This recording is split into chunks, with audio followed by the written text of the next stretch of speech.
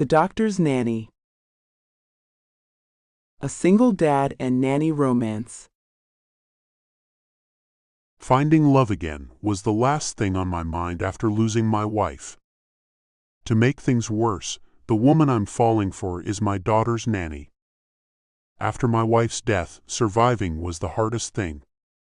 My billionaire status didn't bring happiness to me or my daughter.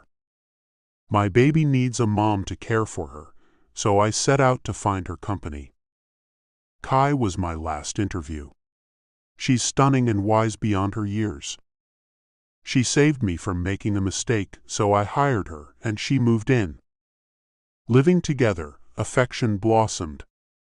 One night we gave in to temptation. I showed her womanhood and we fell for each other. My daughter adores her and so do I. Our life finally looked bright. But everything changed when my in-laws stepped in and threatened to take my daughter away.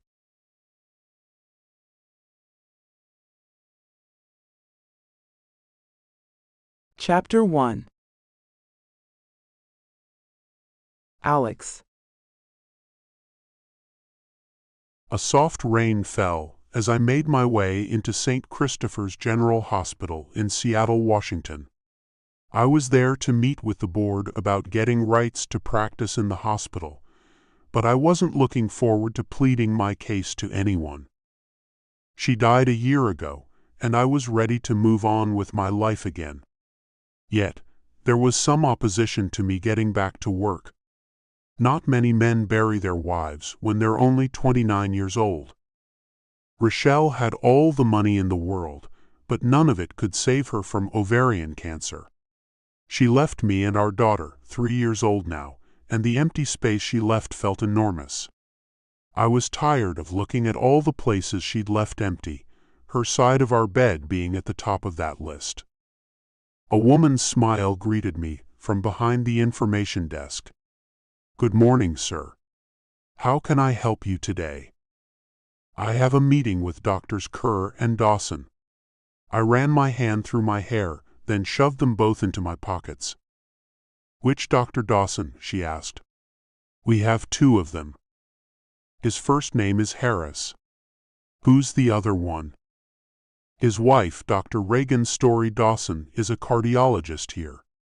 She looked through the notepad on the desk, then pointed at the hallway to the right. "Down that hall, the second door on the right." She took a sip of coffee. "Dr. Alexander Arlen. That's you, right? You have a meeting about getting privileges. I look forward to seeing you around." As I straightened my tie, she checked for a wedding ring, of which I had none. "I haven't got the job yet, Miss Sandoval." "Lydia Sandoval," she said. "Single." "Okay." I turned to leave, feeling a little awkward about the exchange. "And you?" she called out cheerfully after me. "Same." I didn't want to get into my personal situation any further, afraid she might ask me out, and I wasn't ready to go out with anyone. Not yet, maybe not ever. I loved my wife. The last 2 years of her life were spent in and out of the hospital and doctor's offices. Those years were miserable for her and me equally. There was nothing left in me to give to anyone else. Maybe time would help. All I knew was I needed to get back to work, my work, or I'd go crazy. As I walked into the small conference room, the 2 men scheduled to grill me were already there. Both tall and lean, they were standing as I walked in. One of them extended his hand. "Dr. Harris Dawson, Dr. Arlen." "Nice to meet you, Dr. Dawson," I greeted him, then held out my hand to the other man. "And you must be Dr. Jonas Kerr." "I am." He shook my hand. "It's a pleasure to meet you, Dr. Arlen." Dr. Dawson took a seat. "Let's put all this formality aside, shall we? I'm Harris, and this is Jonas. Is that okay with you, Alexander?" "Call me Alex." I took a seat on the opposite side of the table from the 2 men. And dropping formalities is great with me. Jonas wore a smile as he asked, "How was the trip into town, Alex?" I had flown our private jet from Spokane, where we lived, to Seattle. I wanted to get out of that city. Reminders of my wife were everywhere. It proved to be maddening. It was fine. I made it in record time. The wind was with us. Harris nodded. "And if you're approved to practice here, would you relocate to Seattle?" I would. I should be honest with the men. Look, you might know about my wife's passing. Living in Spokane just isn't the same. Everywhere I look, Rochelle is there in some form or another. I need to get out of there. The two exchanged looks. Then Harris asked, "How about your daughter, Alex? You'd be taking her away from family, wouldn't you?" My wife's parents live in Spokane, about a mile away from us. They probably didn't want me to leave with Tabby, but I had to do what was best for myself. I'd given up a lot during the last few years, and it was time to get back on track. My daughter would be fine with me in my choices. We shared a mutual adoration that told me she'd be great as long as she was with me. Looking concerned, Jonas asked, "Moving may adversely affect your young daughter, Alex. Having her mother's parents in her life is important. Do you suppose taking her away is the right thing to do?" My daughter, her name's Tabitha, she and I have a special bond. I've cared for her all alone since Rochelle got sick immediately after her birth. She's not as close to her grandparents. Rochelle's parents weren't always around. They traveled extensively, and when not doing that, they were involved in all kinds of events. Being from old money, they had their hands in all sorts of charitable organizations. It kept them pretty busy. Harris got right to the point. "You must have inherited your wife's fortune, Alex. From what I've read about the Vanderhavens, their net worth is in the billions. Your wife was their only child. I'm sure her portion of that wasn't chump change." He was right. When Rochelle passed on, I'd become a very rich man. While more than comfortable financially, I'm not the kind of man who stops working because he has enough money to do so. My brain needs more than that. Being a neurosurgeon himself, Harris should empathize. His nod told me he understood. I have a more than comfortable financial status that has nothing to do with my work as a doctor, so I understand where you're coming from. But I wasn't responsible for a young child on my own either. So my next question is, what will you do with young Tabitha when you're working? I'd thought about that a lot, more than anything else. I'll hire a live-in nanny to help me with Tabby. Jonas nodded as he smiled. That's good. I'd hate to think of your daughter having to go to daycare after losing her mother. She needs a stable female presence in her life. If not her grandmother, then a nanny, the right one of course, would be best. I thought so too. That's another reason to get away from Spokane. My in-laws aren't around much. Tabby needs a woman's influence in her life. A nanny would help immensely. Harris still seemed skeptical. What about your family, Alex? Is anyone available from your side to be that female presence for your daughter? I shook my head. No sisters, only one younger brother. And Mom and Dad have their own things to do. They live in Colorado. The three of them moved there after the legalization of grass. They have a dispensary there now. Jonas grinned. One of those kinds of stores? Yep. My family got into the trade and business is very good. While I'm happy my family has found their calling, it's not the right kind of world for my kid to grow up in. Not that I'm judging. I just want a different life for my child and me. Harris agreed. Yeah, I can see that. So you've been thinking about this for a while. You're not making any rash decisions or running away, you just want to change your life a bit and get away from all the reminders of a lost love. Yes, I was tired of living in the place I once shared with the woman I'd fallen in love with, practically at first sight. It's time to start fresh. And I'd love to make that fresh start right here with you guys in this hospital, where I can help the most people while still having time for my daughter. How much time would you need to relocate and get settled here, Alex? Harris asked. Good question. He's considering me. A month. It would take that amount of time to find a suitable home and a babysitter, too. I wouldn't leave Tabby with anyone but the one I hired. I want her to feel stable and safe. Having her doted on by too many people would undermine her security. I didn't want that. Harris tapped his pencil on the pad of paper in front of him. We'll give you 2 months to be on the safe side. He looked at me. I'm a father too.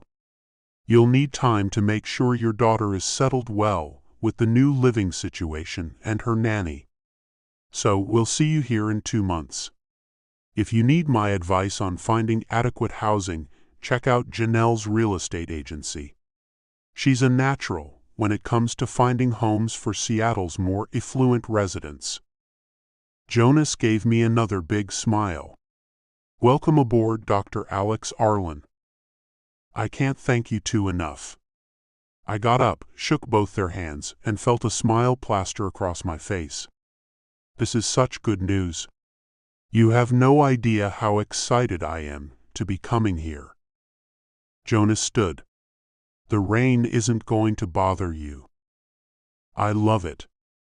I never minded the rain. The smell of it invigorated me in a way little else did. I can't wait to get things in order and get my life going again. It's been an eternity since I got to be me. Well, it's not just you, Alex, Harris reminded me. Keep your daughter at the top of your list. I am. He had no idea how much at the top Tabby was. Tabby's my only link left to Rochelle. She's the spitting image of her mother. It's funny when I see things around our home and the town she had so much to do with, I feel sad. But when I look at our daughter and see her mother in her, it makes me happy. Jonas looked at me with sad eyes. I can't imagine what it must feel like to lose someone at such a young age. No one expects to be 30-something and a widower with a small child. No, you don't. If anyone had told me Rochelle and I would only have 2 years of marriage before she was stricken with a cancer so fierce nothing could combat it, I would have said they were crazy. Harris patted me on the back. Life will be different here. No ghosts to torment you, Alex. No ghosts? Did I truly want to leave Rochelle behind? Our bed proved to be a place I hardly ever rested anymore, because I felt her in it. I would wake up, think I could hear her breathing, then reach out to find no one there. In a new place, a new bed, I wouldn't feel her there. Is that what I really want? Am I ready to do this? Or is this a terrible mistake?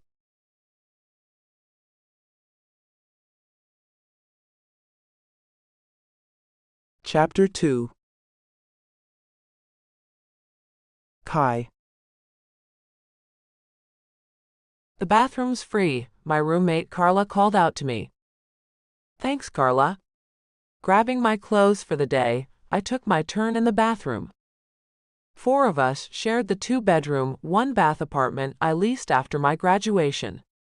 I got my bachelor's degree in early childhood development, and now I just waited for my first opportunity. I signed up with an employment agency that specialized in finding jobs for au pairs. And I already landed my first interview. A new doctor had moved to Seattle and needed a live-in governess for his 3-year-old daughter. As I showered, I tried not to get my hopes up too high. That job must be coveted by many. To reside in the posh house of a doctor would be like a dream come true. I'd grown up in a modest home in Seattle's Ballard neighborhood. My father worked as a parts manager at a car dealership. Mom worked at a health food store as a cashier. I worked my way through college with a job at the same store as Mom. Living at home allowed me to pay my way through school and avoid getting into debt to get my degree. I had Mom and Dad to thank for that. Well, them and some sacrifices of my own. I sold my car and bought a bus pass instead. Making payments on the car and insurance didn't leave me much, so getting rid of it allowed me to spend more on my coursework. Plus, I always took my own sack lunch and never went out, choosing to use my funds on opportunities. After college, I continued working at the store for another year. With no debt, I was able to move in with my friends at their steady coaxing. Carla was my bestie, and she said I wasn't being true to myself by living at home. She claimed it stunted my natural human growth. My lack of experience with any type of physical intimacy seemed to concern her. Carla was a psych major, and emotional health was of utmost value to her. She claimed I wasn't emotionally healthy. I pushed back that one does not need intimacy to be emotionally fit. She didn't believe that whatsoever. Carla considered intimacy a mandatory experience. She made sure to experience it with all sorts of people, including females. I wasn't into that type of experience. In my opinion, my innocence didn't define me. Apparently, to some, it was something you got rid of as soon as you got the chance. Not me. I wasn't about to have sleep with someone I didn't have feelings for. It was too personal to do with just anyone. A knock on the bathroom door had me speeding up. I'm almost done. Okay, try to hurry please, my other roomie Lane said. I've got to pee. Having only one bathroom sucked. Without putting the conditioner in my hair, I got out and dried off, hurrying to get dressed and out of the way. Looking at my reflection, I wasn't going to look my best for the interview, but being so rushed, I had no choice. Leaving the bathroom, I went to my bedroom to put my hair into a bun and a touch of mascara on my lashes before leaving the apartment. A cool, misty rain fell from the sky that morning. It was invigorating and made me feel better about the day. Everyone looks dewy in this type of weather, not just me. As I walked to the bus stop, I tried not to think about the interview. I worried that this father might pick someone older and more experienced. At 22, with no practice, my chances were slim to none. However, the lady at the employment agency said that the interview experience was beneficial to me. It may help me to do better in future interviews. Getting off the bus at the employment agency, I started to feel a little sick to my stomach. My nerves surprised me. I never had an interview before. Not even for the job at the store. Mom arranged that for me. I had nothing to do but show up. A shiny black Jaguar sedan was parked in front. I instinctively knew it belonged to the man who needed a nanny. He had to be even wealthier than I imagined.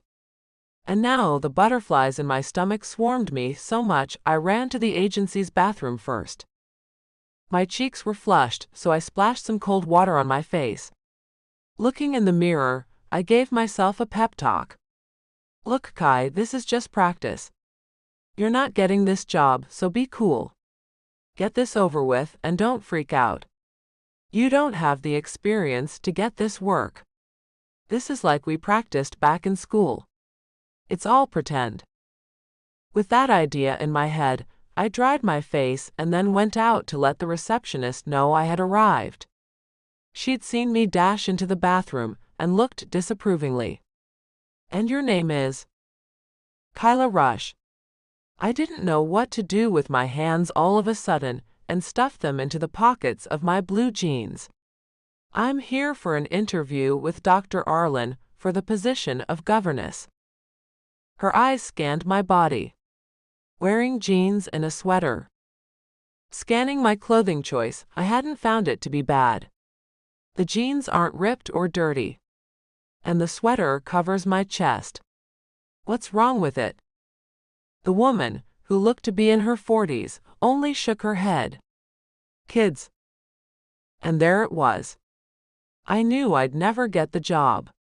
Not when I looked like a kid. Who would trust a kid to take care of their kid?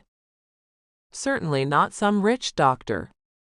I'll take a seat, I told her, then walked away, not interested in being judged by her any longer. I mean, who does she think she is anyway? 40-something and just a receptionist at an employment agency where she has opportunities to take better jobs. I couldn't let her get to me. And this was only a practice run for me anyway. So what if she didn't think I was dressed appropriately? The outside door opened, and a woman walked in, wearing a dark blue dress that went below her knees. Her shoes were flat blue and sensible. The creases around her mouth looked like parentheses. She was all of 50 and looked it. I'm here to see Dr. Arlen for the au pair position. The receptionist smiled, looking pleased with this new candidate. Oh yes. You must be Mrs. Steiner. Your experience is outstanding. Yes, it is, the woman agreed. She looked around the room, empty but for me. I received only the slightest glance before she looked back at the receptionist. Are we the only people being interviewed for this position? There's one more, the receptionist informed her. A man. Looking down her nose, the professional nanny seemed unimpressed. A man. I see. She went to take a seat on the other side of the room. While I played a game on my cell phone, she looked out the window at the rain that had become a bit more than the light mist it had been earlier. Then her gaze fell on me and I looked at her. Hi. She nodded. Hello. When the door opened again, and a tall thin man came in, she sighed, and I gathered she'd seen the guy before. He looked directly at her and sighed too. So you've got an interview too, Sally? With a nod she said, yes. I had no idea you were free from your duties to apply for this position. What happened with the Ventura children? Sheila quit her job to stay home with them when Emily started wetting the bed. He went to the receptionist, his hands running over the front of the suit he wore. Manley Jones will interview with Dr. Arlen. Yes, sir, she told him. Take a seat. Since you're all here, I'll let him know and we can start the interviews. He walked over to sit near the other woman, and I saw he was nearer to her age than mine. And what has you free, Sally? Elias went into high school this year and no longer needs a sitter. Nodding, he understood. Those two had oodles of experience while I had none. And when the man's eyes landed on me, I felt unspeakably inept. Have you ever done this before? He asked. I shook my head. First interview. Sally decided to ask me a question. And what makes you think you're capable of being a governess? I have a bachelor's in early childhood development, I whispered insecurely. Education, the man asked. That makes you a viable candidate. Shrugging, I didn't know what to say. I wasn't a viable candidate. Especially now that I was up against them. Both had lots of experience, and the doctor would be foolish not to hire one of them. My bets were on Sally just because she was a woman. But then again, what would the mother of this child want? And I had no idea why she wasn't mentioned as an interviewer.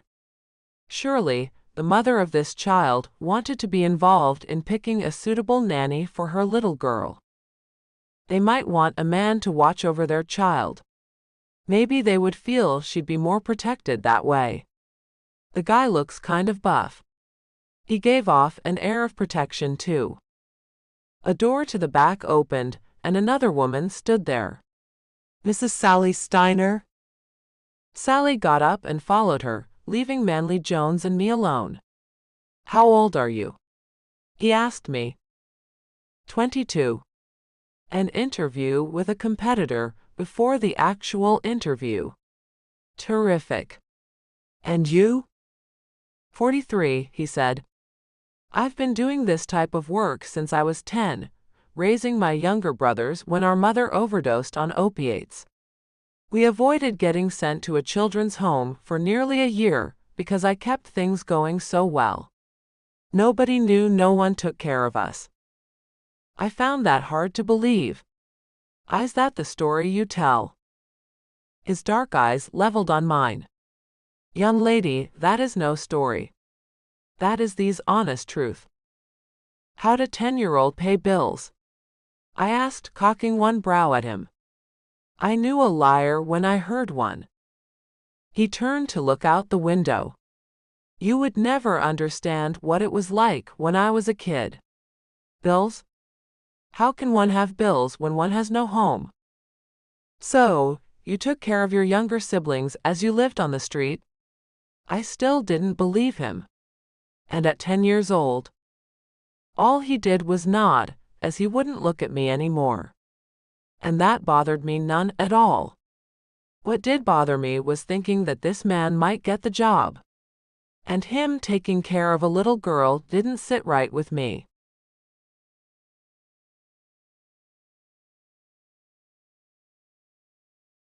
Chapter 3. Alex. I already had 3 days of interviews for the au pair position and had yet to find the perfect one for Tabby. This fourth one has to be the last. With only a couple of weeks left until I started work, I wanted someone right away. That way, Tabby would have time with me around to get used to another person taking care of her. A 50-year-old woman walked into the small interview room. Her graying hair was in a neat bun, and she wore what I'd call typical governess clothing with a stoic expression to match. "Dr. Arlen, I'm Mrs. Steiner." She extended her hand as I rose. Shaking it, I noticed the lack of a smile on her face. "It's nice to meet you, Mrs. Steiner." Her resume was impeccable. She'd been the governess for many important families in the Seattle area. But I still wasn't sure about her. "Please take a seat." She sat across from me, her hands placed neatly in her lap. "I see you have my resume there in front of you. I'd like to point out my years of experience. The last 4 pages are letters of recommendation from my past employers. All of the children I had the pleasure of helping raise have gone to college. Well, except Elias, but he's still in high school. He'll go as well.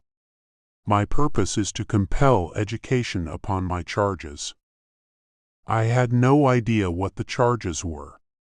"Your charges?" She looked at me with dark brown eyes surrounded by thin lines. "The children I look after, sir." "Okay." That told me she wasn't close to the kids she helped raise. "And you like to make sure they seek further education?" That wasn't such a bad thing. "I have." She pointed at the resume in front of me again. "If you'll read the first recommendation, I started working with those children when the oldest was only 4. The 3 of them were well versed in the Bible as well as proper behavior. And how about playing? That was more important to me than behaving. Tabby wasn't a bad child in the first place. A time and a place for that are scheduled into each day." She looked me in the eyes. "I've been a nanny for longer than you've been a father. I can help take this great burden off your shoulders, doctor. That way you can do your work. And your wife can as well. I don't have one.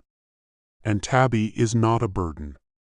I tell you what, Mrs. Steiner, I've got your resume and will study it before making my decision. Thank you for coming." She seemed a bit shocked as she sat there. So this is it? I nodded and got up to walk her out. It is. I never had such a short interview before, sir. She got up, and I escorted her to the door. Is there anything else I can answer for you? I had one more question, not that it would matter, but I wanted to know. And how are you on corporal punishment? Spare the rod, spoil the child, she said quickly. Thought so. You have a wonderful day, Mrs. Steiner. I closed the door behind her, not missing the stunned expression she wore. Going back to the table, I tossed her resume aside. No one would be laying a hand on my baby girl. There was a quick knock at the door, and then a tall man opened it and stepped in. I had Manly Jones' resume pulled out of the file. The receptionist had sorted them in the order they would be interviewed. Mr. Jones, it's nice to meet you. I got up and shook his hand. You too, Doc, he said with a smoothness that made him seem down to earth. Please take a seat. I took mine, then looked over his resume. Seems you've watched over quite a few kids in your time, Manly. How did he get into the babysitting business? And you came to be an au pair. How exactly? As you can see on my resume, I was hired for my first nanny job by the mayor of Seattle 10 years ago. He looked incredibly proud. I was a janitor at the courthouse when we met. He liked the way I interacted with his kids. They were with him a lot after his wife left him. So he gave me my first nanny job. And from there, I stayed in the business as each of my kids grew up. He called them his kids, which is a lot better than them being called charges. So you've got a knack with kids? I took care of my younger brothers when I was younger, too. It's a gift, he said with a smile. People don't usually think of men as au pairs, but I can do better with kids than lots of women. I think like one, I suppose. Fun is my number one thing. If my kids are having fun, smiling and laughing, then I've done my job. That's great. I liked that attitude. Kids aren't meant to just behave and learn. I'd heard far too much from the other candidates I'd interviewed about teaching kids how to behave and making them learn all the time. None had talked about playing and letting them have fun. I looked over his resume to see if he'd taken care of little girls before. My daughter is 3. Do you think you could deal with that? Sure can, he said with certainty. Little Miss Dana was 2 when I worked for the mayor. She wrapped me around her little finger, that's for sure. He sat back and then looked at me with a curious expression. If you don't mind me asking, is the mother around? My wife passed away from cervical cancer a year ago, Manly. I sighed, then went on, I won't lie to you. I wanted to hire a female to take care of Tabby. She needs a female role model in her life. He nodded. I see. Then he snapped his fingers. I've got a sister who could come around to be that female influence. I didn't know if that would be enough. I don't know. Sir, when I worked for the mayor, his wife had split. Those kids didn't have no mama. That proud look came back to his dark eyes. I got my sister doing things with them too. And that helped loads. You can count on me, sir. I'll help your little girl. My sister loves to dote on children. The man seemed genuine, and Tabby would love his playful ways. I tell you what, Manly, let me do this next interview, and then I'll make a decision. You're my top pick right now. He stood up, clapping his hands. That sounds amazing. You've got to interview the last candidate. I have all the confidence in the world you will be giving me a call, Doc. And why's that? I asked, as the next person couldn't be that bad. She's a kid, Doc. No business helping anyone raise a child, but thinks her college degree will help her take care of someone else's kid. He reached out to shake my hand. So I'll be talking to you soon, sir. Laughing, the guy made me feel great. I'm sure you will. When he left, I heard him laughing his way down the hall, and his laughter made me smile. I liked his outgoing personality and knew he'd make Tabby's time away from me fun for her. He'd left the door slightly ajar, and the next person stepped up to it. I took the last resume out of the file to find very little listed on it. When the door moved, a young woman came in. "Dr. Arlen?" "That's me. Come on in." I looked at the name on top of the resume. Kyla Rush. She took a seat without offering to shake my hand, and her eyes were glued to the desk. I prefer to be called Kai. Socially awkward, I couldn't help but feel for her, as I'd been the same way in my younger years. "Okay, Kai. It's nice to meet you." Her eyes flashed to mine for only a fraction of a second. "You too." I put the resume down, because the only thing on it was her education in early childhood development. "Do you like children, Kai?" She nodded, making the loose bun on top of her head bounce a bit. The bun was thick, her hair was quite long. It was the same color as Jennifer Aniston's and shined in the light. "I do like them." Then she looked into my eyes, and I saw the green in her hazel eyes glisten. "I adore them, really.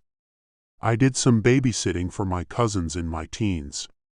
It was then I decided to pursue a career revolving around kids." "And what do you like doing with kids, Kai?" Something about the young woman struck me. She hardly wore any makeup. Her skin was creamy and natural. Her lips were a natural pink, and her cheeks had a slight rose hue to them. She was a healthy young woman. The way her eyes danced told me she truly enjoyed children. I love playing with them and watching them when they learn something new. I love talking to them and listening to them tell me things. Kids fascinate me. Their brains are developing at such a rapid rate that they defy imagination. One day they can't speak a word, the next day they're saying dada or mama. It's just a great thing to witness. You know what I'm saying? Yeah. I couldn't stop looking into her eyes. So much in them intrigued me. "Do you have any siblings, Kai?" "No, sir. I'm an only child." She looked down again, and I fought a powerful urge to lean forward and take her by the chin, to raise her face back up so I could look into those eyes again. She didn't have an ounce of real experience, and she wasn't going to be the right nanny for us. But something told me to give her a shot anyway. "Well, Kai, can I be honest with you?" Her eyes came back to mine. "Yes, sir. I'd like my daughter's nanny to have some experience." I pushed the last page of Manley's resume toward her, showing her the many job assignments he'd had. "This is typical of the resumes I've seen in the last few days." "I understand, sir." She squinted as she looked at the paper in front of her. Can I ask you a question?" "I suppose so." I didn't see the harm in answering something for her. She looked at me again. I noticed how happy the last guy who left here was. "Is that because you've pretty much gone with hiring him?" I nodded. "Yeah."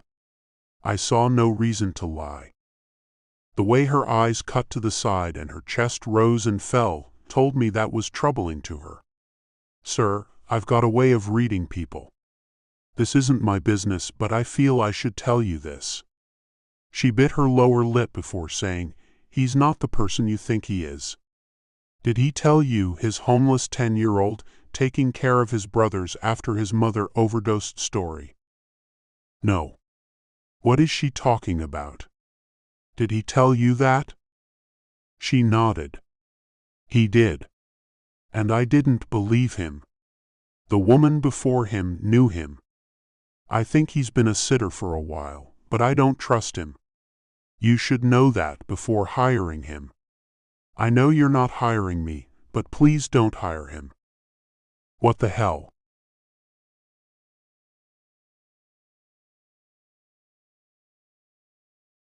Chapter 4.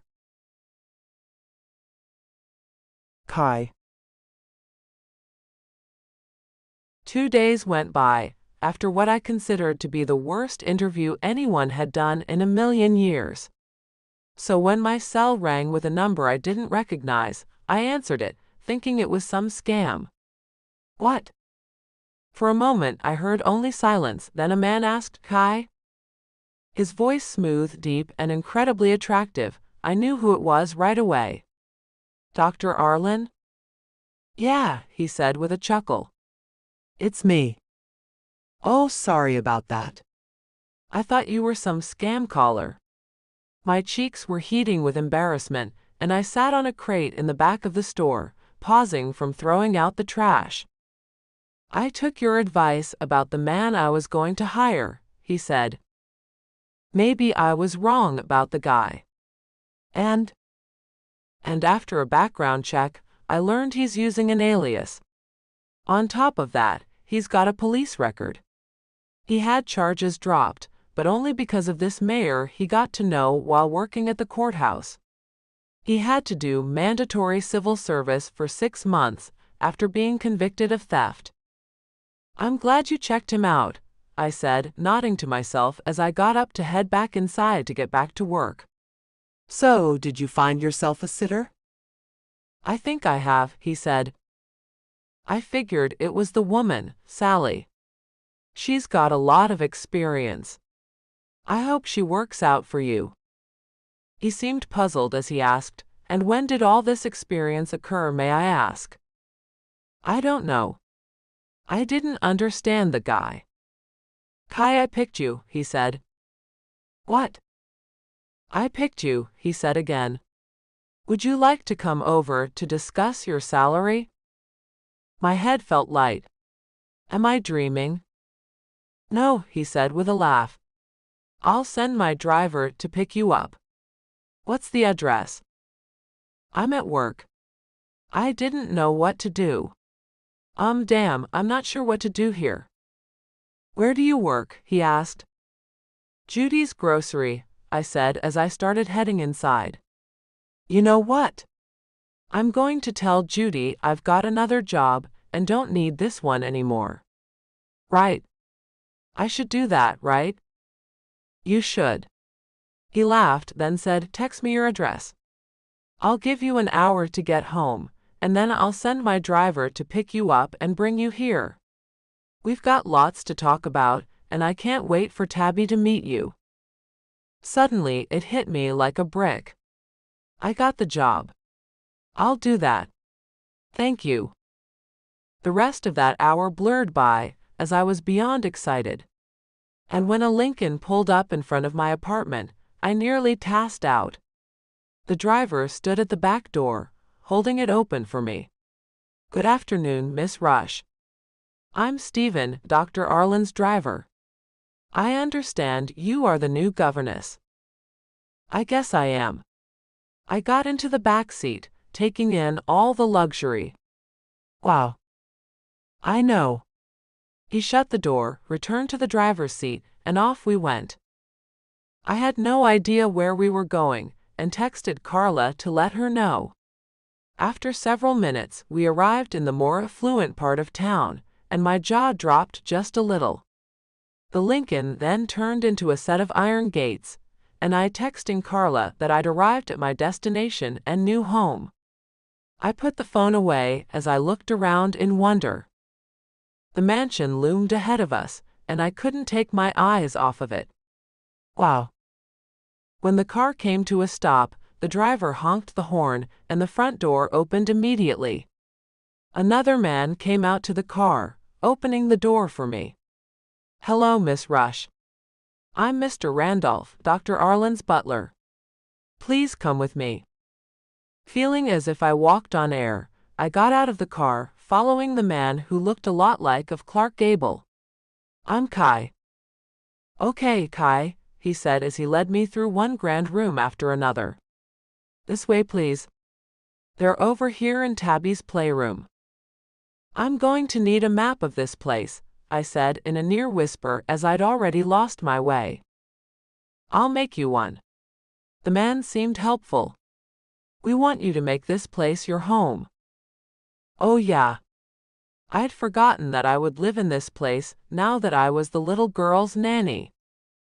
When he opened one of the many doors along a long, wide corridor, I saw the man who interviewed me sitting on the floor as a little blonde-haired girl skipped around him in a circle, singing like a fairy princess.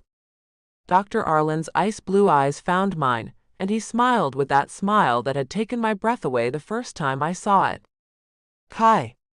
He reached out to take his daughter's hand. "Look, Tabby, this is Kai, your new babysitter." Shyly, the girl ducked her head as she climbed onto her daddy's lap. I went to them, trying my best to get over my nerves. "Hi, Tabby." Peering at me from under thick, dark lashes, she said not one word. But her father did. "She's a little shy. But she'll warm up to you."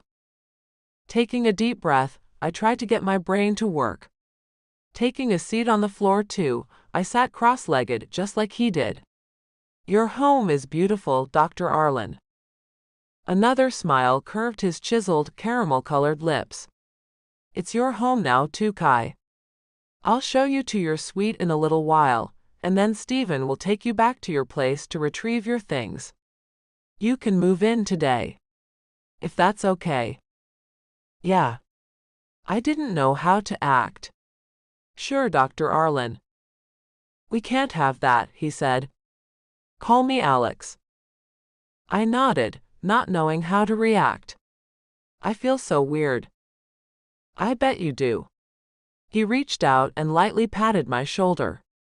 "You'll get used to this." Trying to ignore the odd sensation that ran through me at his brief touch, I hoped he was right. "I'll try." "Okay, let's go over the ground rules," he said as his daughter buried her face in his broad chest. The man was all muscle. I couldn't recall ever seeing anyone as good-looking as him in real life before. I tried to keep myself from staring. "Rule number 1, whenever you leave this house with my daughter, you let Stephen drive you.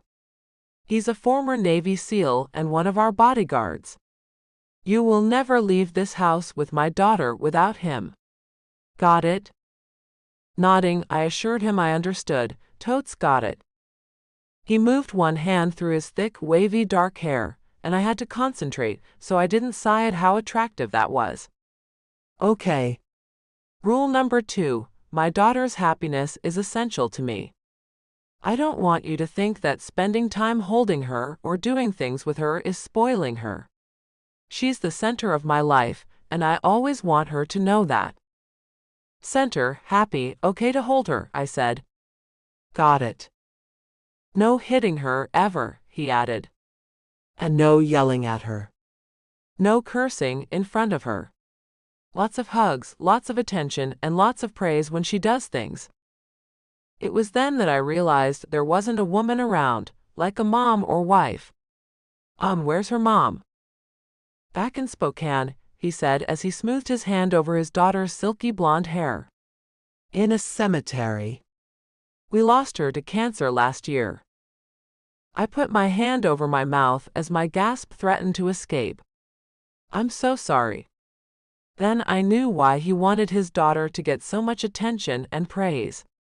He was trying his best to make up for the loss of her mother. Looking at them, as Tabby wound her arms around her dad's neck and they hugged each other, I realized that they suffered through so much. "So you can understand why I want things the way I do for our child?" he asked softly.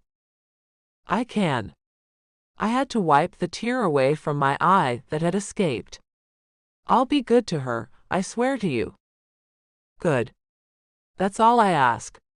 He reached out, pressing his hand on my shoulder again, and how I felt didn't make sense.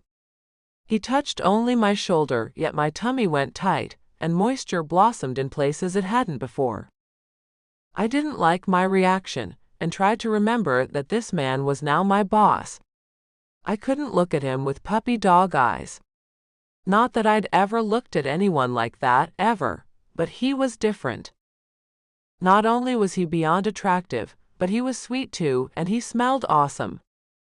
I had no idea anyone could smell that damn good, but Alex did. I wrestled my wandering mind back to business. So what's the pay, boss? His smile came back and my heart skipped a beat. Well, you're getting free room and board. That means you get to eat whatever you want here. And feel free to tell the chef what you like. His name's Rudy, and you'll find him in the kitchen most of the time. Plus, you get free maid service. Our head maid is Chloe. She'll take care of keeping your rooms cleaned. Rooms? You've got to be kidding me. I only needed the one. Yes, I told you that I've set you up in a suite. He pointed up. All the bedrooms are upstairs. And all of them are suites. They each have a living area, you know, like a living room. And then there's the bedroom. Each one is equipped with twin walk-in closets and a full bathroom. Yours has a balcony, too. I didn't know what to think. This is like totes unbelief, you know. Laughing, he nodded. Yeah. I wasn't always this well-to-do. I grew up in a small home with my parents and little brother. My wife had the money. She came from old money and inherited loads of it. And those loads now belong to Tabby and me. And speaking of money, your salary will be dispersed on Fridays by my accountant, who comes by to pay everyone each week. I'm starting you off at $2,000. Wow, I thought I'd only be getting maybe half that much. $2,000 a month? That's more than I expected. Then you're really going to be surprised, he said with a grin that made me melt. It's $2,000 a week, Kai. Wait. What? He had to be joking.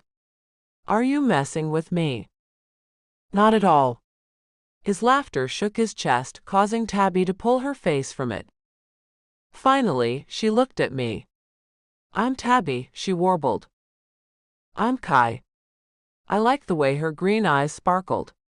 Do you like to play with dolls? She nodded. Do you? I do. I looked at the toys that were scattered around her playroom. Do you think I can play with some of your toys with you? She nodded, then climbed off her father's lap. I'll get you some. As she walked away from us to get some toys, Alex looked at me, mouthing, "Thank you." I had no idea why he would thank me for doing my job, but I mouthed back, "You're welcome." It was hard to keep from smiling. His cell rang and he got up, pulling it out of his pocket. He answered it, then walked away. And I turned my attention to Tabby, who brought 3 dolls. These are my favorites. She handed one of them to me. It had dark hair and blue eyes. Thank you. I like this one. What's her name? You get to make that up, Kai. She sat right down on my lap, facing out as she cradled the other 2 dolls in her little arms. My babies are Fiona and Fairy. Staying with the first letter of F, I'll call mine Felicity. I put mine in the crook of my arm. Do you like your hair to be braided, Tabby? I don't know, she said as she looked back at me. What does that mean? If we can find a hairbrush, I can show you. Her hair would look adorable in a couple of braids. Alex came back, looking at his daughter on my lap. His eyes met mine. She doesn't do that with anyone but me. I felt like I'd done something wrong. I'm sorry. No, he said as he shook his head. I'm glad. Tabby looked up at him. Daddy, can Kai braid my hair? One dark brow cocked at me and he asked, Will you be gentle? Of course. I put the baby doll down to show him, easing a section of her hair away from the rest and making a small braid.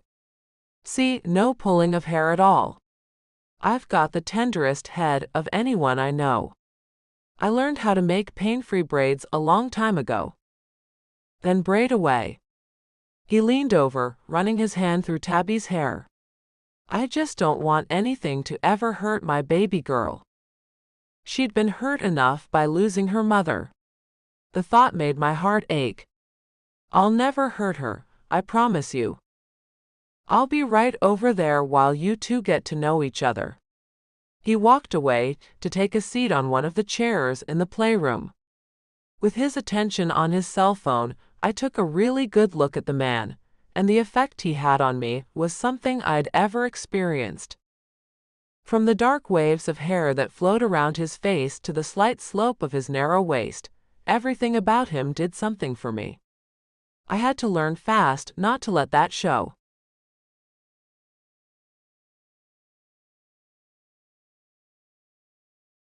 Chapter 5. Alex. Kai seemed to be settling in just fine. 2 short weeks later, Tabby and Kai seemed inseparable. When the two of them stopped by the hospital to visit me on my first day at work, I found myself smiling from ear to ear as soon as I spotted them. I couldn't avoid my attraction to Kai. No matter how hard I tried, I couldn't deny it. But I managed to keep that magnetism under wraps. She was young, and on top of that, she worked for me. It was a no-no all the way around. Tabby waved her arms as she looked at me, squealing, "Daddy?" "It's me, Tabby." As I went to them, another doctor came our way. "So this is Tabby." Reagan Dawson was introduced to me that morning, and I told her about my little girl. Tabby jumped into my arms, and I presented her to Reagan. "Tabby, this is Reagan. She works with me." Typical of my daughter, she buried her face in my chest. Reagan just smiled. "Well, it's nice to meet you, Tabby." Then she looked at Kai, who seemed taken aback for some reason. "And you must be the au pair." Kai nodded. "I'm Kai." "Nice to meet you, Kai," Reagan said. "I'm sure we'll see lots of each other." Kai looked at me. "Why?" Her expression was a mix of emotions. But I was pretty sure I saw jealousy in the mix. "Because we work together." Reagan looked at Kai with a smile, then held up her left hand. "Married." What was that about? "Anyway, what has you girls out and about today?" I asked. "Tabby wanted to see where you work," Kai told me. "And we wanted ice cream. She wants you to join us." I told her you probably couldn't. "A little break wouldn't hurt anything. Come on, let's see what the cafeteria has." Reagan shook her head. "Nope. The ice cream there is not that good. But go over a block south to New Release. It's a cafe, and it's got the best ice cream and burgers. It's lunchtime. Take a break if you'd like to." Kai's eyes went to the floor. "It's okay if you don't want to go." "But I do," I said. "See you later, Reagan." Kai followed me as I carried Tabby and headed to the exit. We walked all the way out before she said, "She's pretty." "Who is?" I stopped to let her catch up. "The other doctor," Kai said. "I thought you and she were dating." "Nope." It was jealousy in her pretty eyes. "I'm not on the market to date." "Good," came her quick response. Then she went beet red. "I mean, good because you have a lot to get over." Sure she did. "Yes, I do. I wasn't ready to do any dating. But the attraction to Kai wasn't lessening any. And I couldn't help doing what I was about to do. After lunch, you should take Tabby to your favorite salon to get her hair cut and get yours done too. I'm treating you two to a day of beauty." "You don't have to do that," Kai said. Then Tabby raised her head. "Aha, 'cause I want to get my hair cut, Kai." "Please." "Well, you can. I don't have to get anything done." Kai reached up to touch her ponytail. "I'd like to see your hair down, Kai. Get it cut, and get anything else done that you want. It's my treat." I wasn't taking no for an answer. And if they have someone who does makeup, get that done too, and buy whatever it is they use, so you can do it on your own. But, Kai tried to protest. But nothing. I'm taking you two out for dinner this evening to a nice place, and want my girls to look pretty. I clamped my lips shut tight after realizing what I said. Kai finally said, "Okay then." I saw the cafe ahead and went that way, crossing the street. Traffic's kind of bad here. Stay beside me, Kai. She hurried to stay at my side as we crossed the busy street. When we got inside, the menu was written on a chalkboard behind the counter. We've got a lot to choose from. Go ahead and tell her what you want, Kai. Oh, I'm okay. I don't need anything, she said. That girl just had to be hungry. Then I'll order for you. In the 2 weeks we'd spent together living under the same roof, I'd yet to see that girl eat something. Her curvy figure must have shamed her for some reason, but she looked like $1,000,000. A kid's meal with a cheeseburger and chocolate milk, and 2 double cheeseburgers with fries and cream sodas for us. Kai looked away, putting her arms around herself, trying to hide her midsection. I can't eat all that. I bet you can. I handed Tabby to Kai to pay for the food. Find us a table, please. Taking Tabby, Kai went to a booth in the back. Grabbing a booster seat, she put Tabby in it on one side of the table, then took the seat across from her. As I approached them, I looked at Kai, who'd put her arms around herself again. Sliding in next to Tabby, I asked, "Why does it seem like you're insecure about your weight?" Her eyes rolled. Prob because I'm fat. You are not. It's terrible the way women think they have to weigh next to nothing to be attractive. You're perfect, Kai. I am not. I've got thunder thighs. And, she looked down at her large chest. Well, too much up top. And don't get me started on my butt. I can't find jeans that fit me right. If they fit my big butt, they don't fit my waist for some reason. How could she not see those were her best assets? You need a new mirror if you think anything is wrong with your body. She looked up at me and her eyes met mine. You've got muscles on top of muscles. So how can you think my body doesn't have anything wrong with it? Women are supposed to be softer than men. Some women like to have lots of muscle mass, and that was all well and good. I like my women soft. Not that Kai could ever be mine. Oh yeah? Her smile, though slight, made my heart skip a beat. Yeah. I wanted to reach across that table and take her hands in mine and hold them tight. You're really a great beauty, Kai. Yeah, Tabby agreed. You really are beautiful, Kai. Kai's cheeks went red, but she wasn't about to let the compliment train end there. You're beautiful too, Tabby. Tabby kissed my cheek. And you are very handsome, Daddy. Thank you, Princess. I looked over at Kai to see her eyes cast down again.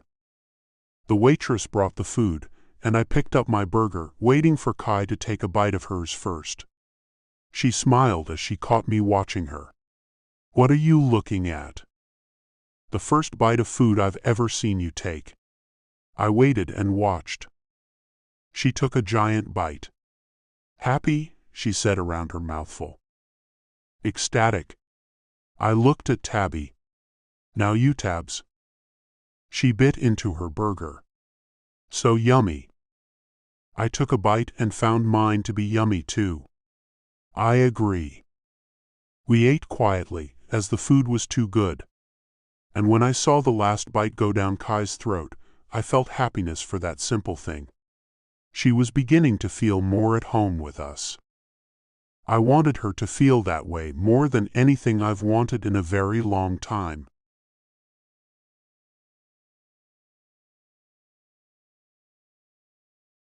Chapter 6.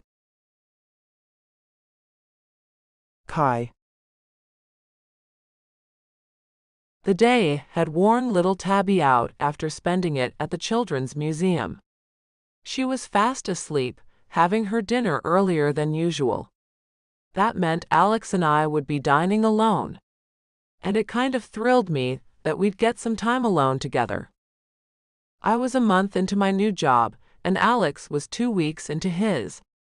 As I headed to the dining room, I ran ideas through my head on how to start a conversation with the man I always felt tongue-tied around.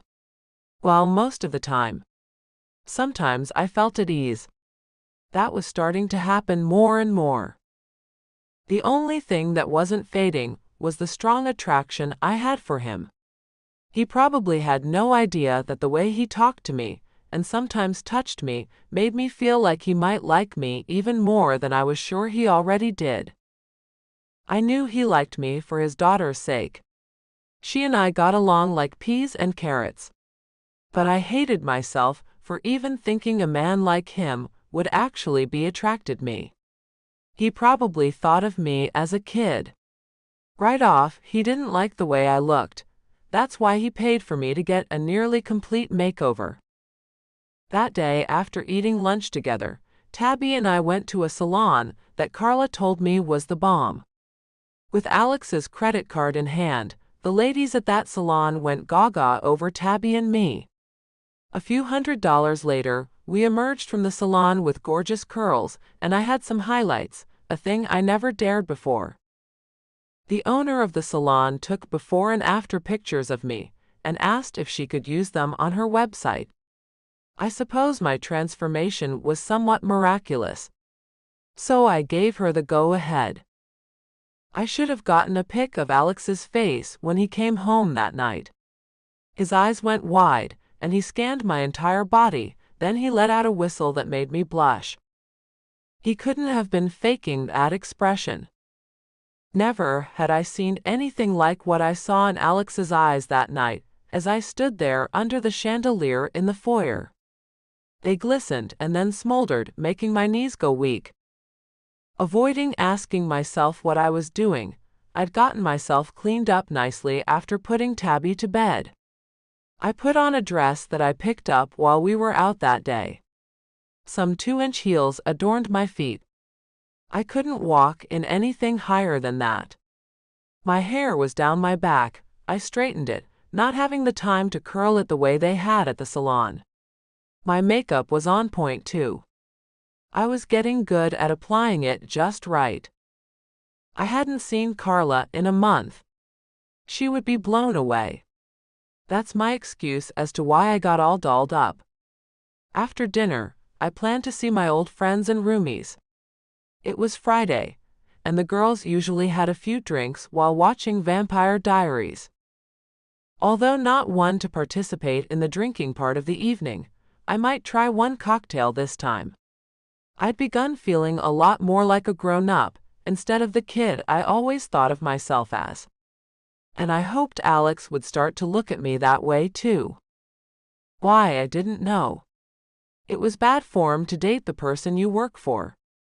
That's what everyone at the employment agency said. At the grocery store where I worked, employees were forbidden to date each other. But I couldn't seem to control my actions at times. Like this evening where I purposely got dressed up just to see my boss's response. I didn't know what got into me. Strolling into the dining room, I heard Alex's voice coming from the kitchen on the other side of it, and some red wine too, Rudy. I'm off this weekend, and want to get this relaxation started. Just as I was about to take a seat, Alex came in, his eyes going wide and running up and down my body. You look, he stopped talking and just looked at me. Amazing. I ran my hand down my side, letting it rest on my hip. The dress had a vintage look, simple brown and just above my knees. The V neckline plunged lower than anything I'd ever worn before. But it still wasn't anywhere near as daring as the things my roomies would wear. You like? He nodded, then came over to me, pulling my chair out, then pushing it back in. I felt his body heat beside me. Your text said Tabby had gone to sleep already. If that's the case, then we shouldn't mess up this larger dining area. Shall we go to the lounge for dinner? It's smaller, less for the staff to clean up. If you'd like. I'd never been in the lounge. There were so many rooms I'd never seen in this mansion. When he took my hand and placed it in the crook of his arm, I felt a shiver run through me. I would like that very much. He led me to the kitchen first. Rudy, we'll be dining in the lounge this evening. Yes, sir, the chef said, then went back to work. Off we went to the lounge, and when Alex pushed open the door, I thought I was in a small tavern. An ornate wooden bar ran along the far wall. When he flipped a switch, the lights above it came on, making the tons of glass bottles filled with different alcohols glisten. 3 small tables were placed around the dimly lit room. He went to one, pulled out a chair and moved me into it. Then he took the chair across from me. Looks like you've made plans for tonight. I'm going to see my old roommates after dinner. A flicker of disappointment crossed his icy blue eyes. Unless you need me to stay home. I didn't even think to ask if you had plans. How rude of me. I won't go. It's not a big deal. I felt like an idiot for not asking him. No. You can go, Kai. He looked up as one of the chef's assistants came in with a bottle of wine and 2 glasses, along with a cheese board. Thank you, Delia. She filled the glasses with a smile, then left us alone again. I took a sip of the wine. My nerves were unsteady, and I needed something to help calm them. Okay, I'll go then. If you have nothing to do tonight. Silent, he looked at me as if he wanted to say something more, then just smiled. I have no plans, Kai. Just a quiet evening at home. It almost sounded like he'd be lonely. He wouldn't even have Tabby to hang out with, since she was in bed already. What will you do here, all alone? Shrugging, he said, probably watch some television. That's all we were going to do too. I didn't want to leave him home by himself for some reason. The thought of him sitting alone, watching TV made me feel sort of sad. How about I stay home and watch something with you? I'll look up some fun cocktail recipes and make something. You've got just about everything a bartender could possibly need. It'll be fun. Have you ever watched Vampire Diaries? Shaking his head, his soft voice sent chills through me. No. You sure you want to spend your Friday night with me? Yeah. The truth was, I was getting pretty excited about it. I wanted to find out how you like your new job anyway. I picked up a piece of cheese to nibble on and found him smiling at me. I like my new job just fine. He mirrored me, picking up a chunk of cheese too. And I like that you're finally eating in front of me without coaxing. My cheeks heated with shame. To be honest, I was starving myself for reasons unknown. That's dumb and immature, childish, etc. You were overwhelmed by everything. He patted the back of my hand that I rested on the table near my glass of wine. You never expected to get this job. No, I did not. Everything felt like a shock to me, including this visceral attraction I had for him. I'm getting used to things now. My appetite has come back. I'm glad. His hand stayed on mine. And how do you like taking care of Tabby? Be honest. It can't be as great as you make it seem to be. It is that great. I always had a lot of fun with the little girl. I've fallen in love with your daughter, Alex. She's such a great kid. I wake up ready to see her. It's crazy, but I do. And when I put her to bed early tonight because she was so worn out, I actually missed her company afterward. I looked him directly in his gorgeous eyes. Thank you for this opportunity. I had no idea I could feel this way. Yeah, me neither. He took a drink of his wine. So tell me about yourself, Kai. There's not much to tell. I hadn't done much with my personal life. I've worked at the grocery store since I was 16. I went to a community college after graduating from high school. I sold my car to pay for my classes instead of getting into debt with student loans. Smart move. He finally took his hand off mine. I went into the Navy. That's who paid for my medical degree. My father urged me to join after graduation from high school. I had gotten into some bad habits, drinking, smoking pot.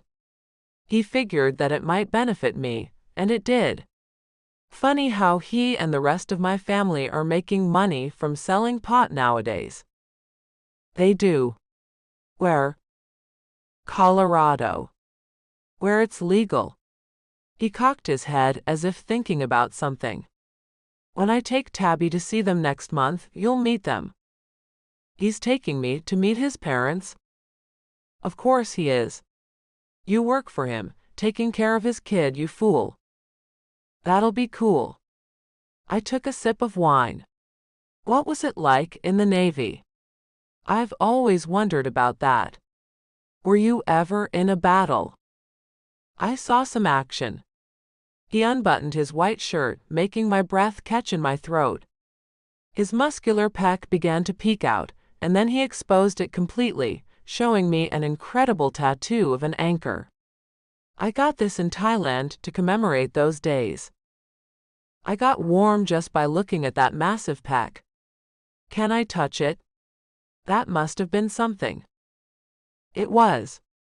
He left his shirt open and picked up the wine glass. My eyes went to his bicep as it flexed with the action. Sometimes I have nightmares that I never left the military, and this life is nothing more than a delusion. He put the glass down. And when Rochelle got sick, then died, I prayed that was nothing more than a dream. But you've stayed rational for your daughter. Nodding, he looked down. Yeah. She's all I've got. He deserves more. So much more.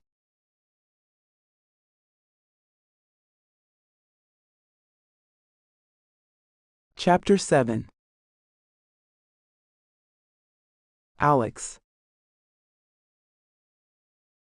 Sitting there with my shirt open in front of Kai wasn't a thing I planned on doing. I couldn't even blame the wine, since I'd only taken a couple of sips before doing it. Feeling a little embarrassed, I buttoned up my shirt, and I was glad to see the meal being served as Delia came in with our plates. Steak and lobster. Kai was taken aback. Oh wow. Her happy expression did things to my heart. I called Rudy this afternoon, thinking you'd like this. She looked at me with even more astonishment. You did this for me? Her hand on her chest had me taking a quick glance at the cleavage she'd never displayed before. It made my mouth water. Yes. I wanted something extravagant for Kai's dinner and made the call. I figured you hadn't had a lot of surf and turf in your life. I have not. She eyed the plate hungrily. Thank you so much, Alex. It made me happy to see her digging into her food. We ate every last bit, then went to the media room to watch some television. Kai took the baby monitor out of the pocket of her dress, placing it on the table next to the chair she'd taken.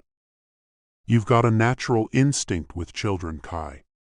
I never thought about carrying around a baby monitor with me. Whenever Tabby went to sleep, I found myself trapped in her room to hear her if she woke up. I've slept more nights on that girl's floor than I care to think about. Well, good thing I'm here now. She saw the remote on the table and reached out to get it.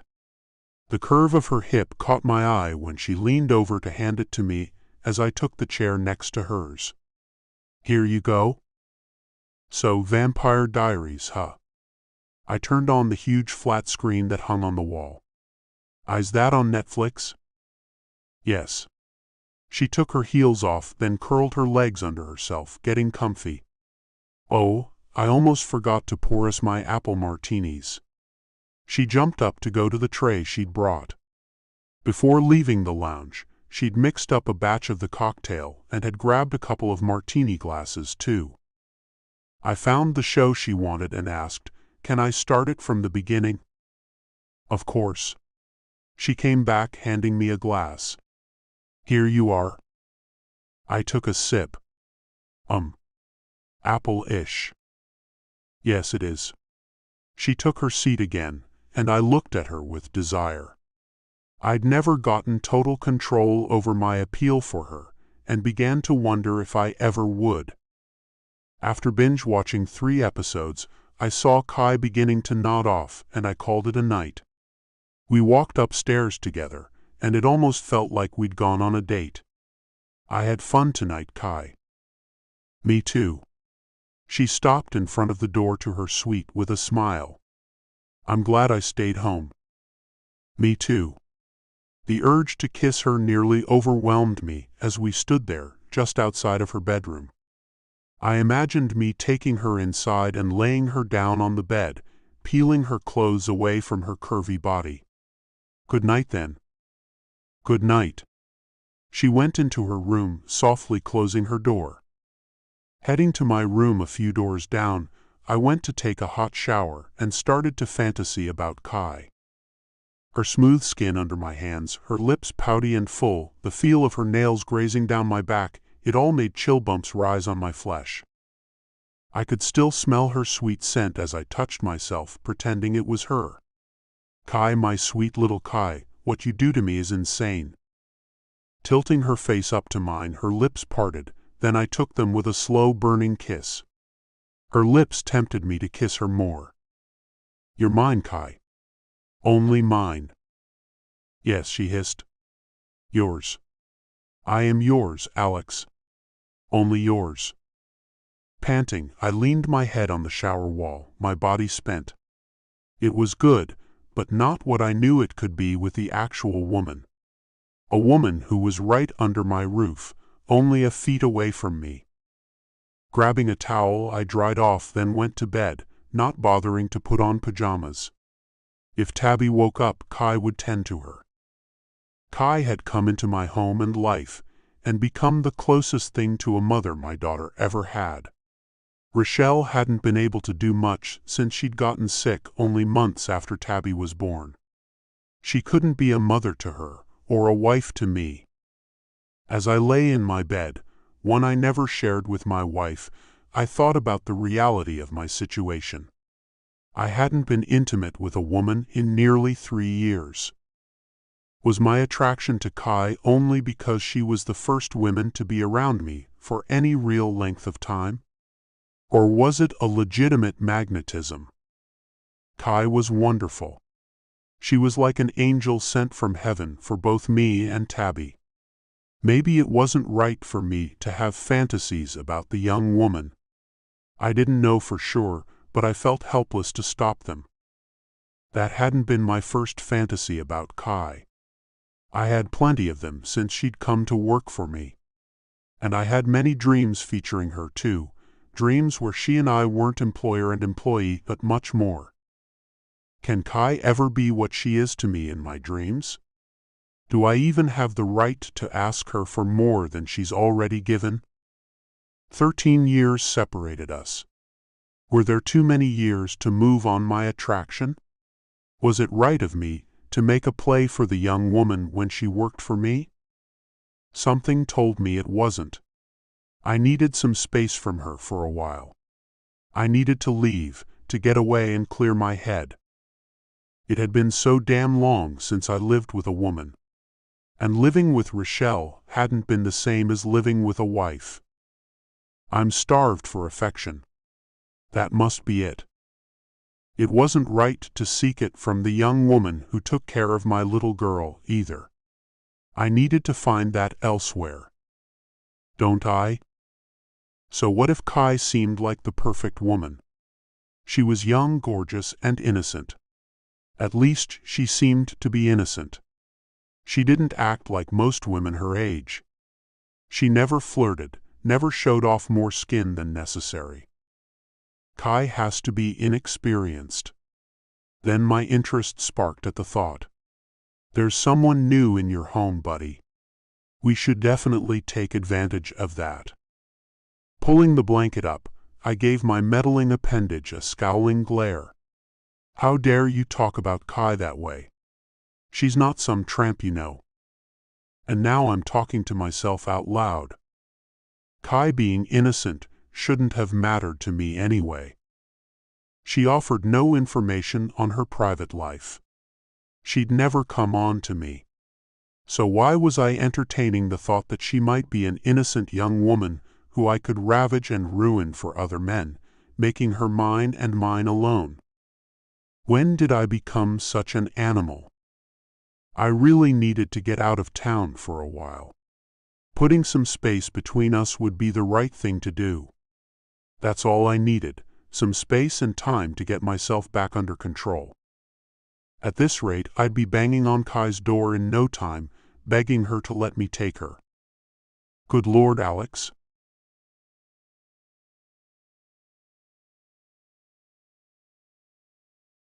Chapter 8. Kai.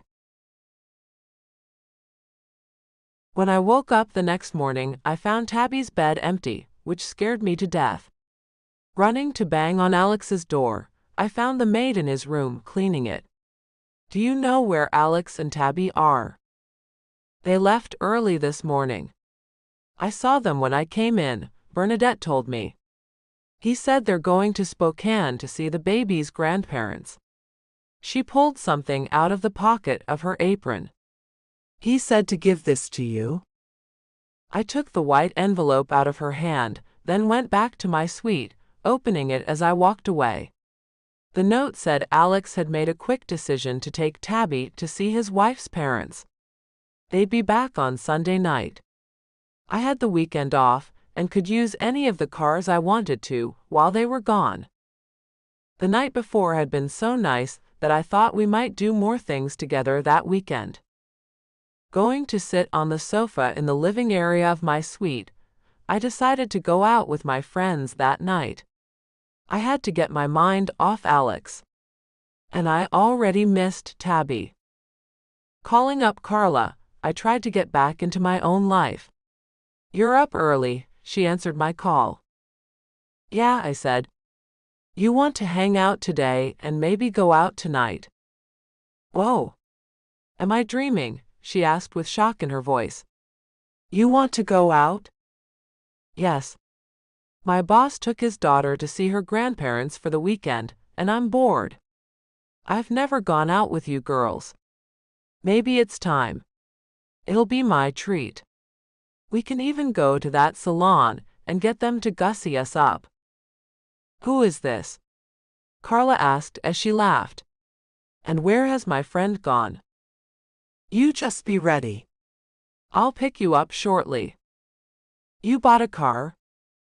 "No, but my boss said I can use one of his while they're out of town. I guess he gave the driver the weekend off too." I couldn't help but feel Alex left because of our time spent together. Was he afraid of me or something? Maybe he caught me looking at him with stars in my eyes when I was sure he wouldn't catch me. Maybe he didn't know how to tell me he didn't want anything physical. Maybe he wanted to fire me. "Cool, pick a fast one," Carla said with a sinister tone to her voice. "I won't be misusing Alex's car, Carla. And all I can have is one drink tonight since I'll be driving." I thought better of it and added, "Scratch that. I won't be drinking at all since I'll be driving." "Now, you sound like the Kai I knew before she became a governess." The sigh she made told me she was disappointed. "How about we take a cab and we can all drink then? I want you to have some fun, girl. For a minute, you sounded like you were going to." She was right. I'd always been so conscientious. Okay. "I'll drive over and we can take the car to shop and get our hair and makeup done. Then we'll leave the car at the apartment when we go out. See, still having fun but doing it responsibly." "Oh man, what an old lady you are, Kai," she groaned. Just get over here. I honestly never cared when someone called me an old lady. Peer pressure wasn't a thing to me. My mother said I had an old soul. Whatever it was, I knew better than to get myself into trouble. At least before I met Alex. Now it seemed I'd scared him away with my attraction to him. And I tried so damn hard not to let it show. I had to find a guy to take Alex off my mind. I'd never been on the hunt for a guy before. This was new territory. But I had this feeling that if I had another man, I'd stop pining away for my boss. I needed to stop that ASAP or I might lose my job. And I loved my job. After making a vow to myself that I'd, at the very least, kiss some guy that night, I felt a little sick about it. But I had to do something. The physical tension I felt whenever Alex was around was getting to me. I had a fantasy about Alex during the night that had me wanting to walk over to his room and take him like a siren in the night. If I didn't do something, I would end up sneaking into the man's bed, and then what? You'd get a righteous night, is what would happen. Shaking my head, I gathered my things, then headed to the garage. I knew better than to believe my inner self, who only recently reared her ugly head. Alex wouldn't give me a righteous night. He'd tell me to leave his room, his home, his daughter, and fire me. And he'd be right to do so. As I walked through the house, it seemed Alex had let everyone but one maid have the weekend off. I went out to the garage and ogled the 5 cars there. He had even more than these. 6 were still in Spokane. He wasn't a collector of cars though, his wife was. And she'd been the one to pick out the baby blue Mercury Cougar in the furthest stall. I looked upward. So Rochelle, would it be all right if I drove your little beauty over there? No thunder boomed, no lightning struck, so that meant she'd be fine with it. I took the keys off the board that hung on the wall, then went to get into the nearly brand new car. It was 3 years old, but only had 400 miles on the odometer. The buttery smooth leather smelled new too. I pictured Rochelle driving it. Alex didn't have pictures of his wife all over the place, but 3 were in Tabby's bedroom. 1 with Tabby when she was a newborn.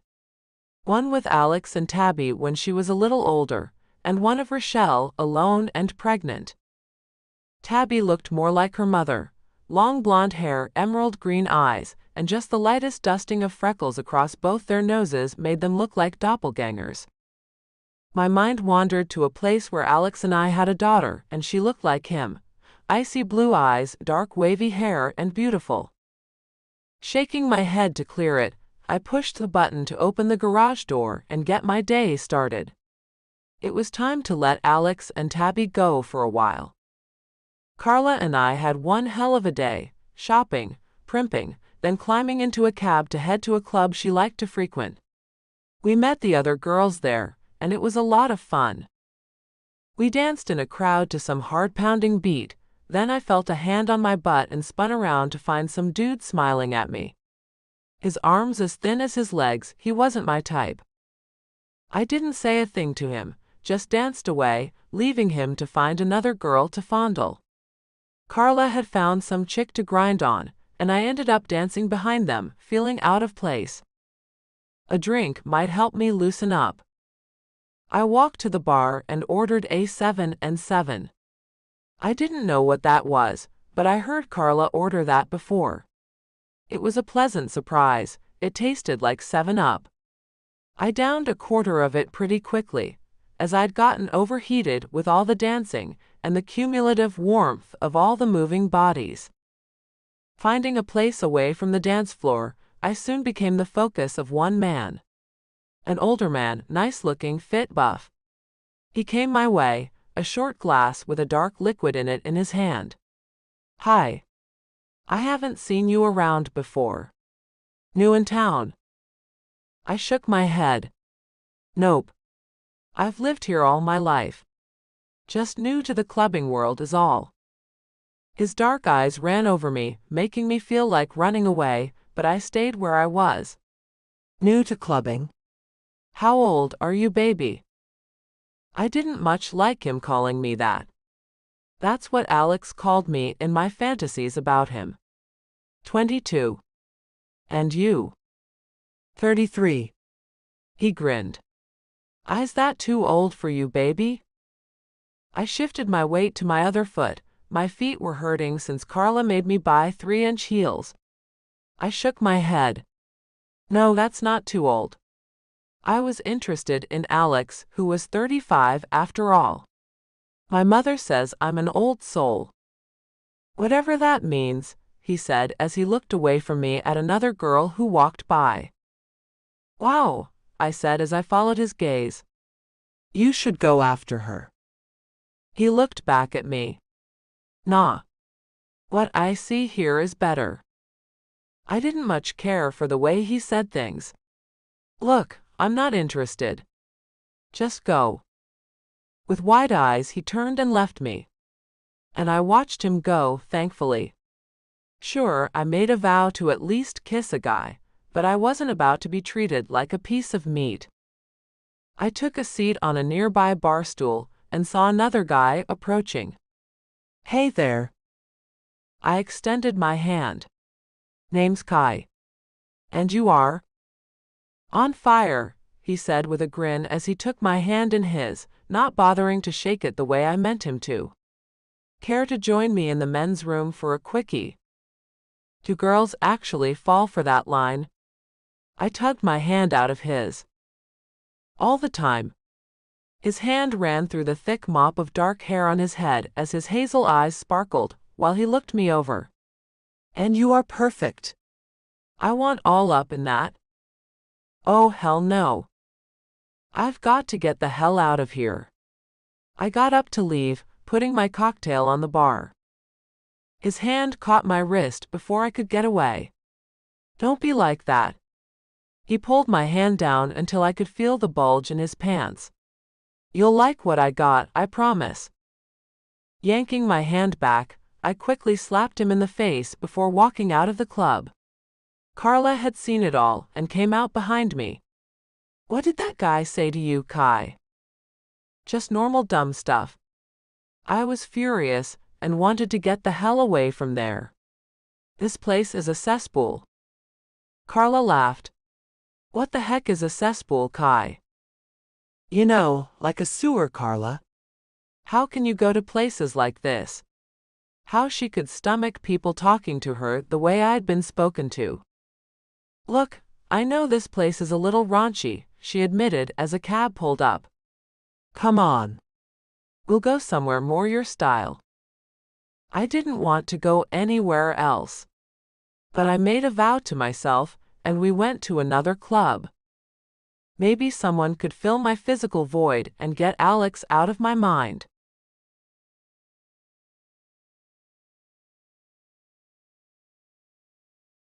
Chapter 9. Alex.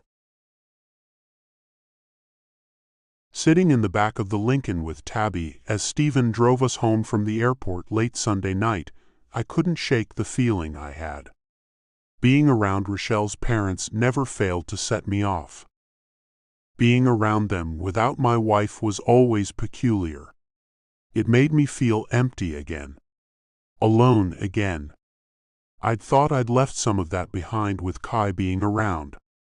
Going back to Spokane was a mistake.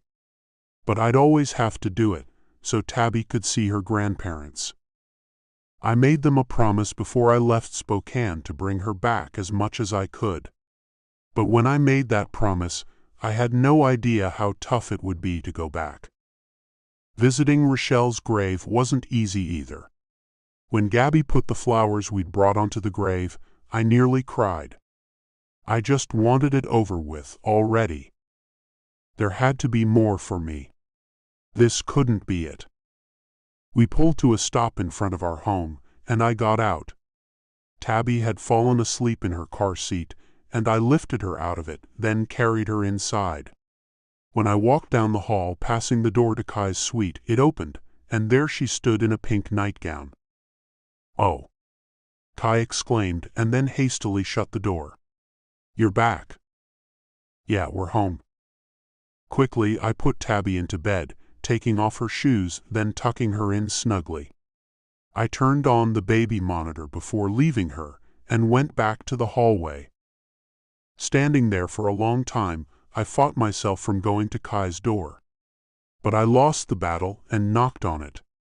She opened it, this time wearing a white terrycloth robe that hid everything from my prying eyes. "Yes, Alex? Can we talk for a minute?" I asked her but didn't know why. "Sure." She backed up. "Come in." Taking a seat on the love seat, she watched me sit down on the sofa. "You seem out of sorts." "I am." She already could tell when I wasn't myself. "It's seeing Rochelle's parents. They make me feel bizarre. Her mother asks me way too often how I'm doing without Rochelle." "And what do you tell her?" Kai asked as she pulled her robe tighter around her. "That I'm doing fine." It isn't what she wants to hear. She doesn't believe me. She wants to see me shed tears. I swear she does. Why would she continuously point out things like Tabby never knowing her mother if she wasn't trying to get me to cry? Nodding, Kai was sympathetic. Maybe she just wants company in her sorrow? How could Kai guess such a thing about a person she had never even met? Rochelle's father refuses to speak much about her. When he does, he mentions her as if she's still alive. So he's pushing sorrow to the side, not thinking of her as departed, but merely not there at the moment. Kai moved around in the chair, pulling her bare feet under her while making sure the robe kept her covered. She should lose the robe entirely. What was underneath the thin satin was all I cared about at that moment. Then I chastised myself for thinking that way. I left for the precise reason that I had to get her out of my mind. But all I did was think about her and what she was doing. "So, what did you do while we were away, Kai?" "Nothing." She looked at me with determined eyes. "I think you need to talk about this visit some more, Alex. You don't look right. You've got dark circles underneath your eyes. Did you sleep well?" "No. They put Tabby and me up in Rochelle's childhood bedroom. I swear that woman was baiting me at every turn. She put us in my wife's old bedroom. It's like a shrine. There are pictures of her all over the room. Her as a high school cheerleader, a college graduate, even our wedding photo." Kai's eyes went wide. "Oh man. I bet you had dreams about her the whole time." "One would think that. One would have been wrong. I dreamt of Kai instead." "So you must have stayed awake to stop the dreams from continuing," she gathered. "I did keep waking up." She was right about that part. However, I wanted to stop the dreams about Kai. It seemed wrong to be in my departed wife's old room, dreaming of her, as our daughter slept a few feet away from me. The whole idea of getting Kai off my mind hadn't worked at all. "Maybe you shouldn't have done that, Alex," Kai commented. "Maybe you should dream about her?" "And what good is that?" I really wanted to know, but I wasn't talking about Rochelle, I was talking about Kai. "Live out time with her," she said. "Even if it's only in a dream, live in that moment with her." In a way, she was right. I could only have Kai in my dreams anyway. I might as well stop fighting it and enjoy it. But while sleeping in a room with my kid? No way. The dreams were a bit explicit. Not with Tabby in the same room. Oh, she finally understood. But now that you're home and have privacy, allow yourself that time with your wife.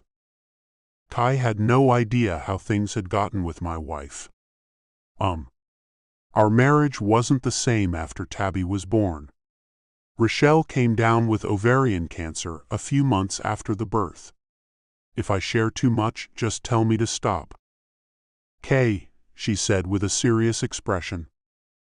Anyway, the last time we were together was a week before Tabby was born. I let that sink in. What I saw on Kai's face made me feel awful. There was so much sadness on her face, I truly was pathetic. So it's been years? I nodded. There's never been anyone else after Rochelle. That must be rough. She looked at the floor. You must have really loved her. I did. I was a devoted husband until the end. But the end had come for us long ago. I didn't have to hold onto my commitment to her. As much as I loved her, I'm learning to let it go. I can't hold on to her forever. She was sick for a long time. To see her out of misery was all I wanted. I gladly let her go so she could escape the pain. Noble, Kai observed. Courageous even. As strong as it sounded, I was anything but that. No. I was as tired as Rochelle was of all the pain. When she passed on, a lot of responsibility fell away. A weight lifted off my shoulders. And I kicked myself for feeling that way for a while. I'm sure seeing her in pain was a burden, Alex. How did she know that? Kai was young and had never dealt with things like that. You're wise beyond your years. Has anyone ever told you that, Kai? My mother calls me an old soul. She smiled. And I have this ability to empathize with others, especially if I feel close to them. So you feel close to me then? I asked. I wanted her to feel that way, but then again, it wasn't appropriate. I suppose living here with you guys makes me feel that way. She looked off to the side. Can I ask you something? Yes. So long it wasn't a question of me being attracted to her. What would I say about that? The girl had me saying things I normally wouldn't. Are you feeling gloomy and concerned? She asked. That's what I feel coming off you right now. Yes.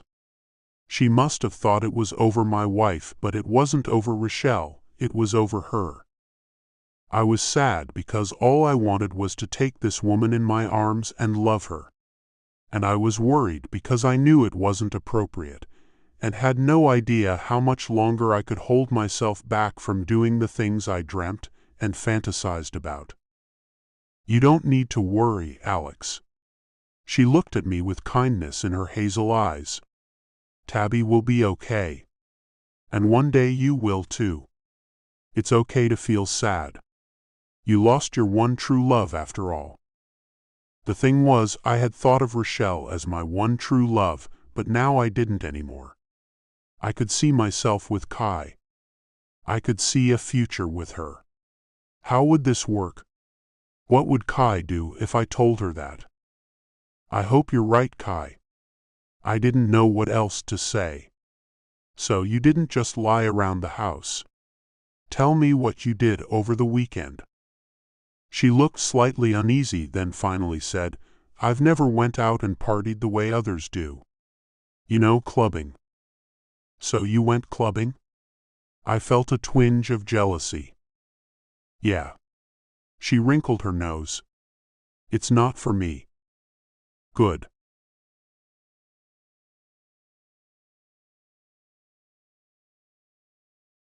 Chapter 10. Kai. You certainly don't seem like the clubbing type, Alex said as he grinned. And to be honest, I'm glad. What does he mean he was glad? Because he didn't want some loose tramp watching over his daughter. Yeah, I figured you'd say that. He looked sheepish before asking, so did a guy capture your attention? Or several? My cheeks got hot with humiliation thinking about the men I'd met. To be honest, none of them really took my attention. I did have some, for lack of a better word, come on to me. Some were more aggressive than others. How? He asked with a frown. He seems jealous. How he could feel jealous when he still loved his deceased wife. I had to be misreading him. This one guy touched my butt without even seeing my face first. That was weird. And remarkably uncalled for, he said. I hope you let him know that was not okay. I didn't say anything. The music was so loud, he wouldn't have heard me anyway. But I danced away from him. At least you got away. He looked somewhat relieved. I hope that was the worst of it for you. No. I shuddered to recall the feel of that lump in another guy's pants. There's more? Alex looked pissed. Tell me. Why would he be mad? Alex did not see me as anything but his kid's nanny. Try to understand that, and stop thinking he wants me for anything other than that. Well, this one guy came up to me while I sat at the bar alone. Why were you alone? Alex asked with concern. Didn't you go with friends? Please don't tell me you went out alone. Do you know how risky that could be, Kai? I went out with my friend Carla. Concern was etched in his voice. After I got away from the butt grabber, I wanted to get out of the crowd. So I went to get a drink at the bar. I ordered what Carla had before, a 7 and 7. He frowned again. How many of those did you drink? About a quarter of one drink. I smiled. Alex seemed so alarmed, it made me feel wiggly inside. Anyway, this one older guy approached me. 33, he said he was, and asked me how old I was. When I replied, he asked if he's too old for me. And you said? Alex asked with curiosity. I said no. His face changed to one of concern. So the man did what? He checked out another girl who walked by, and I told him he should go after her. He pissed me off when he did that, and my ideas of giving my first kiss to him dissipated. Alex didn't need to hear that part. Nodding, he said, Sorry, you had a dreadful time. He didn't look sorry though. Then this other guy really made me mad when he came up to me, talking to me like he knew me, asking me to go to the bathroom with him for a quickie. I didn't say anything else, because Alex jumped up out of his seat. Fury filled his handsome face. He did what? I said no. I couldn't wipe the smile off my face. He was actually jealous. When I tried to walk away, he grabbed my hand. Alex shook with rage. He did what? He repeated louder. His anger was adorable. He grabbed my hand and pressed it against his leg. It was vulgar. It was too much for him. Alex exploded, That son of a gun. I hope you called the cops on him. He stood in front of me, towering over me. The scent of his cologne, combined with the spicy smell of perspiration that had formed on him. And when I answered, no, he looked at me like I just stabbed him in the heart. His face fell. Don't tell me you fell for that, Kai. Of course not. Relief flooded his face. I yanked my hand back and slapped him, then left the place and vowed never to go back. That's good. He walked to sit back down. So you came home after that? No, we went to one more club. Now that one wasn't as bad. Alex's face had fallen again. What happened there? Did you find someone? I shook my head. No. It was a piano bar. We sang along with everyone else, and I had fun. No one turned your head, he asked as he sat back down. He might be okay now that he knew I hadn't hooked up with anyone. That gave me the confidence. Alex likes me. To be honest, none of them were my type. His blue eyes danced. What is your type, Kai? I like my men tall, dark, and handsome, I said with a grin as I got up and moved toward him. You do. His eyes never left mine. Nodding, I stepped even closer toward him. I tend to like my men a bit older. They're more mature, you know what I mean? His Adam's apple bobbed in his throat as I sat next to him, so close our outer thighs touched. You mean like 10 or so years older? Yeah. Turning to face him, I felt my robe open a little. He looked at me more than once. His fingers brushed my cheek. I bet you looked beautiful. Some guy did call me attractive. Moving slowly, I reached out and ran my hands up his arms, then rested them on his broad shoulders. How I knew what to do is beyond me. You really slapped that guy? He asked with a grin. You're not just telling me that? You seem to be getting jealous, Alex. My eyes could not leave his lips as they inched closer to mine. You might think I made that up to pacify you, but it's the truth. I slapped the jerk. You would. He stopped his progression, taking a moment of precaution. Nodding, I let him know, yep, I would slap anyone who ever did that again. Save one man. Now that man, well, he could do anything he wants. My chest heaved as I held my breath. Alex's eyes were on my lips, and I felt the heat rising inside of me. Is that one man me? His eyes flew up to mine. Yeah, I whispered. It's you, Alex. He smiled, and then his lips moved in and fell on mine with an unimaginable softness. The way his hands reached up and held my face left me breathless. The fire that ripped through me frightened me at first.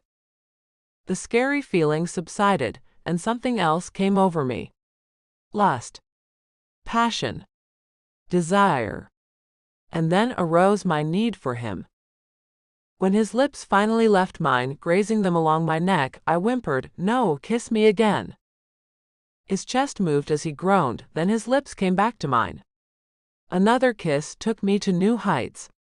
His hands moved all over me, touching everything he could reach and leaving trails of fire in their path. I can't believe it feels like this. No wonder people do this. Maybe I'd been missing out. But was I feeling all this because anyone could make me feel this way, or was it because it was Alex? He moved one hand down between us. It was about to happen. I was about to lose my versus card. And I was so ready. I had no idea, I whispered. He looked at me. What do you mean, you had no idea? That it would feel this way. He had to know the truth. You're my first kiss, Alex. Damn. He pulled away from me. What was suddenly so wrong? I knew it. You knew I had never been with a man? I sat up, pulling my robe back around to cover my body. He nodded. I'm sorry. I shouldn't have done this. And then he was gone, leaving me alone and wondering what to do now.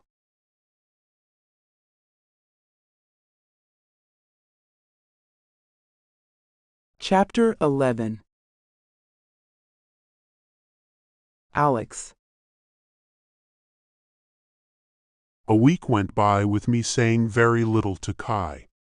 I made a terrible mistake and had to back things up. There was no way I could take that girl's innocence without being able to make a commitment to her. Rochelle's sickness and eventual death hadn't soured me on women, but it allowed me to experience things that went along with being committed to another human being. With love comes pain, it was that simple. I had enough pain to last me a lifetime. I wasn't looking for more of the same. Sitting at the desk in my home office, the hour was late and I needed to go to bed. But I hadn't slept well since that night. Leaving Kai wasn't easy, it had taken a lot of willpower. But I couldn't hurt her if we'd gone any further. I genuinely liked the girl. Even her social awkwardness was cute. And the way she interacted with my daughter did things to my heart I didn't know were possible. Earlier that day, I sat on the back patio, watching Kai and Tabby running around the playground in the park behind the house. Kai didn't care how silly she behaved, she only cared Tabby was having fun and laughing. Chewing my lower lip, I asked myself, how long will you let this go on? How long could I possibly stay away from Kai? How long could I go without saying more than a few words to her? How long could I keep my hands and kisses off her, now that I'd tasted those sweet lips? Innocent or not, that girl's kiss took me to a place I'd never been before. I had no idea if it was her, or the amount of time that had passed without me having physical contact with anyone, but touching her, feeling her. It had done me in. If I slept with Kai, if I took her versus card, then I would fall in love with her. There was no doubt in my mind that it could consume us both. I found that out the hard way with Rochelle. When you love someone, you experience the pain they do. When they die, they take a part of you with them. It leaves an emptiness nothing and no one can fill. If I did fall in love with Kai, there would still be this hole where Rochelle had dug into me, taking a piece of my soul with her when she left our daughter and me behind.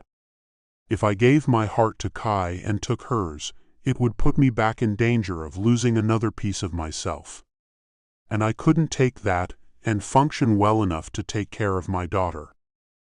With nothing settling in my brain, I decided to go to bed anyway. Sure, I'd toss and turn, but at least my body would be in a state of relaxation, I hoped. When I got to the staircase, she was sitting there on the top step waiting for me. Alex, I can't take this anymore. Kai's eyes were dark and drooped in a way that made my heart ache. I did this to her. Not taking one step, I said, I should have kept my hands to myself, Kai. I'm sorry. I'm not, she said with a sigh punctuating her sentence. You're scared? I didn't like anyone to think I was afraid of anything. Am not. Yes, you are. She ran her hands down her legs that were covered with the white robe she wore. The last thing I should have been thinking about was what she wore underneath that robe, but I couldn't help myself. I shook my head to clear the thoughts that popped up. Look, I'm not afraid. I just don't know what to do after the fact. Do you get what I'm saying? Her eyes bore into me. Do you honestly think you will just hit it then quit it, Alex? I couldn't help but laugh at the way she put it. I might do that to you. It wouldn't have anything to do with you or what we'd done. I'd be the problem. And it's not that I'm scared, but I've been through a lot, and I'm not sure having a relationship is worth the pain that can come along with it. I understand. She stood, then held out her hands. Come on, Alex. I'll take my chances. Easy for her to say. She had no idea what it honestly felt like to lose a piece of yourself when the other half of you is ripped away. But the way she looked as she waited at the top of those stairs took my breath away. Her silky hair fell in loose waves around her shoulders. Her skin glowed under the dim light. And her curves couldn't be hidden by that robe. The robe covered what? Are you naked underneath? There's only one way to find out, she coaxed. Come on up, Alex. I've done nothing but fantasize about you and me since that night. I can't take it any longer. I've never wanted anyone in my life. Now that I've found this need for you, it won't stop. I can't sleep, eat, or even think, except about how it would be with you. If you give me nothing else, give me the gift of having you as my first. I could barely resist myself, and my heart sped up. What else could I do? My mind wasn't getting in the way. Kai was going through the same things by not giving in to what we both wanted so badly. I took the stairs 2 at a time. Promise me you won't be hurt if I can't give you more, okay? I still had to guard my heart after all. She nodded. Kiss me, Alex. Take me to my bed and make me into a woman. Damn. Scooping her up, I carried her down the hall. Hurrying to her room, I barely got the door closed behind us before she ran her hands through my hair, then locked her lips on mine. Her breath sweet, her mouth demanding, she took my breath away with that kiss. Putting her feet on the floor, I tugged the belt of that robe, letting it fall open to reveal she was indeed with no clothes underneath.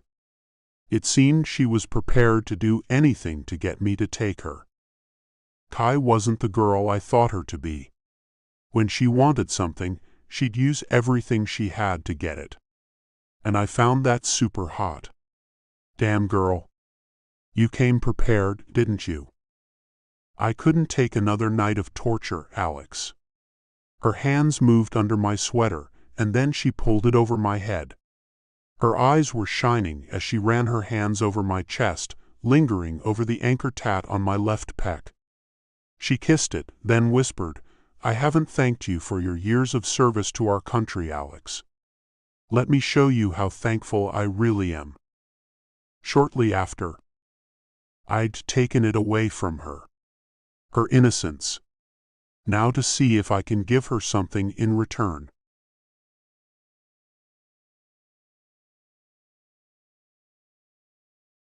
Chapter 12. Kai. With every movement he made, the pain was less and less. At first, I'd thought it was a mistake in begging Alex to take my V-card. What was painful at first turned into something I couldn't have ever guessed would feel the way it did.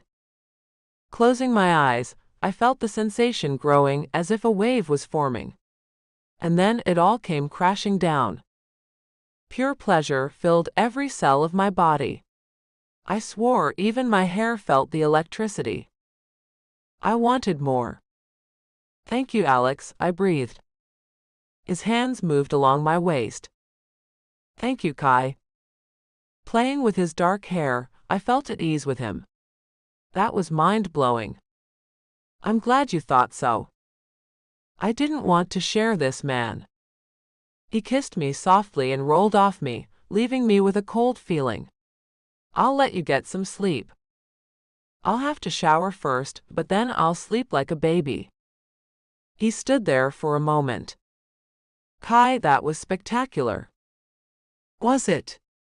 I had no idea if that was ordinary or amazing. It felt the latter, but I had nothing to compare it to. "Yeah." He reached out, running his hand along my jawline. "I've got a lot to think about." Night.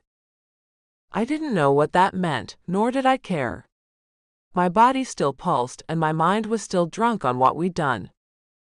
After he left my room, I went to take a shower, finding a ghastly mess. Yuck. I hoped it wouldn't be that messy every time. Alex was honest with me. There might not be more. But then again, he said it might just be intimacy in bed, and that was fine with me. That man could sneak into my bed anytime, and I'd welcome him with open arms and legs. After showering, I went back to bed, finding it a mess as well. As I removed the sheets off the bed, I thought about the maid cleaning them, and I couldn't have that. The staff shouldn't know what we'd done. No one should. What would people think of Alex if they knew he screwed the au pair? A prestigious doctor, 13 years older than me and with a young daughter, Alex would be ridiculed if they knew what we'd done. Gathering the linens, I put my robe back on, then took the stained white sheets down to the laundry to do them myself. Spotting some stain remover, I sprayed it on the remainder of the stains before shoving them into the washer. I felt somewhat melancholy. How quickly the pleasure and warmth faded away sort of frightened me. But things had to go on. One couldn't live in that state of euphoria for long. Taking another set of white sheets from the linen closet, I went back to put them on the bed. Walking into the room, I could still smell Alex in there. His unique scent lingered, and I hoped it would stay that way. Then I thought about the maid coming in the morning to clean, and lit a scented wax warmer to get rid of the scent that brought me so much peace. We'll have to hide this now. How do I feel about that? My first bond, and I had to hide it. What Alex and I had was not a relationship. He'll probably want to be intimate more. I hoped he did anyway. If the time before our tryst left me with sleepless nights, no appetite, and no clear thinking, any refusal by him to be intimate with me again would be worse. I made that damn promise to him. Climbing into the bed after making it, I could still feel the warmth where we laid. Smiling, I moved to the side of that warm spot and ran my hand over it. This was the place where Alex and I became one. Even if it was for a short time, we had become one. I closed my eyes, reliving that moment. So harsh at first, then utterly mind-blowing, it was the best thing I'd ever done. There would never be regrets as to who I had my first intimate experience with. No matter what, Alex was the right man to have taken my innocence. Thinking about my future and what that would hold had me feeling a little sad. What if Alex and I don't have a future together? Could I ever let another man do to me what I let Alex do? I didn't want to think about that. I didn't want to think about Alex and me either. It was useless to think he and I could ever be anything real. With no idea what tomorrow would bring, I fell asleep, sleeping soundly for the first time since I'd met the man. Waking up the next morning to Tabby's voice on the baby monitor, "I'm up, Kai," I rolled out of bed, finding myself stiff and hardly able to walk. "Damn," I whispered. Then I hit the button on the monitor. "Okay, Tabby. I'll be right there, honey." Putting on a nightgown and then a robe, I slipped my feet into slippers and went out the door only to find Alex there, dressed and smiling at me. Morning, Kai. Now I felt awkward as hell. Hi. I didn't know what we should do, but saying hi wasn't it. A good morning kiss seemed to be the normal. But we weren't a typical couple. "I'll take care of Tabby this morning." He gestured to the way I held my legs apart unnaturally. "You should go soak in a hot tub for a while. That should help with the soreness. And here, take some ibuprofen. You've got the morning off. I'll make my rounds later today." Okay. I still didn't know how to act. "Thanks." I turned to go back into my suite when he said quietly, "I really had a great time last night." Me too. A blush heated my cheeks, and I retreated into the room before he saw that. Leaning on the door, I tried to catch my breath. Oh hell. How am I going to do this? After a long hot bath, I wore a dress because the way the jeans felt against my groin was awful. How long will it take for the ibuprofen to kick in? Should I expect to feel this way every time we were together? When I went down to take over for Alex with Tabby, I found them in her playroom. His broad smile greeted me as Tabby ran to me. I picked her up, giggling as she kissed my cheek. Finally. Did you miss me, Tabby? I asked her as I put her back down. Yeah. Bunches. She twirled around, letting her dress spin around. Daddy put this one on me, and I wanted to show you, but he wouldn't let me go into your room. Are you sick? I shook my head. No. Your daddy gave me the morning off, so I slept in. But your dress is very pretty. Tabby ran her hand over the soft fabric of my dress. Yours is pretty too. Let's go to lunch and show our pretty dresses today. Alex got up off the sofa and pulled out his wallet, taking out his credit card. Here you go, Kai. Take her out, and then maybe visit a museum or something. You both look way too beautiful to stay cooped up at home today. He winked at me as he handed me the card, grazing his fingers along my palm. My breath hitched in my throat, and the way moisture pooled between my legs told me that man could take me right there and I'd let him do it. Okay, we'll go out today. I have to work. He walked away, and I felt this tremendous urge to kiss him. I'll be home for dinner. After that, you and I need to have a meeting, Kai. About? I asked. He turned to look at me as he opened the door. Things. He wore absolutely no expression. What kinds of things did he want to talk to me about? Why did he call it a meeting? Should I be worried? I asked him, frowning. You should not be, Kai. He cocked his head to one side. After what we talked about before, I thought you understood things. Last night, I would have said anything to get him to take me. Now, though, what I would do if he didn't want to be intimate anymore. I nodded and tried to play it cool. Okay. See you at dinner then, Alex. Have a nice day at work. You too. And then he was gone. And I have no idea where we stand.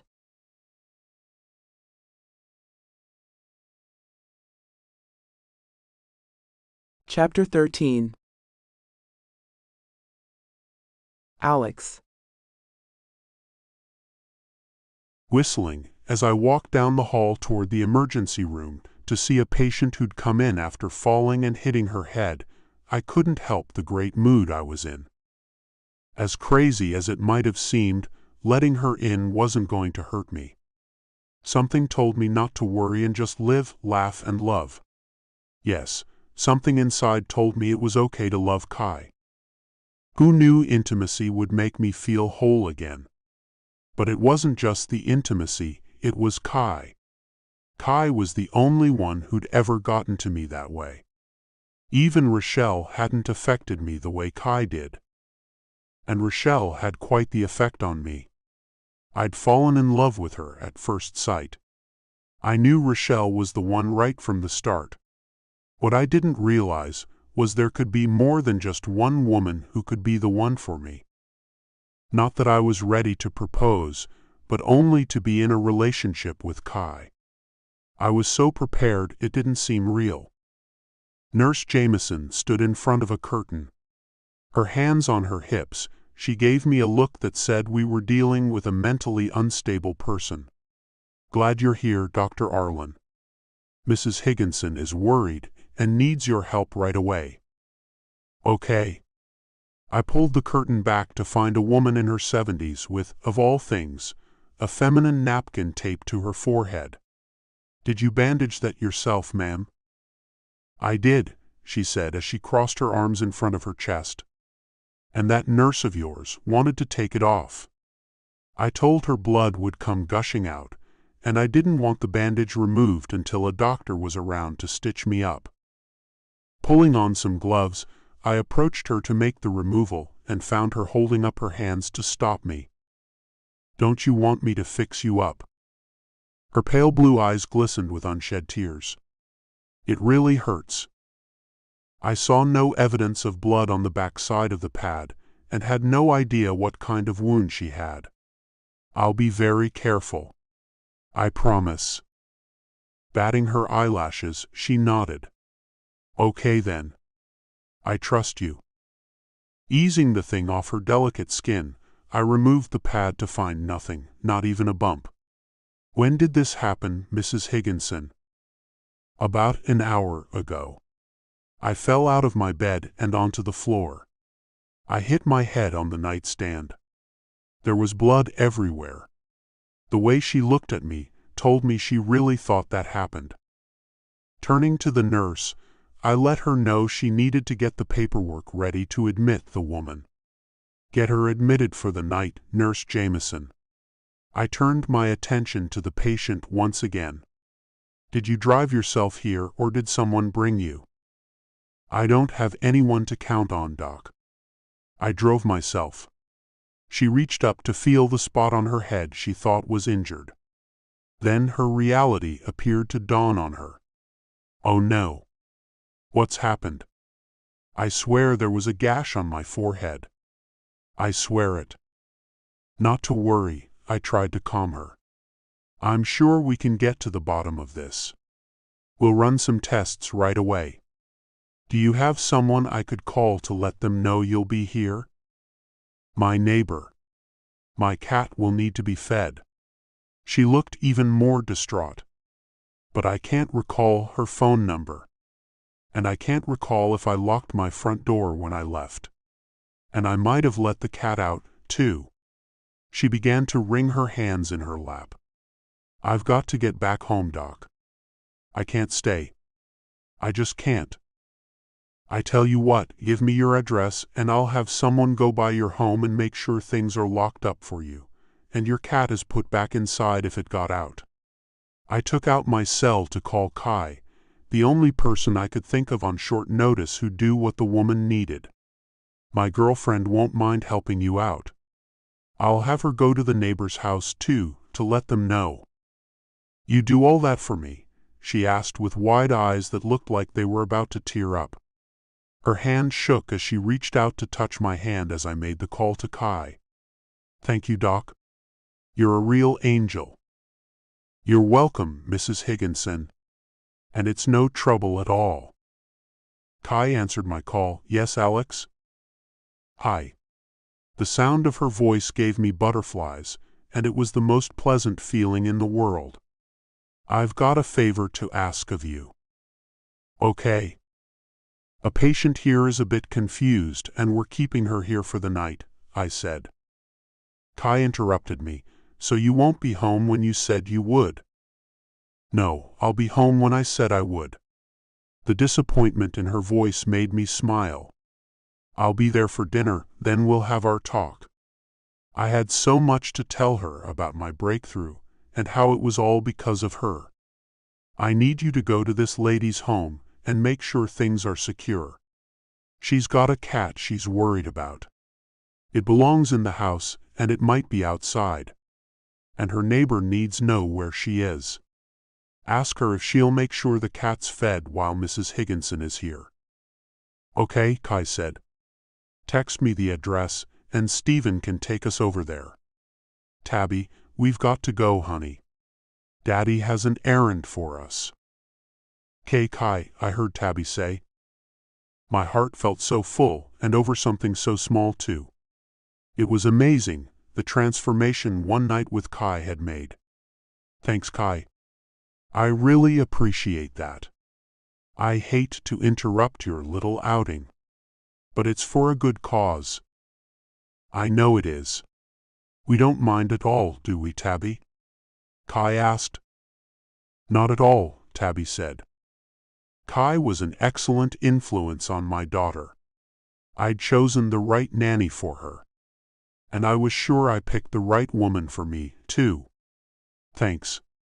I'll see you at home for dinner. Bye. The way the woman looked at me had me feeling weird. She says she's happy for you, Alex? Who? I looked behind me at where her eyes now focused. I didn't see anyone there. Her, she said as she pointed to the spot just behind me. The pretty lady with the long blonde hair.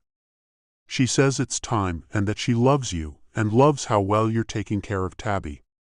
Mrs. Higginson blinked a few times, then her eyes came back to mine. I'm sorry. What were you saying? I wasn't saying anything, I told her. You were. Did you see someone standing behind me?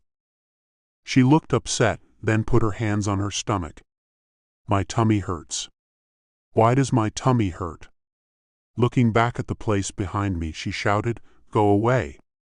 You're hurting me. What was going on? The woman might have seen Rochelle. Her stomach hurt her a lot at the very end of her life. I turned to the spot she must have been. Unfortunately, I saw nothing. Rochelle. She's gone. Mrs. Higginson sighed with relief. Sometimes that happens. When someone died in a lot of pain, I can feel it too. It's a curse that comes along with the gift of being able to see spirits. She left when I told her she hurt me. They most often do leave when I let them know that. Shocked, I nodded as if that made perfect sense, which it did not. But I felt better about my relationship with Kai, knowing Rochelle was happy about it too. "How long have you been able to see spirits?" I asked her. "Since I was a kid." She looked at me with confusion. "Maybe it was someone else who hit their head, Doc. Maybe I was asleep when one of them came to me, and I got befuddled. I can go home now. I'm okay." She was not okay. "Since you came here for help, we're going to help you. You might be right, you might be fine, but we have equipment to make sure of that. You think I'm crazy, don't you?" She was used to people telling her that. "I don't. I wasn't sure of my thoughts about the woman. I wouldn't be doing right by you if you leave without doing these tests. So please allow me to run them, and when we find you're fine, you can leave. Deal?" I hoped she'd make the deal. I knew how stubborn some people could be. So when she nodded, it made me smile. "Good. Thank you." A few hours later, with the tests done, I found that Mrs. Higginson had experienced a small stroke. But she'd be fine with time. It was early enough so the medication we gave her would work on her brain. Going home, I was happy with how the day had gone. There were things I wanted to talk to Kai about, she'd find agreeable too. At dinner, Kai was quiet and even a bit shy. It must have been because she had no idea how I felt about what we'd done. But she'd soon find out after Tabby went to bed. Just before leaving the table, I looked Kai in the eyes. "I'll be in my office. After you get Tabby to sleep, we'll have our meeting there." She looked kind of sick as she nodded. I couldn't say anything else in front of Tabby or the kitchen staff who'd come in to clean up. But later, when Kai came into my office, I got up out of my chair and met her halfway, taking her in my arms and kissing her the way I wanted to all day. Her body melted in my arms, and when the kiss ended, she looked at me with shining eyes. "So, does this mean we keep doing what we've started?" "I don't want to end this." I kissed her again, then managed to pull myself back. "This Friday, Tabby's grandparents are picking her up to take her to visit some of their relatives in New York. It'll be a 4-day weekend for us." "Us?" she asked with a sensual smile on her luscious lips. "Yes, us." I couldn't help it and kissed her again before going on. "I've booked us 3 nights in a private resort in the Florida Keys. It'll be our first real date." Burying her head in my chest, she hugged me tightly. "That sounds unbelievably good, Alex." Then she raised her head to look at me. "You've made me very happy. I've been worried all day that you'd want to stop this. And I didn't want to stop." Neither did I.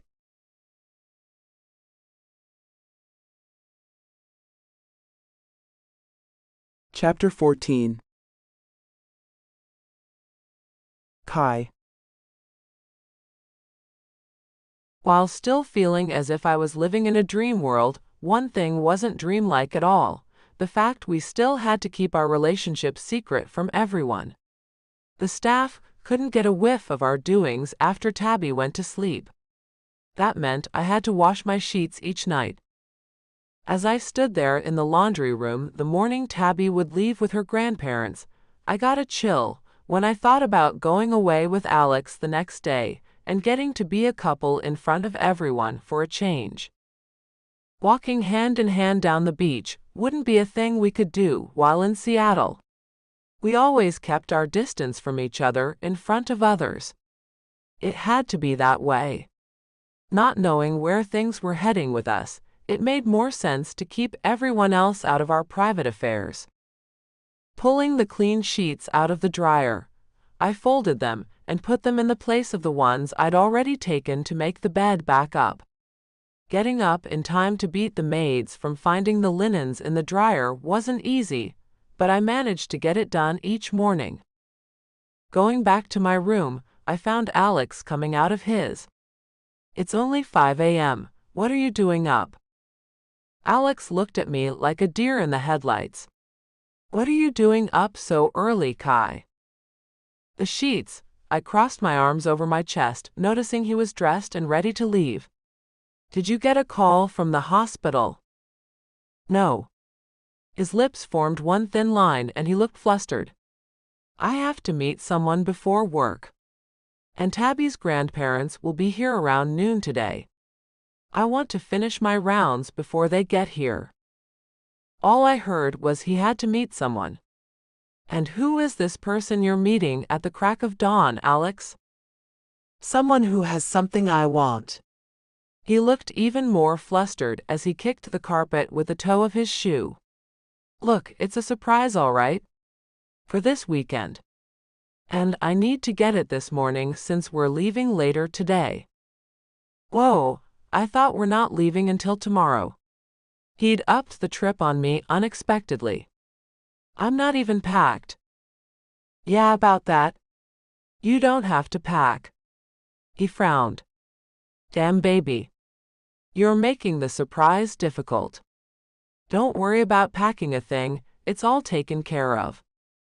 Are you buying me some clothes, Alex? I smiled, thinking how thoughtful. He must have known I didn't own any beach clothes. I planned to buy some things once we got to Florida. Well, you won't have to worry about that.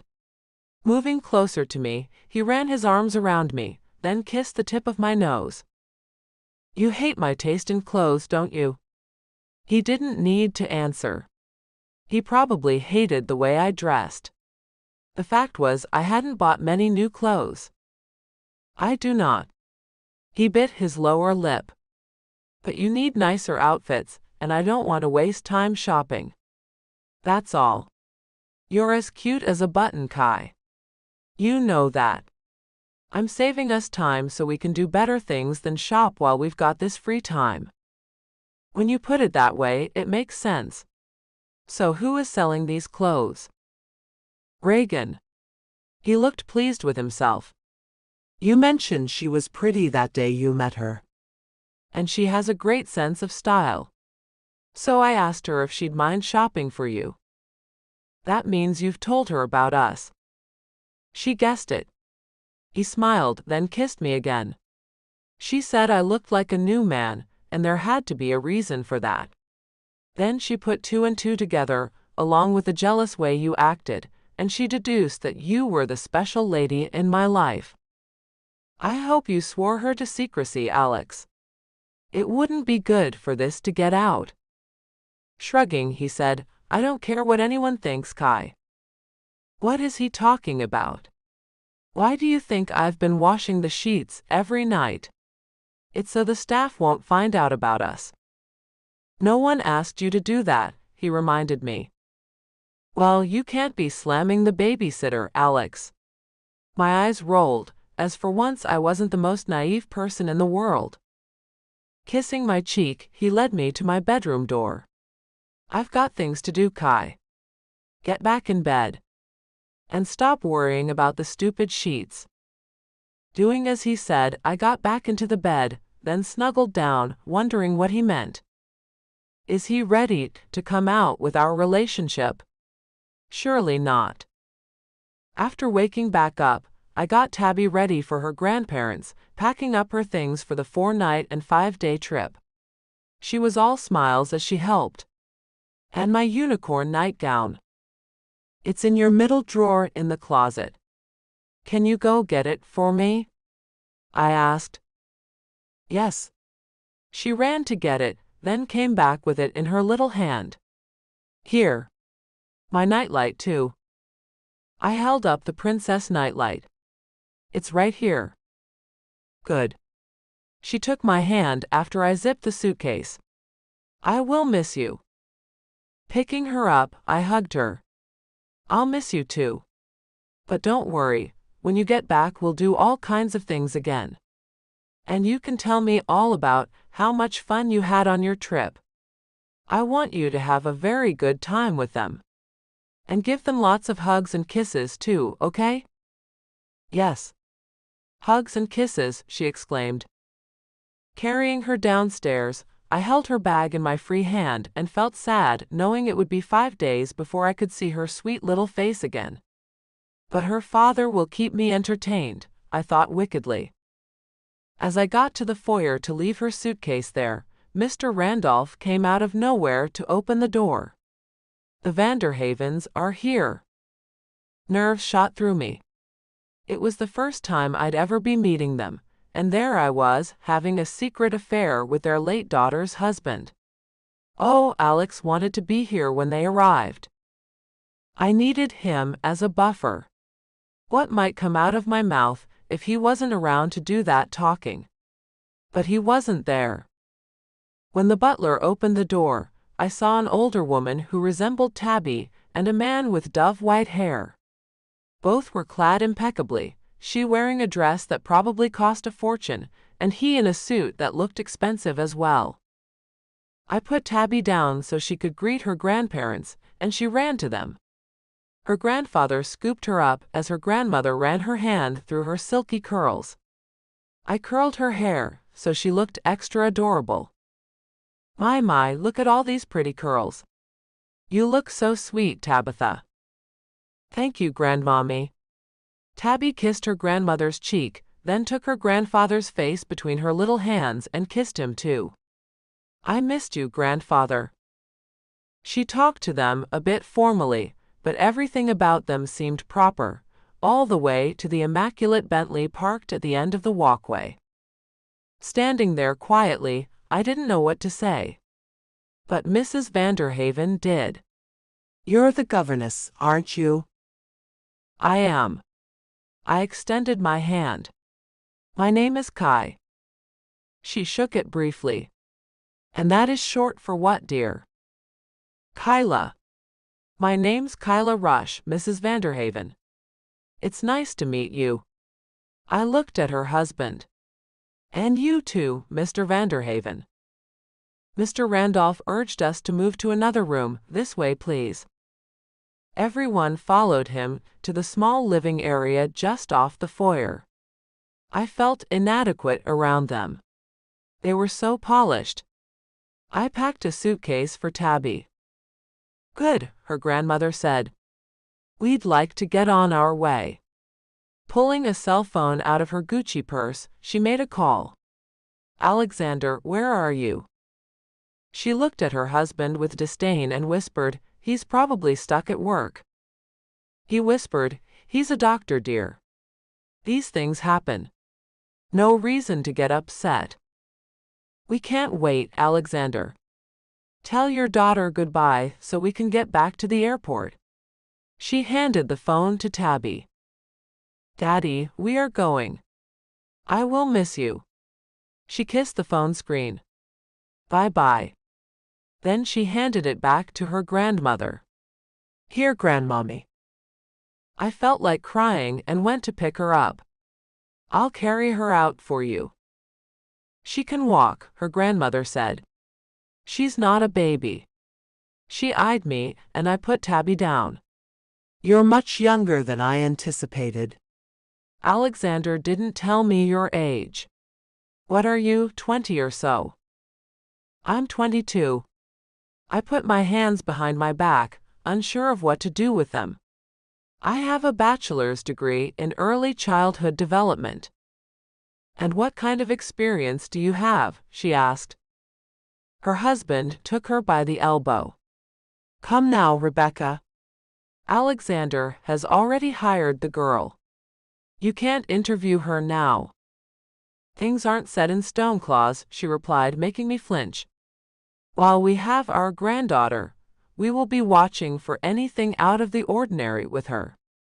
If we think she needs another babysitter, we will not hesitate to tell our son-in-law." "I understand," I said quietly. "If it means anything to you, I adore and love Tabby. And I'm doing the best I can with her." "I love Kai too," Tabby said. Even though I won Tabby over, I hadn't earned her grandmother's approval. Gosh, I hope they don't see anything detrimental in her.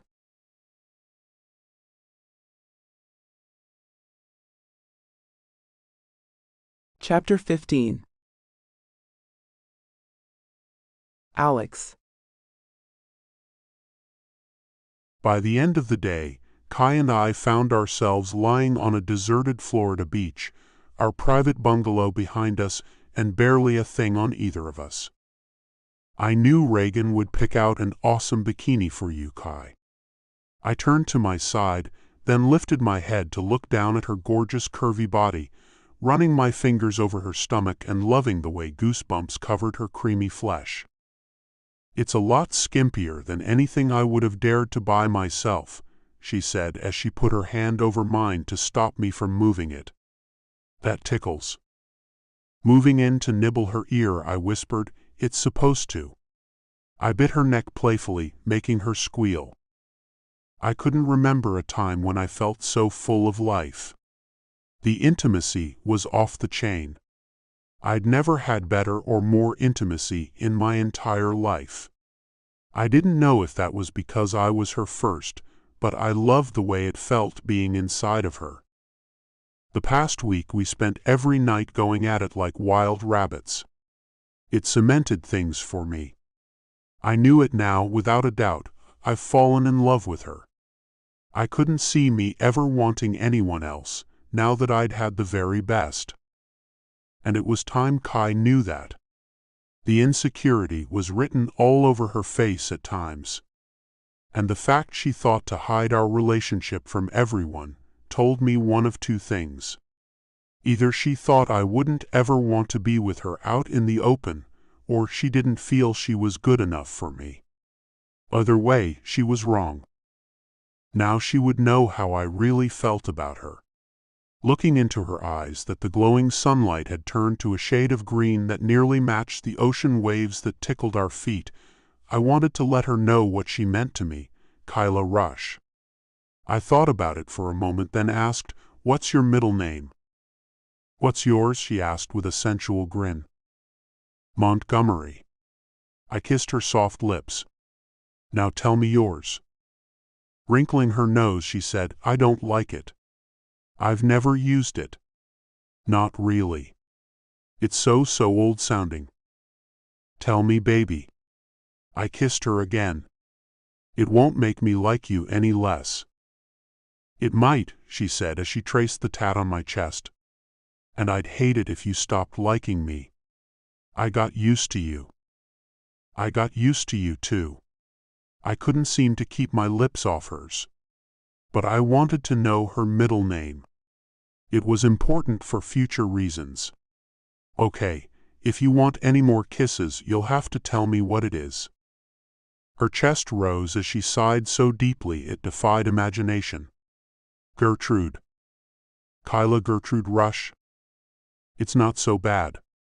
I almost laughed. "Gertie." It was cute when I thought about it. Kyla Gertie. Her brows furrowed. "Don't." I got off track with her aversion to telling me her middle name. "Okay, I won't." My lips grazed hers. "I've got something to say, Kai. Something I've never told anyone, but the one woman I married and my daughter. And now I want to say it to you, and have you know I mean it. I'm not one to throw this phrase around lightly as some people do." She put her hand on my chest, gazing at me, as the sun began to set over the water, covering her skin with a bronze glow. The highlights in her hair shone even more, and I couldn't remember a time when she'd been more beautiful. "Tell me, Alex." Her chest stopped moving.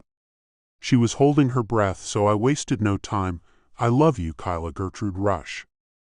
She closed her eyes, then smiled. "Wow. Even using that atrocious name, that still sounds good."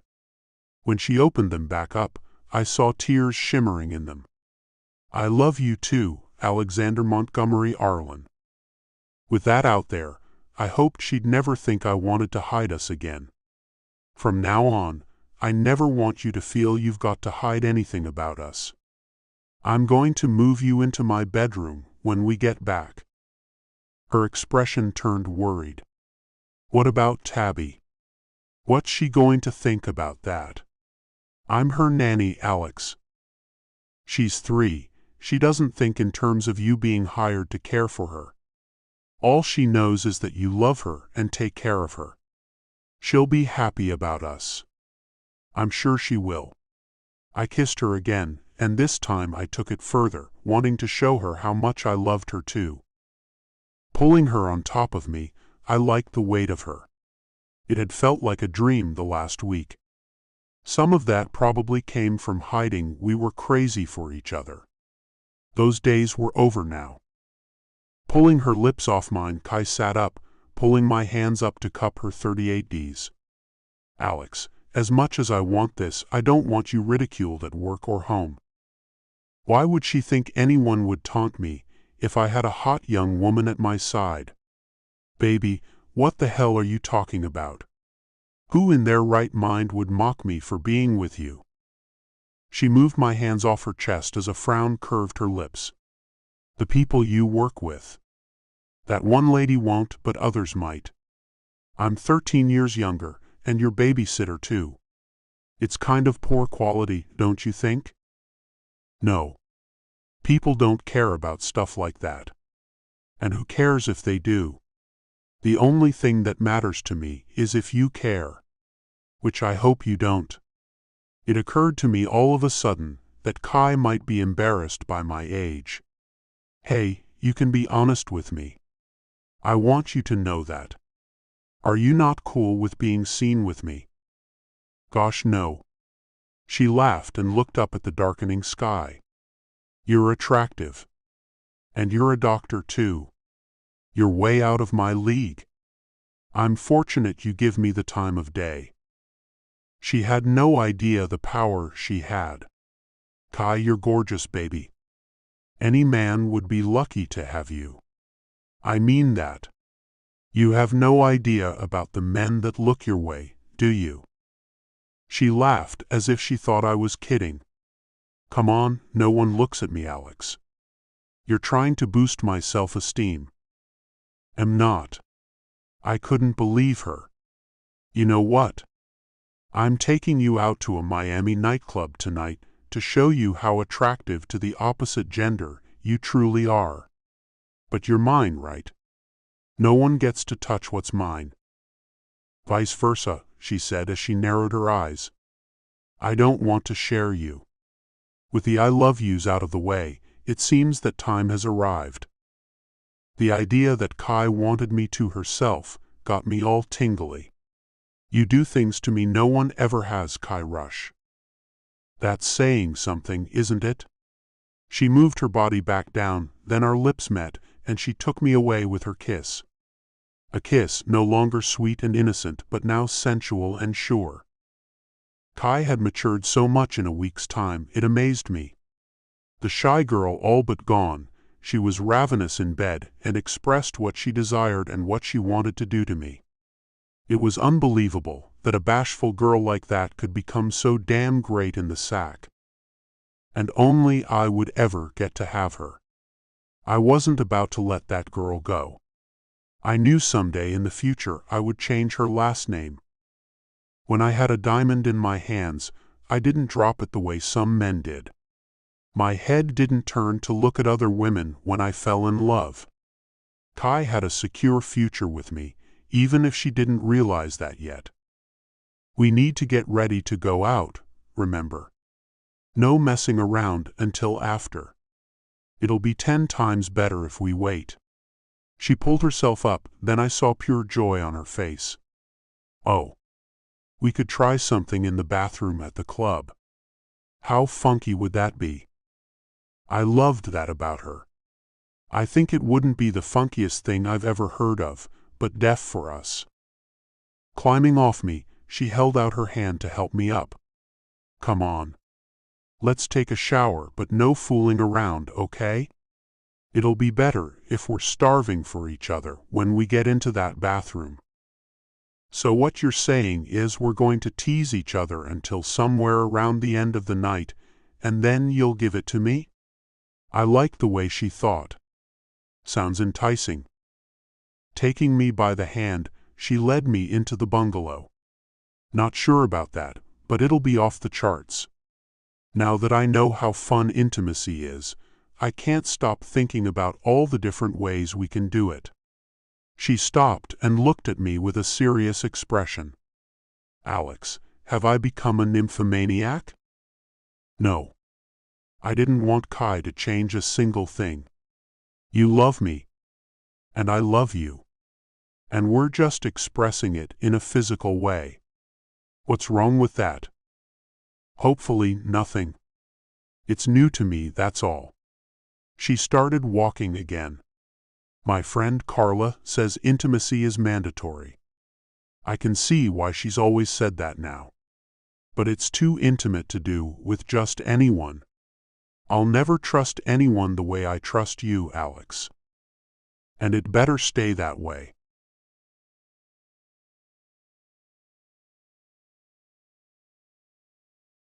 Chapter 16. Kai. I kept pulling down at the bottom of the insanely short dress from the suitcase full of clothing his colleague bought for me. Red isn't my color, Alex. I tugged the plunging neckline up, making the dress move up my thighs once more. And I can't seem to get this skimpy thing to cover me. Red is your color, baby. He slipped his arms around me from behind as we danced to a Latin beat in the largest nightclub we could find. And I like all the skin you're showing tonight. But I'll cover your bit if you feel too exposed. His lips pressed against my neck, flooding me instantly with desire. Running my hand along his side, I stopped when I got to his hair, then tugged it as his kiss drove me wild. We moved in waves as the music continued. I danced so well with Alex. Somehow, with him, my body moved in impossible ways. The club was packed, and the heat was close to unbearable. A cool ocean breeze just outside the club began calling my name. Do you want to go outside for some fresh air, Alex? Sure. He moved his hands down my body until he had one of my hands, then led me out of the cluster of gyrating people. As we stepped outside, the cool air moved over the abundance of skin I had showing and felt better right away. It's so hot in there. I fanned myself to cool down quicker. His eyes raked over me. It was just the sight of you that had me feeling so warm. I smacked him on the shoulder. You'll give me a big head if you don't stop with all the flattery. I pulled at the bottom of my dress again, but he stopped me. It's supposed to fit that way, Kai. Walking backward, he took me with him, sneaking around the side of the building. Come with me, my little harlot. Never in my wildest dreams did I think I'd ever be so free and easy physically. Alex made it simple. I followed without hesitation until we were in the dark, and then he had my back against the wall. Threading his fingers through my hair, his mouth caught mine with a frenzied kiss that left me breathless. When he moved his lips off mine, then pressed them against my ear, he whispered, "I've never loved anyone the way I love you." My heart sped up and I wrapped my legs around his waist. Me too, Alex. I can't believe this is real. It's just too great. You're always going to be mine, baby. I'm never giving you up. Elation spread through me at the thought of always being with him. I'll never let you go either, Alex. My thoroughly sensual man. There on the side of a Miami nightclub, I realized Alex would always be there for me, with me. I lavished kisses all over his face, whimpering words of love. I wanted him to feel my immense love. He should have no doubts in his mind about how much he meant to me. Hey, who's back there? A man called out, then flicked on a flashlight, aiming it at us. Damn. Alex said as he backed up away from me, after I dropped my feet to the ground. Quickly, I situated myself back into my dress and panties, then ran my hands through my hair to tame it a bit. What should we do? What the hell are you kids doing back there? The man called out as he came toward us. Run, Alex hissed, then grabbed my hand and took off in the opposite direction of the man. I flew behind him, my feet hardly touching the ground, and I lost one heel, then the other in the chase. The flashlight bounced behind us as the man called out, "Stop," over and over again. But Alex wasn't about to stop. We kept going until we came out on the next street over. Then we blended into the crowded sidewalk, leaving the man behind. Gasping for air, I asked, "Can we go back to the bungalow now?" Alex laughed, then stepped to the curb to hail a cab. "Yes, we can go back now." Sitting in the back seat of the smelly cab, I leaned against Alex's broad chest, smiling away. That was exciting. He kissed the top of my head. I've never done anything like that. And nearly getting caught put the icing on the cake. "I can't believe you ran. You're such an outlaw." I giggled, then looked up into his smile. His arms wrapped around me. "I couldn't let your name get tarnished, Kai. One day I'll meet your father, and I won't need to hide the fact his daughter was arrested for public indecency. My hopes are for him to respect me." "So you ran for me?" He nodded. "Cool. I've got myself a real hero, don't I?" "Nah, I'm not a hero." He kissed my forehead. "It was purely selfish. I've got plans for you someday, and I want to keep your name clean. Plus, it wouldn't look good if you had a charge like that on your record." He must have considered his medical practice when he ran. "It was all about was you, baby." He sighed. "Lately, you've taken the #1 spot in my mind. If I'm not thinking about you, then it's Tabby. My 2 girls. I'd do anything for you both." And I knew he would too. I laid my head back on his chest, listening to his heart beating. "I'd do anything for both of you too, Alex. I love Tabby like she was my own kid." "I know you do." He moved his hand up and down my arm as his lips pressed against the top of my head. "We make one happy family." I couldn't wipe the smile off my face. "Do we?" He nodded, then pulled me closer to kiss me again. Wrapping my arms around his neck, I kissed him back as I moved to sit on his lap. I didn't care if the cab driver would see what we were doing. It was so not like me. Alex ran his thumb over my lips. "Gosh, I love you, Kyla Gertrude Rush." I tried not to let the sound of my middle name throw me off.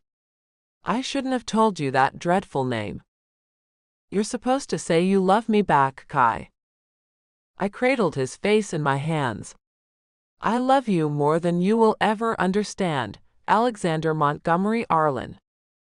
All the way back to the bungalow, we rode that way, connected but not trying to get any more than that. As we pulled to a stop near the beach, the driver said, "You'll have to walk from here." I popped off Alex's lap, and he handed the driver a couple of $100 bills. "Thank you, sir. Have a good night."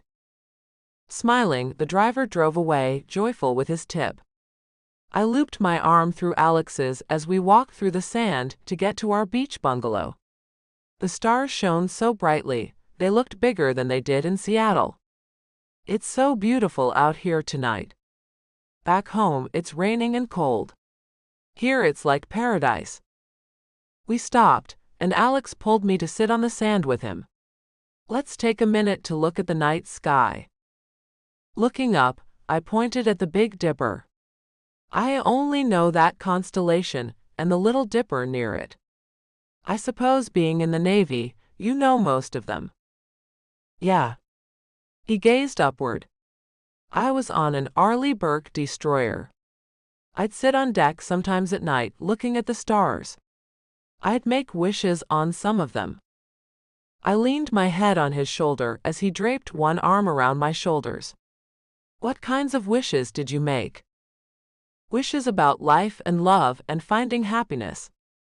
He kissed the side of my head. "And they came true, too. I'd never been happier. I've never wished for anything like this. I didn't know love like this existed outside of the movies. I looked at one star in particular. But now I want to wish for this to never end. Alex chuckled. Everything ends, Kai. No amount of wishing can change that. I didn't want to think about endings. Alex had been through an ending. He knew the facts of life and death. Does it scare you, Alex? The knowledge that all things, all people end. I've never been the kind of guy who was scared of anything, but I was scared of you. Falling in love with you is what I was scared of. Yeah, I know. I looked up and kissed his cheek. I'm glad you got over that. Me too. He kissed my lips softly.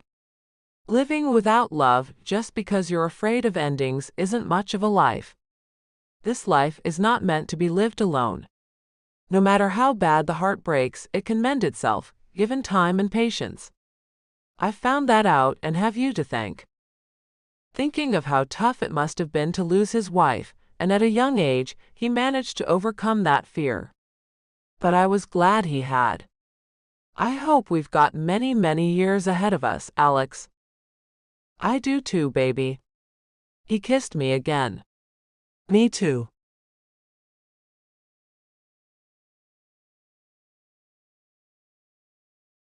Chapter 17. Alex. After the most amazing weekend, we got back home a little bit before Tabby's grandparents arrived. When Mr. Randolph headed to the front door just as Kai and I walked in from the garage, he let us know they were there. Seems your in-laws followed you too. Kai looked worried. I'll be upstairs. Why? She seemed to be out of sorts. The grandmother doesn't seem to care for me. She pulled her hand, trying to get me to let it go. We'll have to fix that, won't we? I wasn't letting her go, and made her come along with me. She will not hurt you, Kai. Please trust me. She wasn't taking it well as she whined, I don't want to. Even just her sole expression makes me feel inadequate. I totally understood. Kai, she intimidated me too. She'll be in our lives, nothing will stop that. Come to terms with that. The same way I have. So this is what comes along with loving someone? She frowned. I hate this part of love. Chuckling, I put my arm around her, pulling her closer. It's not all diamonds and roses, baby. Meeting my old in-laws in the foyer, I couldn't help but smile as Tabby ran to me. Daddy. I let go of Kai to pick up my eager daughter. There's my girl. Did you miss me? Yep. She kissed my face. So much. Then she held her arms out to Kai. And you too. Kai took her out of my arms, hugging and kissing her, and that's when I noticed the astonished look my mother-in-law was giving me. Hi, Rebecca. How was Tabby? Fantastic as usual. The look faded away as she pulled her tan leather gloves off, laying them across the top of her Gucci purse. We missed seeing you when we picked her up. How are you holding up? There it was, she again tried to pull grief out of me. I've been great. Turning my attention to my father-in-law. And how have you been doing, Claus? Fine. He reached out to shake my hand. We're going to Brussels for a month. We're leaving next week. Can't wait to go. Haven't been there before? Sounds nice. I watched Kai put Tabby down, her eyes on the floor. I reached out, pulling her to me and putting my arm around her. I know you've already met, but we've got news, Kai and I. We're a couple now. Kai's eyes stayed glued to the floor, and I was glad for that, as Rebecca's eyes went wide. No. What? Tabby clapped and jumped up and down. Oh yay. You have love. Pleased with my daughter's reaction, I wasn't feeling the same way about my mother-in-laws. Seems not only did I find the perfect person to help me raise Tabby, but I found the perfect person for me too. This is insane, Alexander. Rebecca stamped her petite foot. I will not stand for this. Looking at the way Tabby's lips pouted and Kai's eyes wouldn't leave the floor, it may be best for them to leave the room. Kai, why don't you take Tabby up and help her unpack her things? Sure. Kai agreed, then picked up Tabby and left me alone with the people who obviously disapproved of my relationship. Which is unacceptable. Claus ran his hand over his face, upset. What will Rochelle think of this, Alexander? I shouldn't have to point this out, but felt I needed to. Rochelle won't be affected by this, Claus. She's not here to be hurt by another person. Rebecca threw her hands in the air. This isn't love, Alexander. This is the product of a few years of loneliness, but it's not love. No one falls in love with their much younger nanny. One might sleep with the girl, but one does not fall in love with her. Everyone knows that. The way Claus nodded shook me in a way. Look, I'm not from your background. I know where you come from and the circles you run in, and people do things differently. But I'm not you. I don't have uppity people in my life to explain things to, except for you guys. But you guys aren't really in my life. You're in Tabby's. And as Tabitha's grandmother, I must say that this is a travesty, Alexander. Rebecca played her grandmother card far too early in the game to suit me. She needs a stable person in the role of mother, not another child. Have you given any thought as to what will happen when this girl needs to sow her wild oats? She's not a teenager, Rebecca. I ran my hand over my face in frustration. Kai is a mature young woman. She's not like most girls her age. And she loves Tabby. She's a perfect role model for my daughter. Claus looked at me with one cocked brow. I'm not so sure about that. Tabitha's grammar isn't what it was. She's picked up a lot of slang. Rebecca chimed in, and she's saying only parts of words like def instead of definitely, and totes instead of totally. I don't like it. It's not how a Vanderhaven speaks. It's fine. Kids talk like that these days. You can't stop her from hearing things like that. Kai isn't the only individual who speaks that way.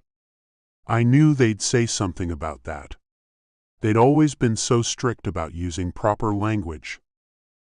And just when will you be enrolling Tabitha in a preschool, Alexander? Claus asked. She's 3 now. She should have been in one already. I didn't want to send her to school yet. Not that it's any of your business, but I'm not going to send her to preschool until she turns 4. Rebecca did not like me saying it wasn't their business. It was written all over her face. Now see here, Alexander, Tabitha is our granddaughter.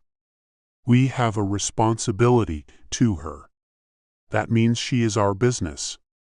And as such, we don't think it sets a good example for her if you have a relationship with her sitter. What if she grows up to marry a stable boy? Laughing, I had to say, I don't believe they have those anymore, Rebecca. Waving her hand in the air, she huffed, You know what I mean. Claus added, As one of us, Tabitha is expected to behave in a way that's fitting. And you are too, Alexander. When you married our daughter, we explained things to you. Don't you remember? They had sat me down and told me what was expected of me and what wasn't allowed. But I wasn't a part of that family anymore. I'm no longer a part of the Vanderhaven family, Claus. And Tabby is an Arlen. She may have your blood running through her veins, but she has mine as well and carries my last name. There's no need for you to worry about her tarnishing the Vanderhaven moniker. How simple of you, Alexander, Rebecca said. As a doctor, you should be smarter than that. Tabitha will always be a Vanderhaven. She's an heiress. Much like her mother, she will be expected to behave like one. And not one of those spoiled ones either. She turned to look at her husband. Perhaps we should consider stopping our travels so we can take care of Tabitha?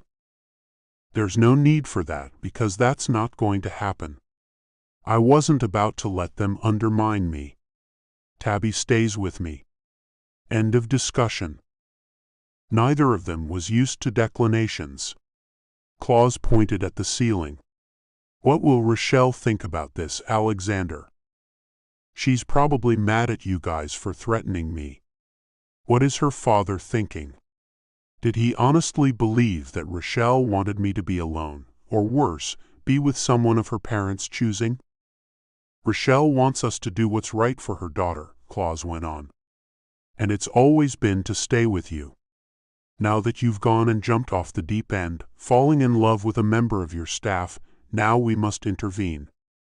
It's in Tabitha's best interest to live with us if you continue this idiotic charade of a relationship. For your information, Tabby loves being with us both. We've done lots of things together, and she's perfectly comfortable and happy with Kai and me. I shoved my hands into my pockets, fisting them, as I started to get angrier about their intrusion into my personal life. This shouldn't even be happening. I didn't even have to tell you about Kai. Maybe I should have just kept my mouth closed. Rebecca grinned. Keep your mouth closed about what you do behind closed doors, and we won't say another word about taking Tabitha away from you. Hide your tawdry things away from our granddaughter and society as a whole. We'll pretend you've never said another word. Hide the love I've found? No way. Not only would that be unfair, but it would devastate Kai. I wanted to be open about what we had. We're going to be a family. One day in the near future, you may even hear Tabby calling Kai Mom. Rebecca grabbed her chest, staggering backward. No. Oh, the drama. Claus caught her as she stumbled back into his waiting arms. Apparently, she's done that on more than one occasion, because he'd gotten right into place. Yes, I crossed my arms in front of me. Kai and I are a couple now. Get over it. She'll be in your granddaughter's life whether you approve or not. My advice to you is to get on board. It might cost you the adoration of your granddaughter if you say nasty things about the woman she loves. Claus looked at his wife. She talked a lot about her this weekend. Rebecca nodded. She's already got too much influence over Tabitha as it is. If she sees her as a mother figure, all will be lost. We've got to move forward, Claus. For our daughter and granddaughter, we've got to do what's right. He nodded, and my jaw dropped. You're not doing anything, Rebecca. You can't. I've never done wrong to my daughter to take her away from me. We can cut off your money, Alexander, Claus said. That was our daughter's inheritance, not yours. As her husband, when she passed, her money is mine. It pissed me off he'd use that against me. Rochelle wanted me to have it. She wanted to keep our daughter's life as similar to what it was before she passed. And the fact you want to take it away from us tells me that Rochelle didn't tell you about the papers she had drawn up that left her assets to me. Claus looked at his wife. Did she tell you she'd done anything like that? Rebecca shook her head. I'm sure our lawyers can fix anything she's done. She looked at me with narrowed eyes. We'll give you a short time to come to your senses, Alexander. Only a short time. Drop the girl or hide the girl, that's your choice. Then she turned away, and they walked out of my home. When I turned back around, I saw Kai standing there with her eyes cast on the floor. Baby, don't worry. I walked toward her, and she put up her hands to stop me. Now what?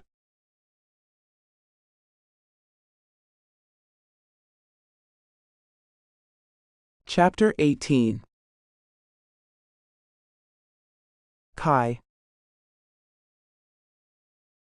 My hands on his chest, I felt the buzz in my brain as I said the words I'd never thought I would say. I don't want to see you anymore, Alex. You don't mean that, he whispered as he took my hands off his chest, holding them between us. Tabby is more important than anything else. Her grandparents had more money and power than Alex. Those people can make things happen that you can't. They can take her if they want to. And you don't care about the money, but I'm sure their lawyers can take that away too. You've got too much to lose to keep things the way they are between us. I'm not afraid, Kai. He pulled me in closer, wrapping his arms around me. That's not entirely true. I am afraid of losing you. I won't lose you over them and their idle threats. So get that through your head right now. I held on to him, not wanting to let him go, but knowing I should. They're the first people in a long line that'll declare what you're doing with me is dim-witted. I think you're wrong. He rocked from side to side with me. This isn't dense. Not even a little. My colleagues don't think anything bad about this. I see those people every day. And here's a tidbit about myself, Kai. I don't give a damn what other people think. If my old in-laws want to take Rochelle's money, then so be it. I make plenty of money on my own anyhow. But this house, I whined, thinking about him and Tabby losing the home they lived in. You'd lose it all. No, I wouldn't. He hugged me tighter. Everything we have is paid for. The house, the cars, everything. So what would I lose? Access to billions is all. And I doubt that'll even happen. Rochelle used her parents' lawyers to draw up the will. So their threat isn't even doable. His lips pressed against the top of my head. But I'd give up all the money in the world if it meant I'd get to keep you. I didn't know what to do. So I pushed him back a bit to look into his eyes. Promise me that if they take you to court, and they are able to take Tabby away, you will end things with me.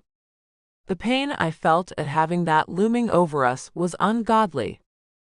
It won't happen that way, he said. We don't have to come up with a plan. They're upset right now. They'll learn to accept it. Besides, they don't have time to raise a kid.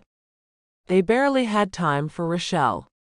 She lived at boarding schools most of her childhood. I shivered thinking of Tabby living in one of those places. That would be dreadful if Tabby had to go through that. He needed to know I would walk away from him before anything bad happened to Tabby. You might not need a plan if the worst happens, but I do. Understand that I will leave you if it looks like they'll get Tabby. I mean it, Alex. He smiled, then kissed me. You really love her. I put my head on his shoulder as I hugged him. As much as I love you. You guys are like family to me. You'll make a great mother. He kissed me again. Someday. When we're ready. My breath caught in my throat. Are you saying one day you and I will have a kid? A chill that flashed through my body. Or kids. A few more would enhance this family. He twirled me around in a circle, dancing with me to no music. You're my family, Kai. No one can break my family up. Not even the old rich Vanderhavens. Tabby came running into the foyer, her arms wrapped around my legs. Alex let me go to pick her up, then hugged me again. Get in on this, Tabby. We're in love and love you too. She put her hand on my cheek, then whispered, I love you too. Tears were stabbing the backs of my eyes. Me too. I'd do anything for you, Tabby. Can we have pizza? She asked. Nana only has veggies. I thought about how her life would be if her grandparents did manage to take her away. Pizza sounds like a great idea. You must be starving. She rubbed her tummy. Yes. Alex looked at his daughter with a sad expression. Did you not have a good time with your grandparents, Tabby? I missed here. Tabby hugged him, and he looked at me weirdly. Putting her down, he said, "Go put on a coat and we'll go to the pizza place." She ran off like a streak of lightning as Alex looked at me. I might need to draw up papers for you sometime too. I had no idea what he was talking about. For what? For you to be able to keep Tabby if anything ever happens to me. He looked concerned. And you'd keep her capital too. Until she's old enough to handle it on her own. He bit his lower lip as he contemplated things. She needs to be protected. I don't want her to grow up the way Rochelle did. She complained about her upbringing a lot. I don't want my daughter to go through all that nonsense they put her mother through. What about your parents, Alex? I had no idea if he could make this stick if anything did happen to him, which I didn't even want to think about. But losing his wife to cancer had him considering things I didn't want to. He shook his head. Tabby hasn't seen them much. She doesn't know them enough to be her guardians. She wouldn't do well with her other grandparents raising her. His eyes met mine. Would you want that responsibility, Kai? To be honest, it would kill me for someone to take her away from me. But I didn't have it in me to fight her mother's parents. The legal papers would have to be pretty much bulletproof. The Vanderhavens seemed to be tough adversaries. It would better to have them on our side. It would, he agreed. Maybe with time they will see we're not so bad. Even he didn't want to fight them. But he would do a lot better job than I could. Let's pray nothing ever happens to you, Alex. Looking into my eyes, he didn't seem convinced. If only prayers could stop bad things from happening, baby. He put his arm around me as we heard Tabby running back to us. I'm ready, Daddy. She skidded to a stop, then took her father's hand. Heading to the garage, we stopped off at the kitchen. Alex looked at the food the chef was already preparing. We're taking Tabby out for pizza. Kai and I will be eating dinner here, though. We'll take it in the lounge. Tabby's weekend was sans junk food and she has a craving. Rudy smiled at Tabby. When you get back home, I'll serve you up a big piece of the chocolate cake I made. You miss me, Mr. Rudy? Tabby asked with a grin. I did. Rudy tapped his finger to her nose. And those cute little freckles of yours, too. He reached into his pants pocket and pulled out a $5 bill. Here, play some games on me, princess. With wide eyes, Tabby took the money. Thank you, Mr. Rudy. She looked up at her dad, then at me. What a great day. Alex looked at me. Yeah, it sure is. As we walked away, he leaned in close to whisper in my ear, and what a night we'll have, my sweet little thing. He looked over his shoulder. Rudy, can you tell Chloe to get Kai's things moved out of her room and into mine while we're out? I see, Rudy said with a smirk as I blushed. Congrats, you guys. You make a beautiful couple. Tabby seemed to think the same way. They are cute. Alex beamed as I laid my head on his shoulder. He'd been right about the people around us being okay with us. That was what really mattered. As I helped Tabby get secured in her car seat, Alex got behind the wheel of his Suburban. So, which pizza place is it going to be, Tabby? Hobbit's Pizza. She reached out to run her fingers through my hair. Your hair is shiny. Pretty. Thank you. Your hair looks pretty today, too. What I overheard her grandparents saying about her grammar? I better start watching how I spoke and correct her when she used poor grammar. You know, if you hear me saying anything like totes or deaf or anything like that, remind me that it's not proper to speak that way. I'll do the same for you. We do want to be smart, don't we? Nodding, she agreed. I want to be smart. Good. I finished buckling her in, then got in the front seat, finding Alex smiling at me. What? You make me happy. He pushed the button to lift the garage door, then backed out. Tabby pointed at the radio. Can we hear music, Dad? I missed my music. We both laughed, and I turned on the Disney Music channel, and we all sang along as we went down the road. This is beginning to feel a lot more special.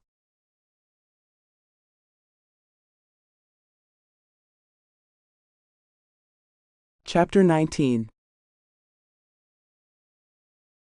Alex. The activities at the pizza place had worn Tabby out. She'd fallen asleep in the car, and I carried her straight up to bed. After tucking her in, I stopped by my bedroom to make sure Kai's things had been moved into it. Seeing her robe hanging on the hook on the outside of the second closet made my heart dance. She's officially moved in. I closed the door, then went down to meet Kai in the lounge where we'd be served dinner. She sat at the bar, sipping on something pink. Her eyes followed me as I approached her. Want a taste? It looks kind of fruity. I wrinkled my nose. It's got rose tequila in it. She handed the glass to me. Come on, taste it. Taking a little sip, I found it good enough. Not bad. I made it up myself. I'm going to call it Kai's Rose. She smiled as she placed the short glass on the bar. It's got the tequila I told you about, a drop of maraschino cherry juice, and a splash of triple sec. You're getting quite creative, aren't you? I rubbed her shoulders as I stood in front of her, then urged her to sit with me at a table. Delia came in with our salads. Her eyes went wide as she saw us like that. Oh, that's what Rudy was hinting at. You two are a couple now. Dropping her head, Kai blushed as the chef's assistant learned about us. We are officially a couple. I took Kai by the chin to pull her pretty face up. Right, baby? She giggled. Right. We're a great thing. It's nice to see you happy, Delia said. Things will work out well for you both. I'll bring the grilled swordfish in later. Enjoy. I took Kai to the table, pulling a chair out for her. As she took the seat, she made a little moaning noise as she said, Yum, swordfish. How ritzy. That moan maid has me hungry for something else. I sat down, then reached across the table, taking her hand and holding it as I looked into those pools of green and brown. I checked the bedroom after putting Tabby down. Your things have been moved to our bedroom now. And I am ready to break that bed in with you. Smiling, Kai looked away. This is too much. At first it felt like a dream. I'm kind of freaking out. Don't. I pulled her hand up, leaving a kiss on top. This is real, Kai. All of it. Things won't always go as planned. We will have disagreements. She cocked her head to one side. Okay, now that we'll be sharing a bathroom, you should know that my mother trained my father well. We never had to deal with a toilet seat being left up. I tend to go into the bathroom at night without turning on a light, trusting I won't have a splashdown event. I let her hand go to snap my fingers. Dang it. I never put that seat down, I joked. Well, you better start, or you'll hear me screaming for you to come rescue me. She laughed, then took a bite of her salad. Oh wow. Raspberry vinaigrette. It's amazing. I took a bite and agreed, it is tasty.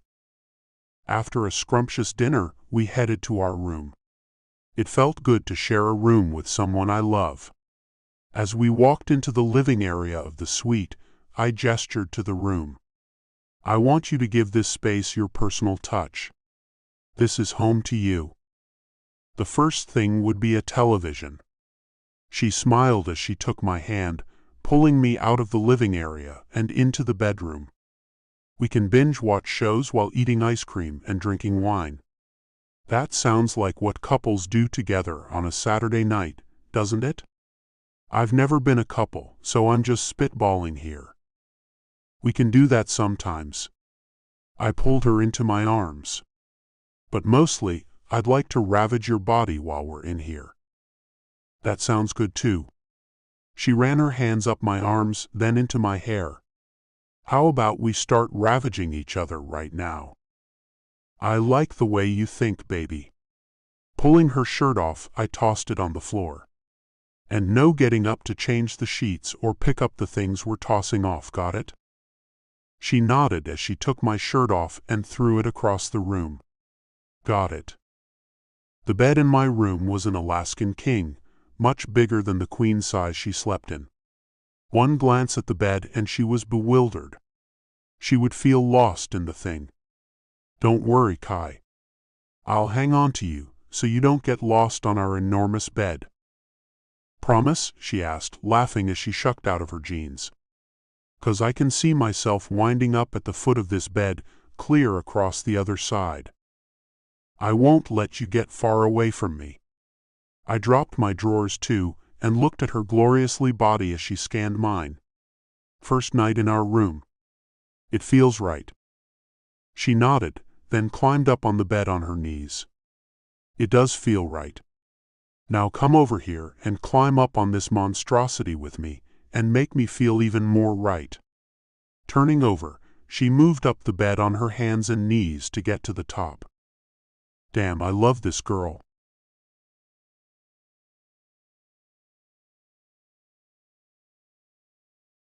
Chapter 20. Kai. A week later, and the honeymoon phase still hadn't gone away. But work came for Alex. We hadn't heard a word from Tabby's grandparents, and I thought Alex had been right about them needing time to take everything in. Tabby met my parents earlier that day, and they would come over to meet my guy very soon. I sat at the dining room table, making a list of foods my parents liked. Rudy asked me to do that so he could cater to them. Stephen came into the dining room with a coloring book in his hand. Tabby left this in the car. I thought she might want it. She's napping right now. I tapped the table. Leave it here, please. He put the book on the table. Your parents are kind, Kai. I don't get invited in very often. And the coffee was good, too. I'm glad you liked it. Mom's not one to leave anyone sitting outside. I smiled. You're about the same age as Alex. I haven't heard about a significant other. Are you unattached? I am indeed. He looked timid. I've had some issues with PTSD. It's got me not wanting to inflict myself on others. Are you getting help for that? I hoped he wasn't trying to get through that all on his own. Yeah. He nodded. I've been seeing a therapist for the last 3 years. He's helping me a lot. He was in the army years ago and knows what it's like to see things a person was never meant to see. 3 years is a pretty good amount of time. He did not need to be alone forever. If you want, I could throw a small party here sometime.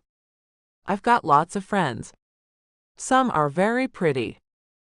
Laughing, he said, I wouldn't have an aversion to joining a party with pretty girls in attendance.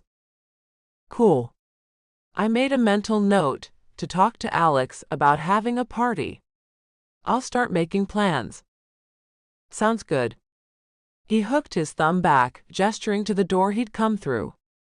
I've got some things to do. See you later, Kai. Later, Stephen. I got back to working on my list, thinking it looked pretty bland. Mom liked flounder, so she'd love swordfish. Drawing a line through that, I replaced it with a more grand fish. And I drew another line through hamburger steaks, replacing it with filet mignon. My cell vibrated in my pocket, and I pulled it out to see Alex's name on the screen. "Hey babe." "Hi there gorgeous," he greeted me. "How about you bring Tabby down to eat dinner with me, here at the hospital? They're flying a patient in, and I'll be late getting home." I couldn't hide the disappointment. "Aw man." "I know," he commiserated. "Have Rudy pack up dinner, and we'll eat it in the cafeteria. Is an hour from now okay?" Your daughter is napping. I'd hate to wake her up. I thought about how much she'd been growing lately. She's a whole inch taller than the last time.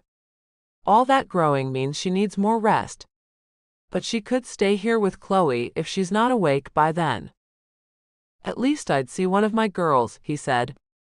"I'll see you then, my love." "See you soon." I got up and went into the kitchen to inform Rudy of the change in plans. Alex called. "A patient is flying in, and he won't be home for dinner. He wants you to pack it up and send it with me. We're having a picnic in the hospital's cafeteria." "I'll grab the camping plates and utensils," Rudy said as he headed to the pantry. "Should I put in a bottle of wine for you guys?" "Depends on what you've made." I leaned over the island bar to see what he was working on. "Roasted game hens with squash and kumquat stuffing. A white wine is what I was going to serve it with." He held up some wine glasses he'd pulled out of the pantry and waved them in the air. "I don't see why you shouldn't send the wine you've picked out. Just make sure to put the corkscrew in, please." I turned around as I heard the house phone ringing. Now that doesn't happen much. Rudy nodded. "Chloe will get it, she always does." I'm going to go freshen up for the trip to the hospital and see if I can rouse Tabby to come along. I left the kitchen, making my way to the stairs when Chloe came out of the main living area. She looked right at me. "You've got a call, Kai. You can take it in there if you'd like." Who is it? I felt uneasy, as I'd never given anyone the house number. Ducking her head, she kept moving. "The Vanderhavens." "Damn," I said under my breath. My feet barely moved, as I didn't want to speak to them. Nor did I understand why they'd call me instead of Alex. If they had to know anything about their granddaughter, they should to talk to him anyway. When I got to the phone that lay on the coffee table, I stared at it for a moment before getting the courage to pick it up. "This is Kai." "This is Mr. Vanderhaven," Tabby's grandfather said. "Look, I'm not trying to be mean to you, Kyla. We've done our research and have found that we can't use Rochelle's inheritance to get Alexander do as we wish." I was glad to hear that. So, you've decided to drop the whole issue? "Oh heavens no." He went so far as to laugh as if the idea was ludicrous. "No, we've come up with something else. Something that pertains to you and only you, Kyla Gertrude Rush. We've had your background checked." I had nothing to hide. And you found it to be clean? "Oh yes, we have found it spotless." He cleared his throat. "So we came up with this idea to give you something, as your family has very little money. No savings at all. Did you know that, Kai? They have no savings at all. And your father's retirement money has been borrowed on. I don't know how he or your mother will ever retire. And once you reach 70, your opportunities are pretty much over. I can help them out when that time comes." What is he was getting at? I make plenty of money, and almost all is available to them when the time comes. You're talking about the $15,000 you have in your checking account? He knew that. And just how did you find out all this financial information? I've got ways. And I've got ways to make those numbers grow in not only your account, but that of your parents as well. Why would you do that, Mr. Vanderhaven? He was talking in circles. "We love our granddaughter, Kyla. We only want what's best for her. And like I said before, I don't want to hurt you." He paused before going on. "The fact is, you're not good for our granddaughter. That said, I'm going to make you an offer you can't refuse." "But I can." I put my hand on my hip as anger filled me. "If you truly care for Tabitha, you will accept this offer," he said. "She deserves better, and you know that." Feeling as if I had the wind knocked out of me, I fell back to sit on the sofa behind me. "I love her, sir. I adore her. I would lay down my life for her. So please tell me how much better she could get." He had an answer. "Tabitha needs someone affluent raising her, and who knows how to act accordingly. You've grown up nearly destitute. The things you will accept are not things a person as special as Tabitha should. She needs a better role model. It's not personal, Kyla. Would you have a maid raising a rich man's child?" What did he think I'd say? I said what was in my heart. If that maid loved that child as if it were her own, then yes, I would have a maid raise a rich man's child. I've made a family here, sir. Sorry you don't believe anyone so young and poor could do such a thing, but I have. I came into this home, and I filled the emptiness your daughter left with her passing. It might not be exactly the way she would have done things, but both Tabby and Alex are happy. That's because of me. You want me to take that happiness away from them? Again. They've already lost the mother and wife Rochelle was to them. Are they to lose me too? You make an excellent argument, I'll give you that, he condoned. But you're not mature enough to know who you'll be once that occurs. I'm sorry. Again, this isn't personal. How much more personal it could get. You want me to leave the people I love, Mr. Vanderhaven? And they love me. That's pretty damn personal. Oh, language, please, he said. I hate to hear dirty words come out of a woman's mouth. Then perhaps you should hang up. I had a ton of words ready to rip through my lips, and each one was aimed at him. Perhaps you should hear me out, he said. I will give you $1 million. I will give your mother another $1 million. And I will give your father $1 million. All you need to do is move out of Seattle. Do not let Alexander know where you are. Leave him and our granddaughter behind, Kyla. You will only bring them both down if you stay. At least this way, you will leave with some money in not only your bank, but those of your parents too. Leave tonight, and the bank accounts will be filled by noon tomorrow. I don't know how long to keep this offer on the table. We will do whatever we have to, Kyla. This is the only way to get out of it unscathed. Unscathed? Who the hell is he kidding? Leaving the people I love would scathe the hell out of me.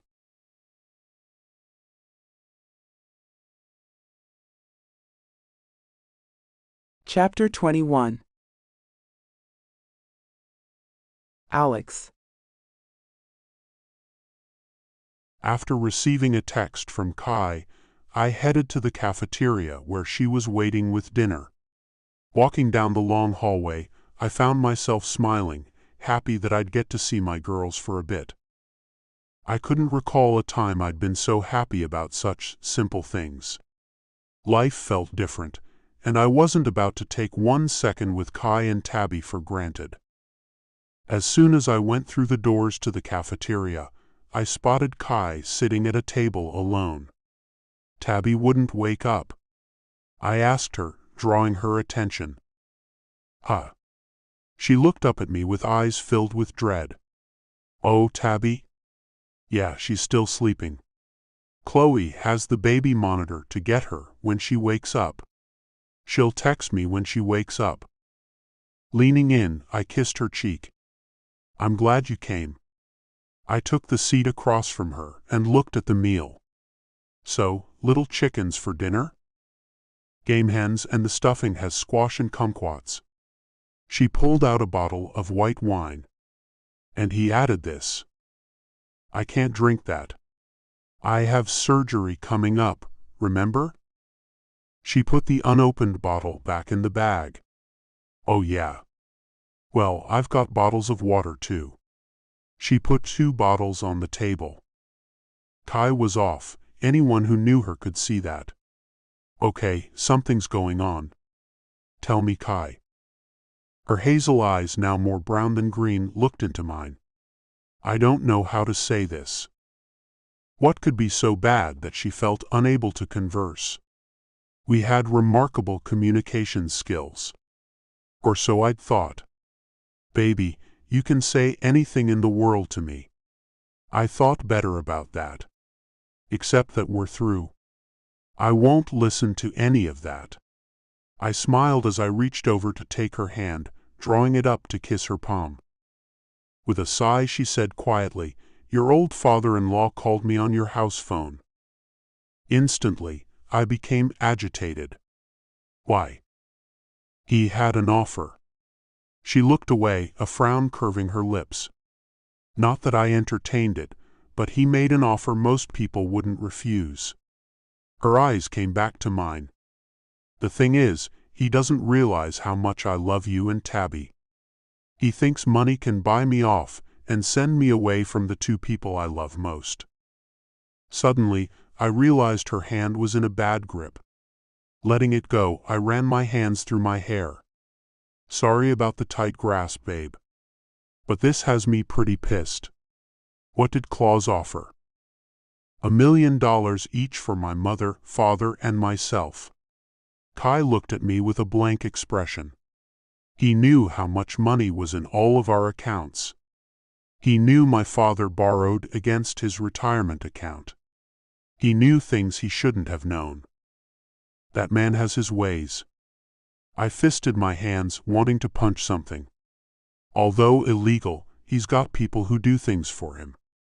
Did he have anything else to say? She nodded. He wanted us to take the money and leave town for good. Her hand crept across the table to run over the backs of my knuckles, now white with pressure. He actually wanted me to leave without saying a thing to you. Tell me how I could do that to someone I love. You couldn't.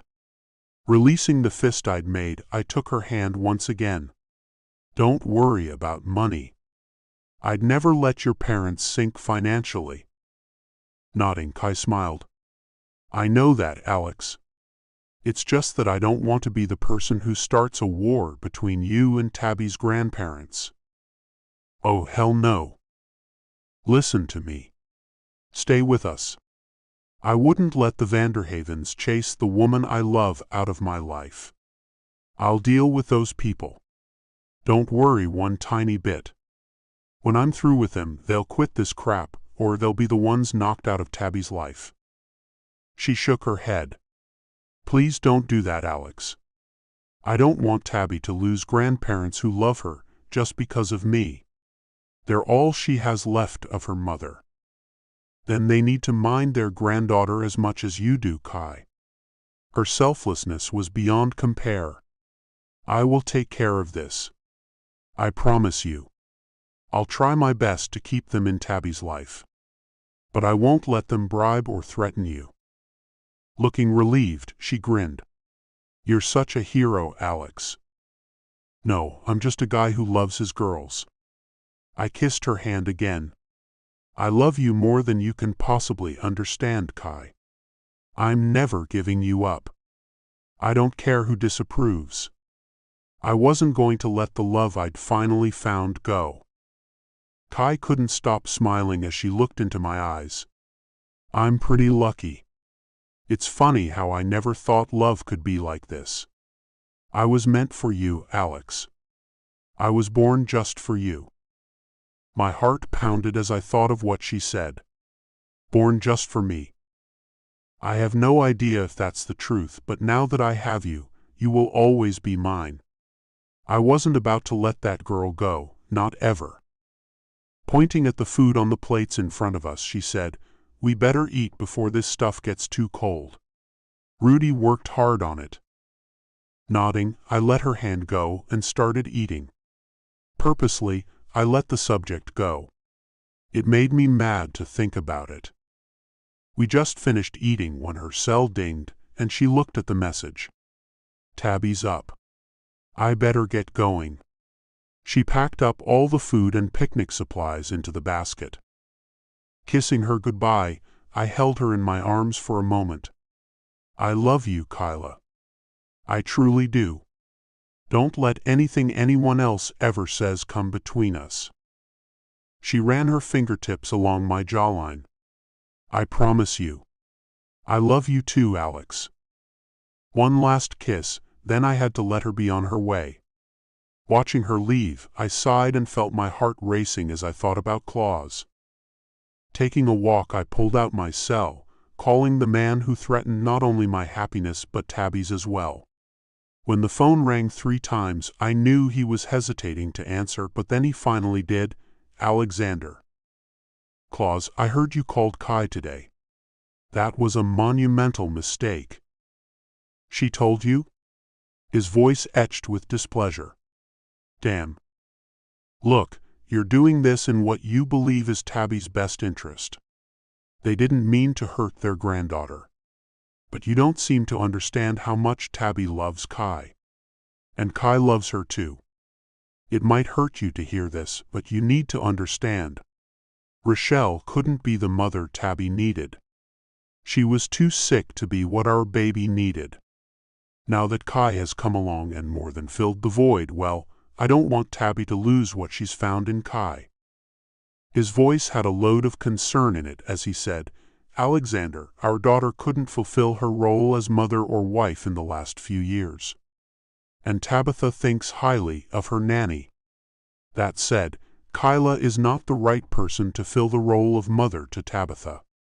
No matter what hold you have on the girl, you're wrong. She's young." He hesitated.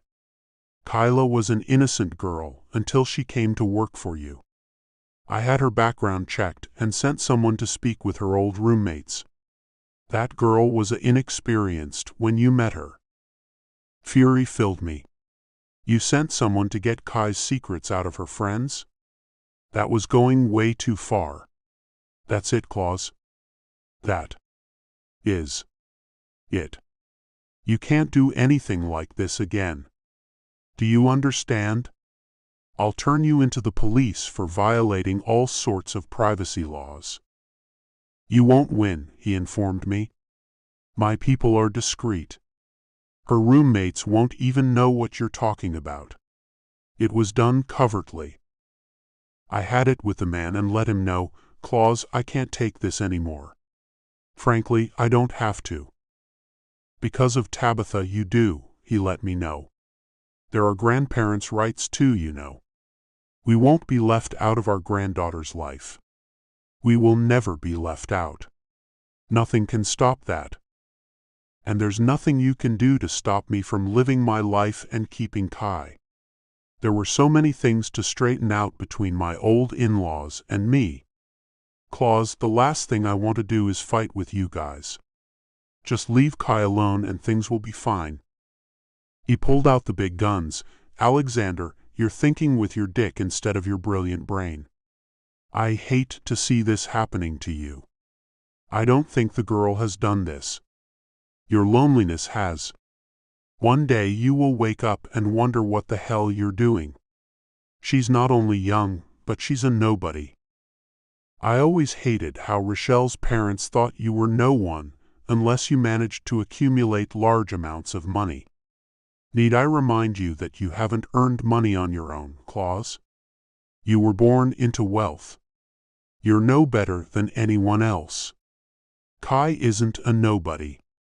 No one is a nobody." "How wrong you are, Alexander. One day you will see." He wasn't about to give in. "I hope one day it will be you and Rebecca who sees that Kai isn't just a person passing through our lives. She's here to stay, Claus. Get used to it or get out of our lives. Kai didn't want me to toss Tabby's grandparents out of her life, but I had no choice. We'd be better off without them, if they couldn't accept Kai as part of the family.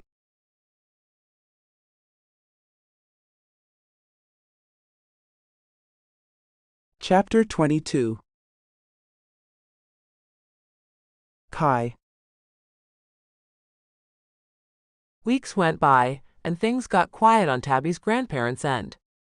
Alex thought they'd gone on a trip and put things behind them, but only for the time being. I didn't care as long as no one was getting in our business. Walking through the park, Alex and I watched Tabby's eyes light up as she saw the playground.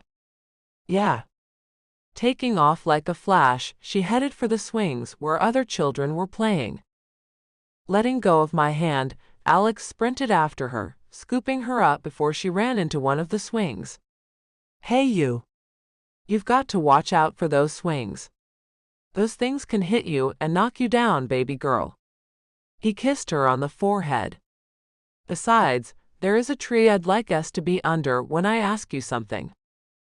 Catching up to him, I wondered what kind of a question he had to ask his daughter, and why there was a certain tree he needed to ask her under. But I didn't want to butt into his business with her. The weather is gorgeous today, I said instead. Still holding Tabby as we walked along the pathway, he looked up at the blue cloudless sky. It's the most perfect day. We don't have many of these in Seattle. Then his eyes came to mine. It feels special today. Don't you think? It felt great being outdoors, so I nodded. Yeah. It's a special sort of day. One of those days you'll remember for a long time, he went on. Maybe even forever. I didn't know about all that. It's a nice day. The temperature is perfect. The sky seems bluer. Taking the time to really take in my surroundings, I took notice of the chirps of the birds, the buzzing insects, and the laughs of the children playing on the playground. It even sounds nice too. Every living creature seems to be out and having the time of their lives, Alex added. The atmosphere is almost electric, but surrounded by calmness. I've never seen such a perfect day in a long time. I couldn't help but laugh at Alex's enthusiasm. Well, aren't you in top spirits today, babe? He put one arm around me as he stopped underneath a large oak tree that looked to be hundreds of years old. I am in top spirits, baby. His ice blue eyes shone brightly in the diminished sunlight. I've never felt so alive and optimistic. Optimistic? I asked. About what? He shrugged. About everything. Life in general. He kissed Tabby on the cheek, then put her down. When he got down on one knee in front of her, holding her little hands in his, I looked on with curiosity. Tabby, have you liked how our lives have changed since Kai came to live with us? I held my breath, wondering what would happen if she said no. Tabby smiled and laughed as she looked up at me, then back at her daddy. Daddy, I like Kai. She's nice and fun too. I love Kai. The way his smile moved over his handsome face lit up his eyes. I love her too, Tabby. My legs started to weaken as he kept looking at Tabby instead of me. My heart began to race and pounded so loudly that I could hear it. But still, my lips were pressed together tightly. Daddy, are you going to cry? Tabby asked as she peered into his eyes. He didn't acknowledge the question. Instead, he asked her another, Tabby, would you like it if you could call Kai Mom? For a moment she just looked at him, then smiled and shook her head. I want to call her Mom. I clutched my chest. Is Alex going to ask me to marry him? Stumbling backward, I stopped when my back hit the tree. When Alex ran his hand over Tabby's head, she stood up, coming over to me. He let go of Tabby's hand, then whispered, "Wish me luck, Tabby." She clapped her hands and ran in place. Good luck, Daddy. I couldn't breathe, think, or make any sense of anything. When Alex got on one knee in front of me, then pulled out a black box, I nearly passed out. Kyla Gertrude Rush, I've loved you since I met you. You stole my heart right from the start. I can't think of spending even one day without you in it. My daughter loves you, I love you, so why don't we make this legit and permanent? Will you do me the honor of becoming my wife? The earth moved beneath my feet, and I was on my knees in front of Alex, my hands over my mouth and tears making my vision blurred. The sound of Tabby's sweet little voice brought me out of the stupor. Say yes. Say yes. Gasping, I let my answer fly out of my mouth. Yes. Yes, Alex. Pulling the ring out of the box, he slipped it on my trembling finger. You've made me happier than I've ever been. I couldn't take it anymore. With the weight of that ring on my finger, I knew it was official. Oh my. I threw my arms around him, hugging him so tightly, then I felt tiny arms embracing me from behind, and I let Alex go so I could take Tabby into my arms. She buried her face in my chest. You're my mommy. Blinking, I tried to stop the tears so I could see Alex's face. And I saw tears streaming down his cheeks as well as he looked at his daughter and me. This is so much more than I ever expected. He wiped his eyes with the back of his hand. Damn, I should have done this in the privacy of our house. Reaching out with my freed-up arm, I took him into the hug. Come here, Daddy. Get in on this family hug. This was the best thing to ever happen to me. Being married to Alex hadn't even been a blip on my radar. I heard a woman clear her throat. I hate to interrupt. Alex and I exchanged confused expressions as we let each other go to see who'd said that. Alex asked, "And you are?" She waved her cell phone at us. I was taking a walk when I saw you. I stopped and decided I should video this instant for you. How beautiful. Getting up off my knees, I thanked her. Oh, how brilliant. We'll have this moment to look back on forever. Give me your number. I'll send the video over. She smiled. It was presumptuous of me to take it. Something told me to do it, though. Alex nodded. I'm glad you did. It's the best gift anyone has ever given us. Minutes later, we watched the video. Ah. We're all so in love, Tabby giggled. She was right, we were all in love. Blood or not, I loved that little girl. I truly love you, Tabby. I always will. And I can't wait until you call me Mom. After the wedding, Alex said. Then we'll all be Arlen's. Wrapping his arm around me, he took Tabby by the hand, and we headed back to the car in the parking lot. What a day. I looked at my ring, watching the sun glisten off the large diamond that was surrounded by several smaller ones. This ring is so beautiful, it's got me lost for words. I never expected something so huge and stunning to be on my finger. But there it was, sparkling. I'd never been dazzled before, but that had to have been what I felt as I looked at that rock on my finger. Alex kissed the side of my head. What do you say to stopping off for a nice dinner? I made reservations for us. I kind of had the idea you'd say yes to my proposal. I wanted to end the day with a special feast. What haven't you thought of? I kissed his cheek. A superb day in the park. The best question I've ever been asked. And now a special dinner. How can things get any better than this? The way his eyes held mine. There would be days just as great as this one. As long as we had each other, there would be many days like this one. I knew it, and so did Alex. Later, as we sat in the restaurant having dinner, Alex brought up a valid point. Kai, why not introduce me to your parents now that we're engaged? Time had gotten away from me, it seemed. Oh, Alex. Sorry, I haven't invited them over yet. They've met Tabby already. Let's do something this weekend. And what about your family? Invite them over too. I began to get excited. This will be great. My parents will meet you as my fiancé. I have a fiancé. It seemed like an eternity since I first met Alex and Tabby, like they'd always been around. Had I been waiting for him to come into my life before starting to live? Had he and Tabby been waiting for me? Reaching across the table, I took Alex's hand. This is the right thing. I can feel it. This was always meant to be. He nodded. It really was. When things got so bad, I thought I'd never be happy again.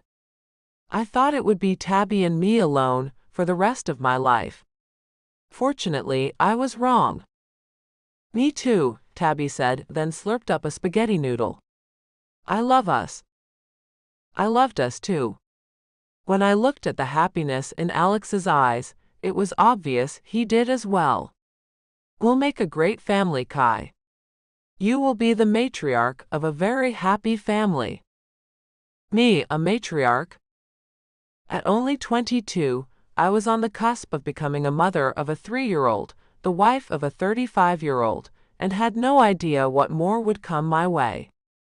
And I never felt so ready for anything in my life.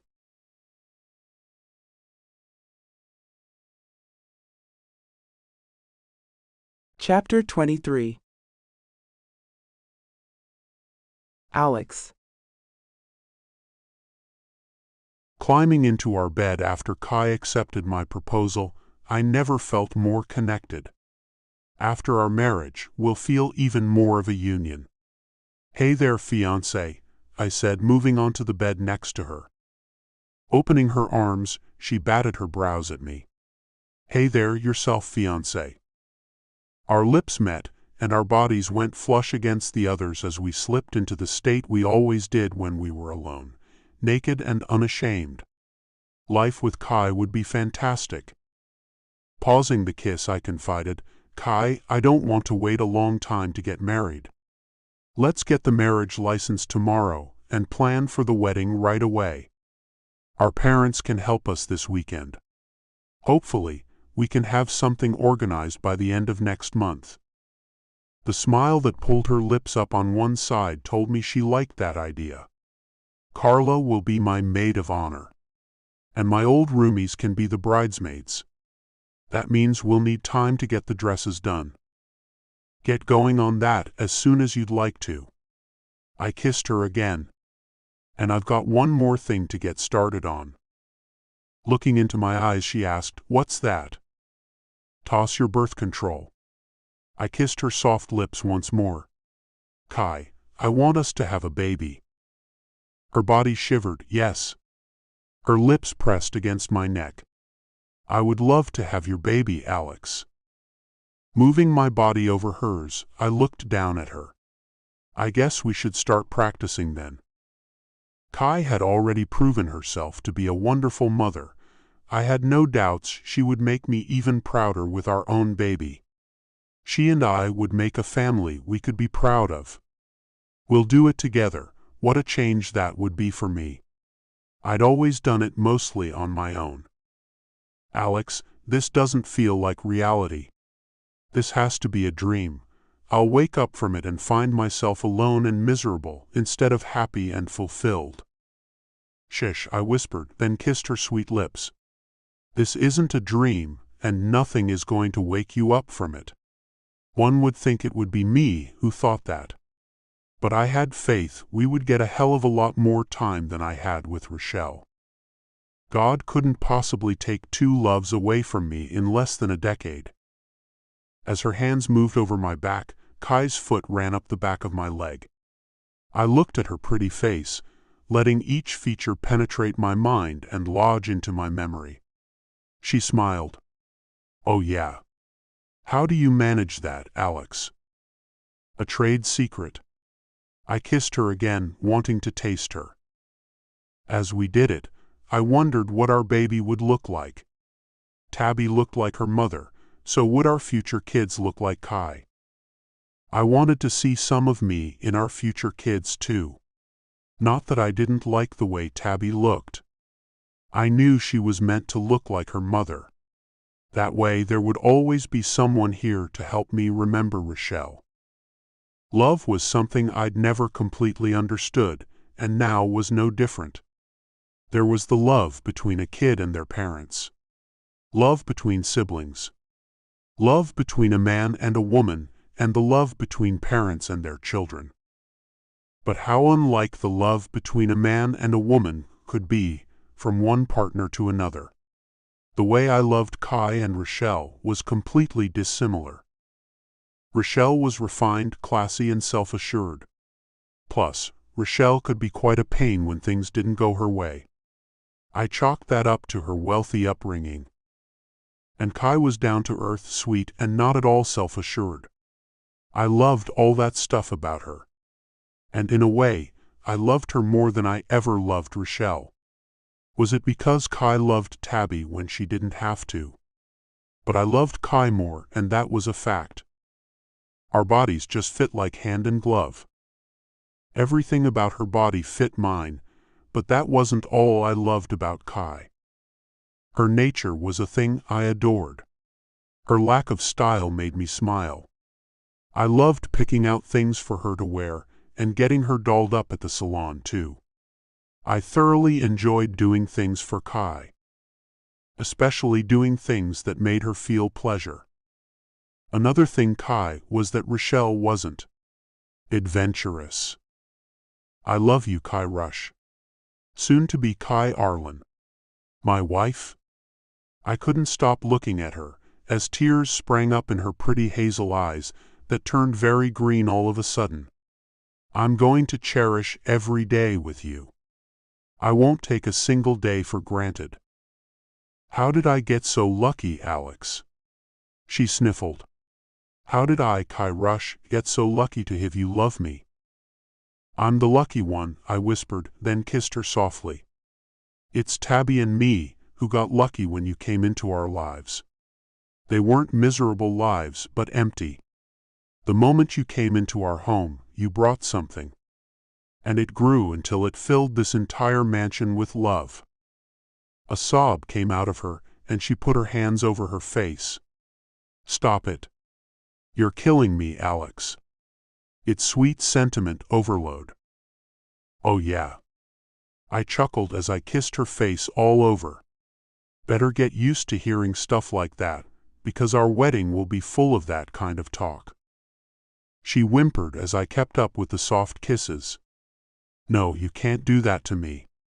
You'll make me cry that whole day if you keep it up.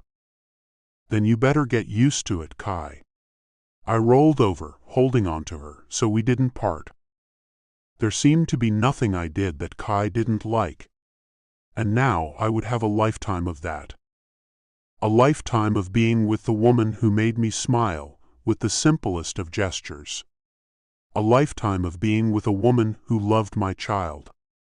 A lifetime of being with a woman I felt connected to so profoundly, I could feel it in my soul. When I met Rochelle, I knew I loved her at first sight. But even with that kind of love, I never felt as if we were soulmates. Kai and I slipped into that kind of feeling. It hadn't always been there, we found it along the way somehow. I couldn't even pinpoint when that occurred. You're about to make me come, Alex, Kai panted as I sucked her delicious tit. Looking into her eyes, I thanked God silently for sending her to me that fateful day. You are my angel, Kyla Rush. My God-given angel. And I will always treat you as such. She looked at me with teary eyes. I hope this lasts, Alex. I hope this feeling of pure bliss lasts a very long time. I do too.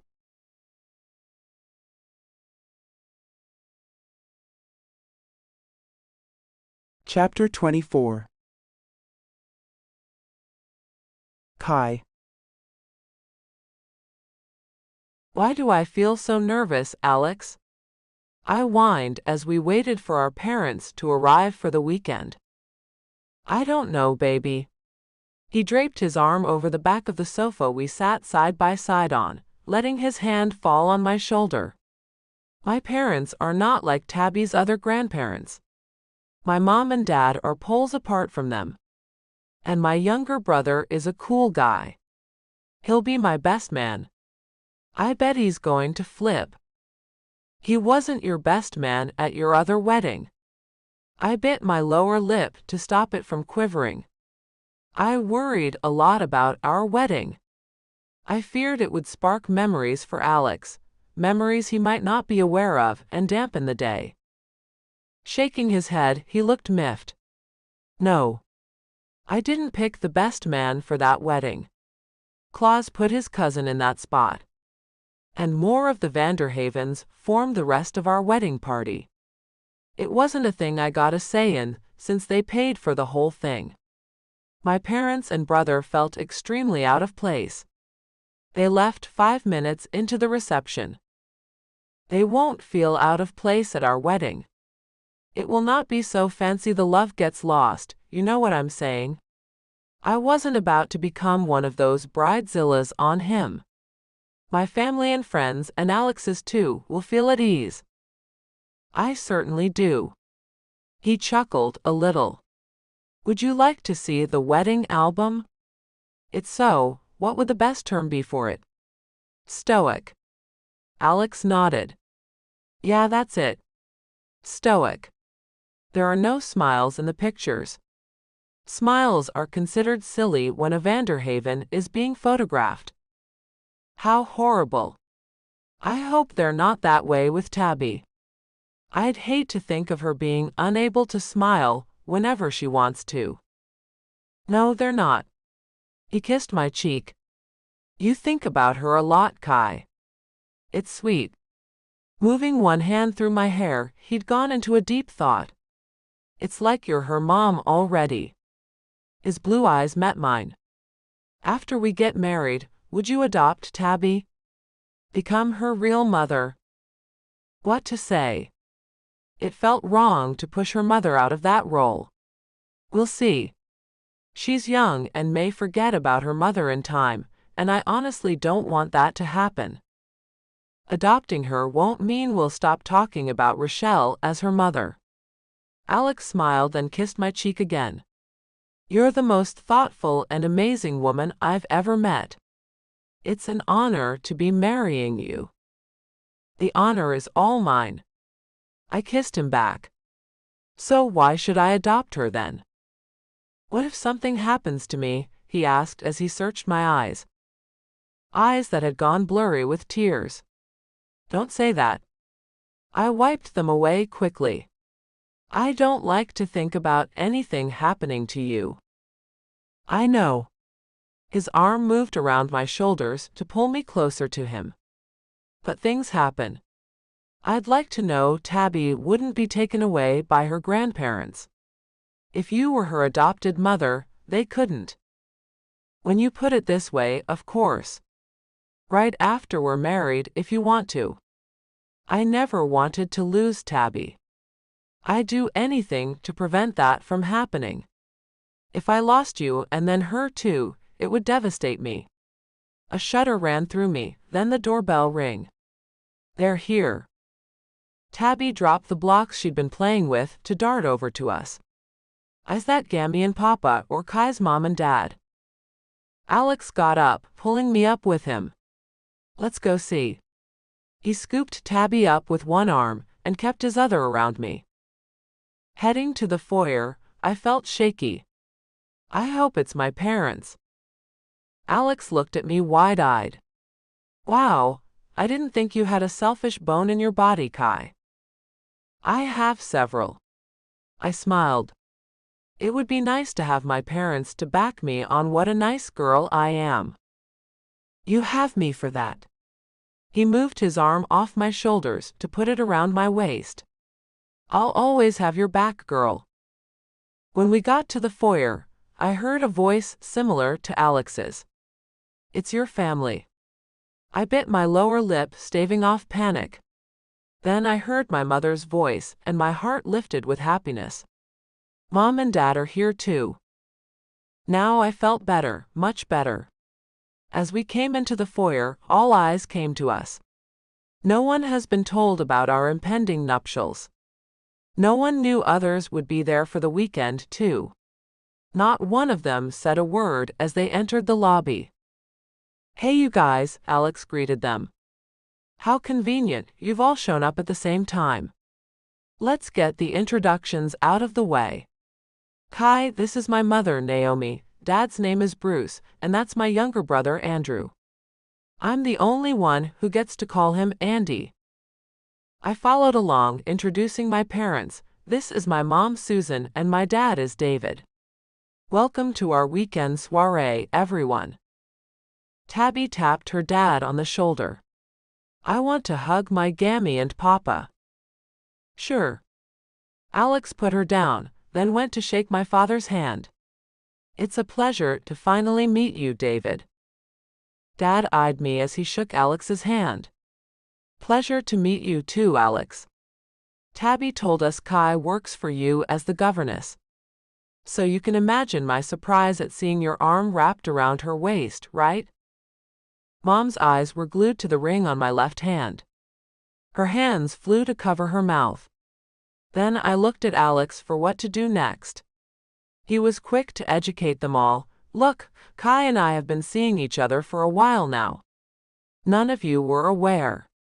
And there's more too." Tabby jumped up and down. "Can I tell them?" "Please." I nodded and Alex agreed. "Okay, honey, tell them our great news." Tabby's face glowed as she said, "We're getting married." She held her arms out as an enormous smile covered her face. "We're in love." Hopping up and down, her dress billowed out with each jump. Alex's mother came up to us, reaching out for my hand. "May I see the ring?" Holding out my hand, she admired the ring. "Your son has great taste." He sure does. She looked back at her husband. "This rock makes my ring look like something out of a gumball machine, Bruce. You've got to see this." Everyone took turns admiring the ring, but no words of congratulations. What I did hear was my father clearing his throat. "Kai, we'd like to have a word with you in private." Looking at Alex, I gathered strength from him before taking my parents to another room to fill them in. With the door closed behind us in the library, I came clean. "I didn't tell you guys about Alex and me getting together because I didn't know what you'd say about it." Dad's arms crossed over his chest. "He's a bit older than you, Kai." I nodded. "Yes, he is. 13 years to be exact. But love knows no age difference, it seems." "He's got a kid already, Kai," Mom added. "Are you ready to be that girl's mother?" "Yes. I adore her, Mom. I love her so much. I don't know what I'd do without her." I held my arms out to them. "Can I have a hug and to hear the words I've been hoping to hear? I'm marrying a wonderful man. A doctor. A well-heeled one at that. And I love that man with everything in me." Mom's eyes went to Dad's as she said, "She's never looked better, David. Maybe this is a good thing. She's always been an old soul." Looking like he lost the battle, Dad conceded, "Congratulations, Kai. Am I walking you down the aisle?" I hugged him. "Dad, I'd love nothing more than for you to walk me down the aisle. We're planning this weekend with all of you to have a wedding that will give us a lifetime of memories." Mom started crying and got in on our hug, wrapping her arms around me from behind as I hugged Dad.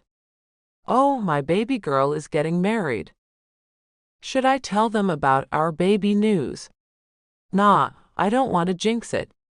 So let's give Alex congrats too."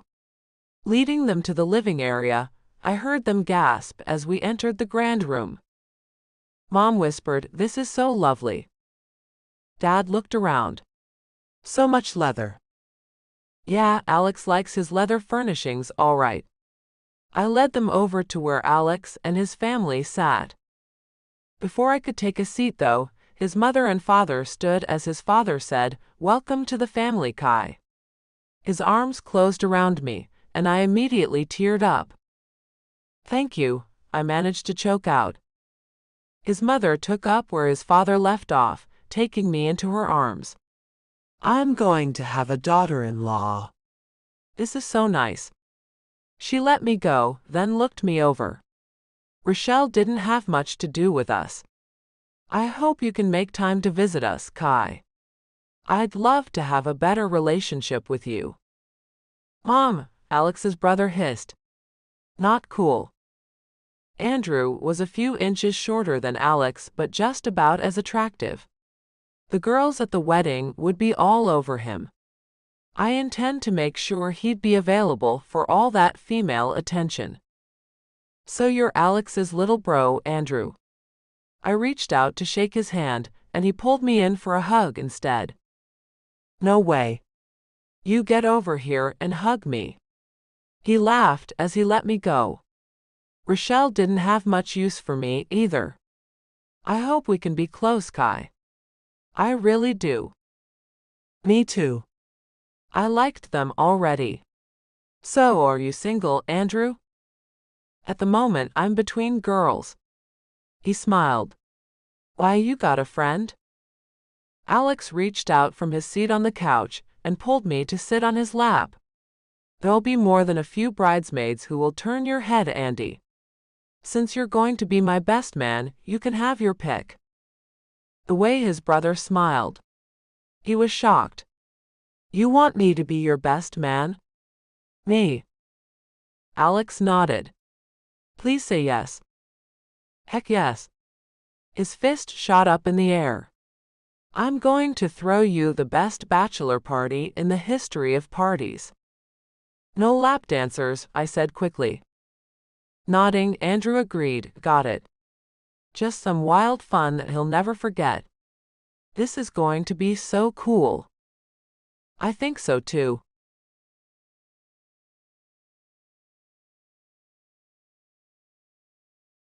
Chapter 25. Alex. We set a date for a month from that Saturday. Bella Luna Farms on the outskirts of town had a unanimous vote. Securing a date at the chosen venue, only a month away, seemed daunting. Cherry, the event manager of Bella Luna, checked her computer, shaking her head as Saturday after Saturday was booked. "No. There is no way in the world to get you in this coming month. The same date is available next year, though." She smiled at me, pulling her glasses off and then laying them on the desk. "How about that?" Shaking my head, it wasn't the date we settled on. "See, I've already promised my fiancé we'd get married quickly. We're already trying for a baby. I don't want the baby to come before the marriage. Call me old-fashioned, but that's just the kind of man I am." Cherry just shook her head. "That's respectable of you, Dr. Arlen, but all of our spaces are full. Our wedding party is only 50 people, Cherry." I thought of the grove of pines I passed on the way in. What about the small grove of pine trees? We don't provide wedding services there. She shook her head once more. We have nothing for your guests to sit on. We call that area Squirrel Hill. I can pay you whatever you want for that area to accommodate our party. That would give you one more venue. Tapping her fingernails on the desk, she contemplated my offer. That would cost you, Doc. Give me a figure, Cherry. See if I blink. She had no clue about my financial status. Our fee isn't economic in the first place, she let me know. When you add in building a whole venue, no matter how small, you're looking at upward of $100,000, give or take a few $1,000s. Done. I pulled out one of my cards. Put what you need to on my account. Her eyes went wide and she gasped. Are you sure? I do have one stipulation. Since I was paying to build a new venue, I should name it. It's called Squirrel Hill, but can the venue itself be called something else? Taking my card, she ran it through to find it had no limit. The sky's the limit. She looked at me. What should this venue be called? Fate on Squirrel Hill. I liked the sound of it, and I knew Kai would too. Fate is what brought my fiancé and I together. The name would suit many couples, don't you think? Sure. With a shrug of her shoulders, she had no reason to deny me. You'll have something beautiful for you and your fiancé, Dr. Arlen. Let me know what time you'd like the festivities to begin, and everything will be ready when your special day comes. I'll get back with you on that. Kai should pick the time. I accomplished the primary goal of the day, and knew Kai and the rest of my family wouldn't believe it. See you then, sir. Cherry couldn't stop smiling as she watched me leave her office. She had every reason to smile. She just created a whole new venue at no cost to them. Kai would love that we built and named it too. As I drove to the hospital to make my rounds, the rain started getting heavier. Seattle rain wasn't a thing we'd discussed. I hoped Cherry would make sure there would be adequate shelter in case of rain. More details to hammer out, but we should get them all done in time. Nothing could bring me down, it seemed. I just couldn't get worried about a thing.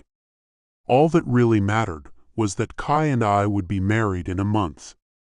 Hopefully with a fetus inside of her, too.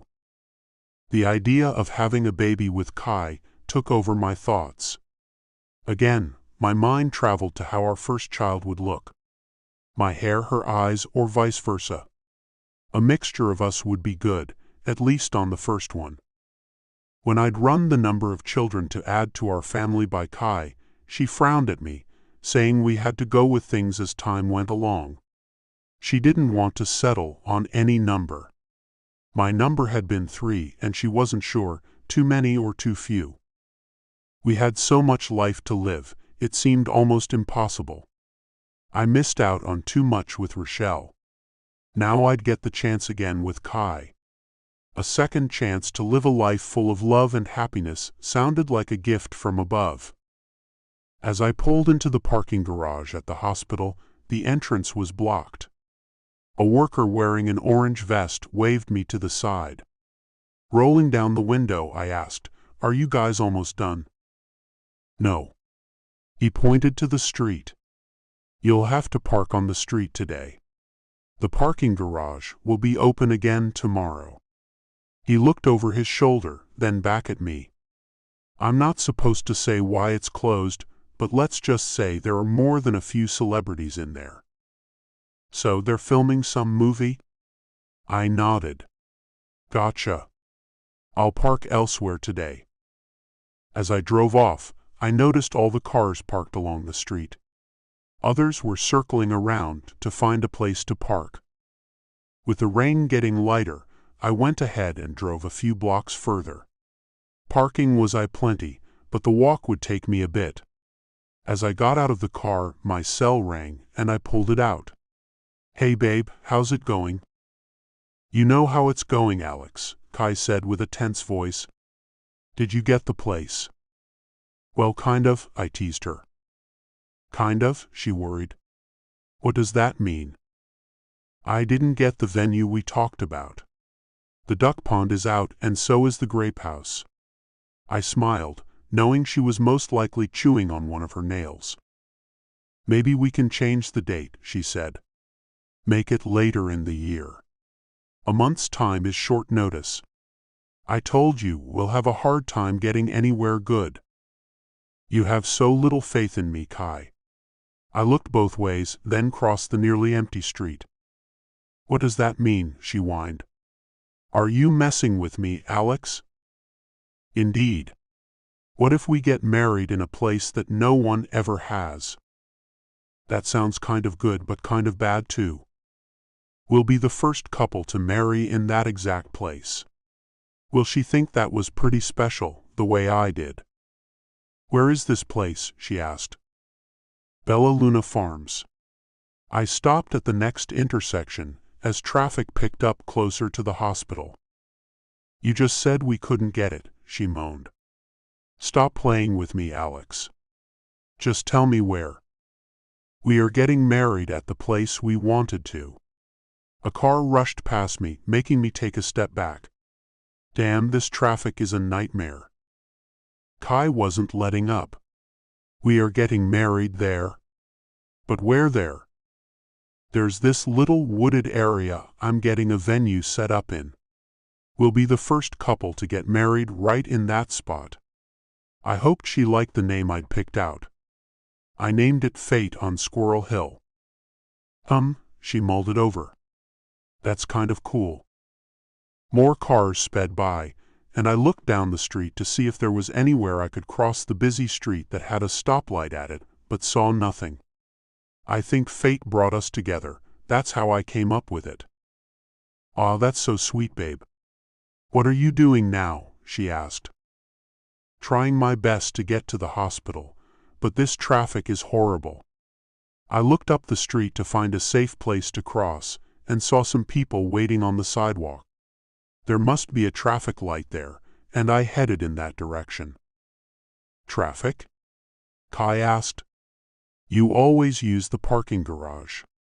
What traffic? It's closed? I sped up a bit as people were moving, and figured the light must have changed as the cars stopped too. Apparently, they're filming in there right now. Oh yeah, she squealed. Johnny Depp's in town. I heard that on the news this morning. How cool. Johnny Depp, huh? I caught up to where the people had crossed and saw the sign was still showing, telling me I could cross. That is cool. I'll see you later, baby. Kiss my little princess for me. I love you, bye. I love you too. Bye, my hunk of a man. Ending the call, I put the cell in my pocket, then heard the sound of an engine revving. Picking up my already fast pace, I still had half the street to go before getting safely to the other side. Damn. I hate crossing streets. I got uneasy any time I had to cross streets. And to be left in the middle of one with so many cars on either side had my anxiety heightened. Just as my foot touched the curb, the sound of that same engine revved up again. When I turned to look, I saw only yellow before it all went black.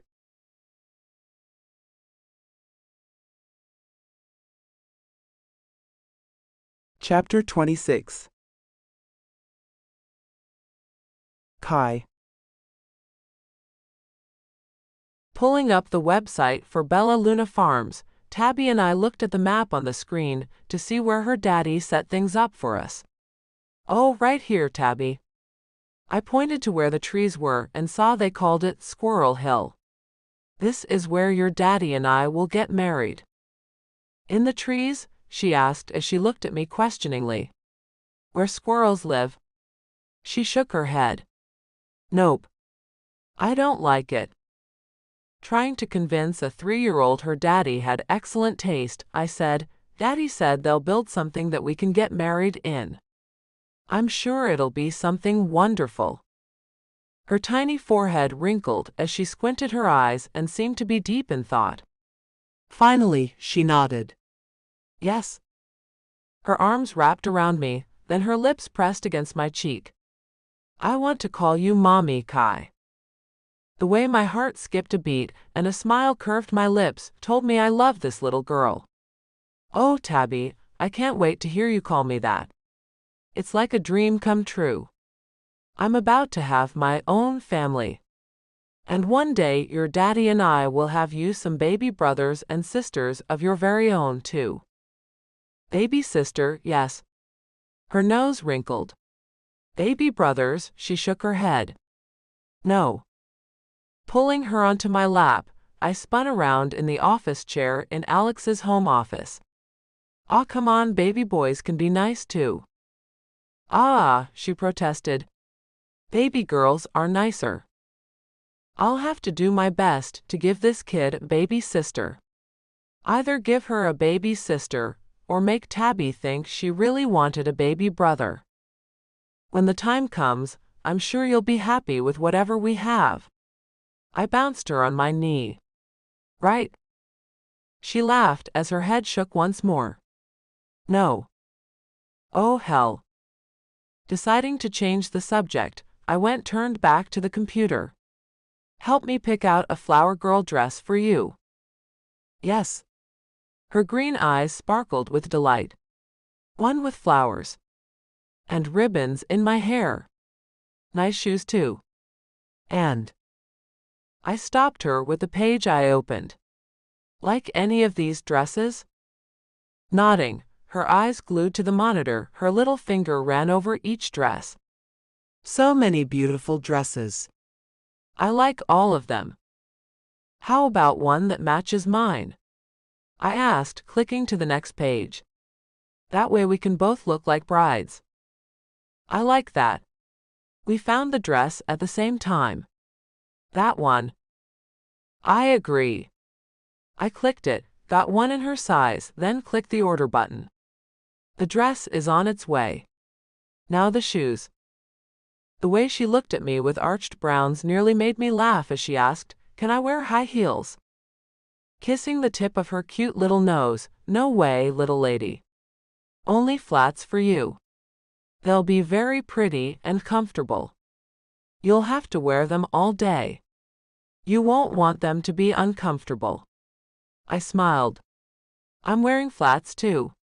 I don't care what Carla says about wearing heels on your wedding day. Tabby nodded. Yeah, we like to be comfortable. Already she followed my fashion lead. Comfort over beauty had become my motto since working with Carla concerning the bridal fashions. If one searches hard enough, one can find beauty and comfort in one. Tabby nodded. Yeah. We like comfort. I found shoes that had small red roses on the toes. Oh, Tabby. Look at these. The way her face lit up made my heart skip a beat. They're so pretty. Can I have them? Please. They'll look adorable with the dress. I clicked the button and made the purchase. Shopping with you is easy, Tabby. And fun, she said, nodding. When's Daddy coming home? I want to show him my dress. We should do something sweet to include her even more than just as a flower girl. How can we include her in the ceremony? Tabby should feel a part of us. All us should feel like a real family. Taking a second, I looked up to give a silent prayer, thanking God and anyone else up there who might have had something to do with the love we had. Tabby put her hands on either side of my face. Kai, when's Daddy coming home? Blinking at her, I came out of my prayer. I'm not sure. He has rounds to make. He'll be here in time to see your dress and shoes before you go to bed. Don't worry about that. I got up, carrying her with me. What do you say we get a healthy snack and read a book while we eat it? Grapes. She smiled at me as she took a lock of my hair, twirling it around her finger. And tropical punch too. Sounds good to me. I had a craving for peanut butter and bananas that had come out of nowhere. I'll see if Rudy will make me something too. This craving just snuck up on me. What's a craving? Tabby asked as I pushed open the kitchen door. Rudy heard her. A craving is when a person really wants a particular food. And who's craving what? I raised my hand as I sat Tabby on a bar stool at the island in the middle of the kitchen. It's me. It's peanut butter with slices of bananas. On bread? He asked as he headed to the pantry to get the things. No. Just a spoonful of peanut butter and one sliced banana. That'll be good.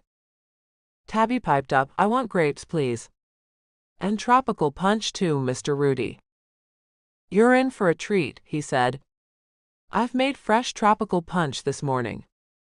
A pineapple, 2 oranges, a mango, a peach, and strawberries. This might be my best tropical punch ever. It sounded like that too. Yummy. I can't wait to try it. Running my hand through Tabby's blonde hair, I let her know how lucky she was to have such a great chef taking care of our nutrition. We're lucky to have what we have, Tabby. Looking confused, she asked, "What do we have?" "Chef Rudy." I looked over and gave him a smile. "He makes sure we get lots of healthy things to eat and drink. And they all taste great too." "Yes," Tabby said as she nodded. "And they're pretty too." She pointed to the way he was cutting the banana. "Banana roses, Kai. Rudy, you don't have to go to all that trouble. He didn't have to make me a 5-star snack." "It's no trouble at all." He proved that as he finished making our snacks in record time. "See. What can't you do?" I asked him in amazement. "Lots of things." He put the plates in front of us. "Like mowing the lawn or cleaning gutters. But in the kitchen, I am a star." "You are a star." Tabby agreed. "Thank you, Mr. Rudy." "You are most welcome, Miss Tabby." He looked at me as I used a tiny fork to eat my snack with. "And how do you like that, Miss Kai?" "I'm missing something. I can't put my finger on it, but it needs more. It just wasn't hitting the spot for me." But Rudy did. He went to the pantry and came out with a jar of honey. "Allow me to drizzle some of this on top. I do believe you will find what's been missing." One bite told me he was right. Yes. Oh yeah. This is what I wanted. You're a mind reader. I just know what foods pair well. He put our glasses of punch in front of us. "Enjoy your snacks, ladies. I need to go to the market for tonight's dinner. Beef Wellington is the main course."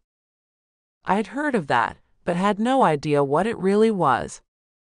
"Rudy, what's in beef Wellington?"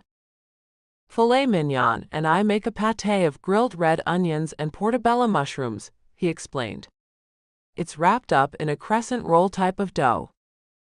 Tabby's eyes went wide. "Like a pie with meat?" "Sort of." He shrugged. "It's a bit fancier than a meat pie, though." "It sounds delicious," I said as my stomach grumbled, and I put my hand over it as my cheeks heated with embarrassment. "Oh. Seems my tummy thinks so too." He left us alone, chuckling all the way out. Then the house phone rang and my heart stopped. Only the Vanderhavens called on that line, at least since I lived here anyway. I tried not to look nervous as we ate our snacks. Chloe would answer the call, she always did. My other fingers were crossed, and I offered a prayer that it would be a sales call. When Chloe's voice drifted into the kitchen, "Hi," a knot formed in my stomach. Darn it. I got up, and Tabby looked at me with confusion. "I've got to take this call, Tabby. Can Chloe sit with you for a moment?" "Okay." Tabby went on, eating her grapes that Rudy cut in halves. Chloe met me at the door. "Kai, it's for you. I'll watch after Tabby while you take the call." "Please," I said, then looked out the door. "Where is the phone?" She handed me the cordless phone out of her apron pocket. "You can use the other room if you'd like." Expecting Tabby's grandparents on the other end of the line, I nodded. "Good idea." Walking out after closing the door, I said, "Kai here." "Kai, this is Dr. Reagan Dawson at St. Christopher's. Is someone there to watch Alex's daughter?" "The housekeeper is here." I felt odd and sat on the nearest chair. "Is everything okay?" "No," came her soft reply. "Alex was in an accident." I stopped breathing. "No." She went on, "I'm afraid so. You should come down here to the emergency room. They'll bring you to us." "Is he?" A lump formed in my throat. "Tell the driver to bring you down here." "Don't drive yourself," she recommended. "You'll hear everything when you get down here." Numbness washed over me. Okay. Please don't die, Alex.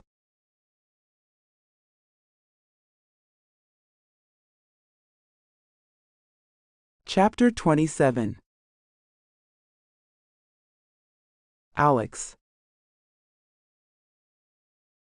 A flash of white light and the sound of electricity shooting through the air made me sit up and look at the sky.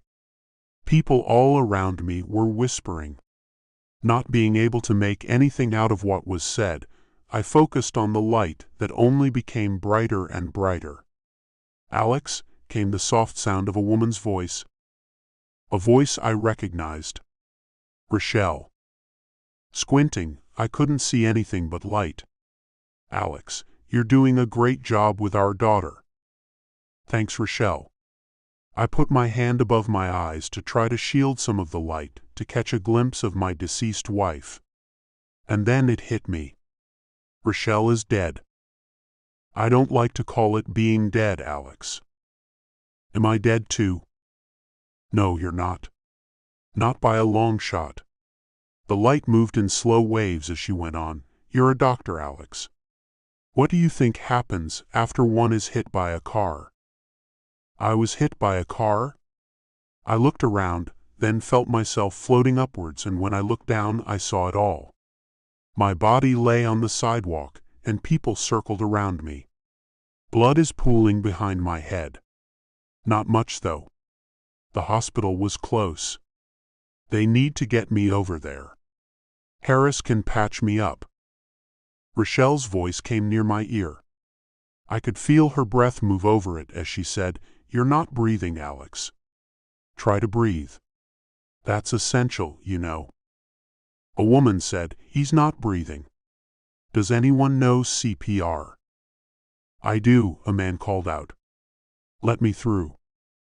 "Sounds like the guy from Pirates of the Caribbean," I said. Dressed all in black with his dark hair slicked back with shiny gel, a man moved through the crowd to get to me. "Everyone back. Give me room to work." "Hey, it's the guy from the movie." I laughed as the famous actor gave me CPR. Then, I wasn't floating anymore.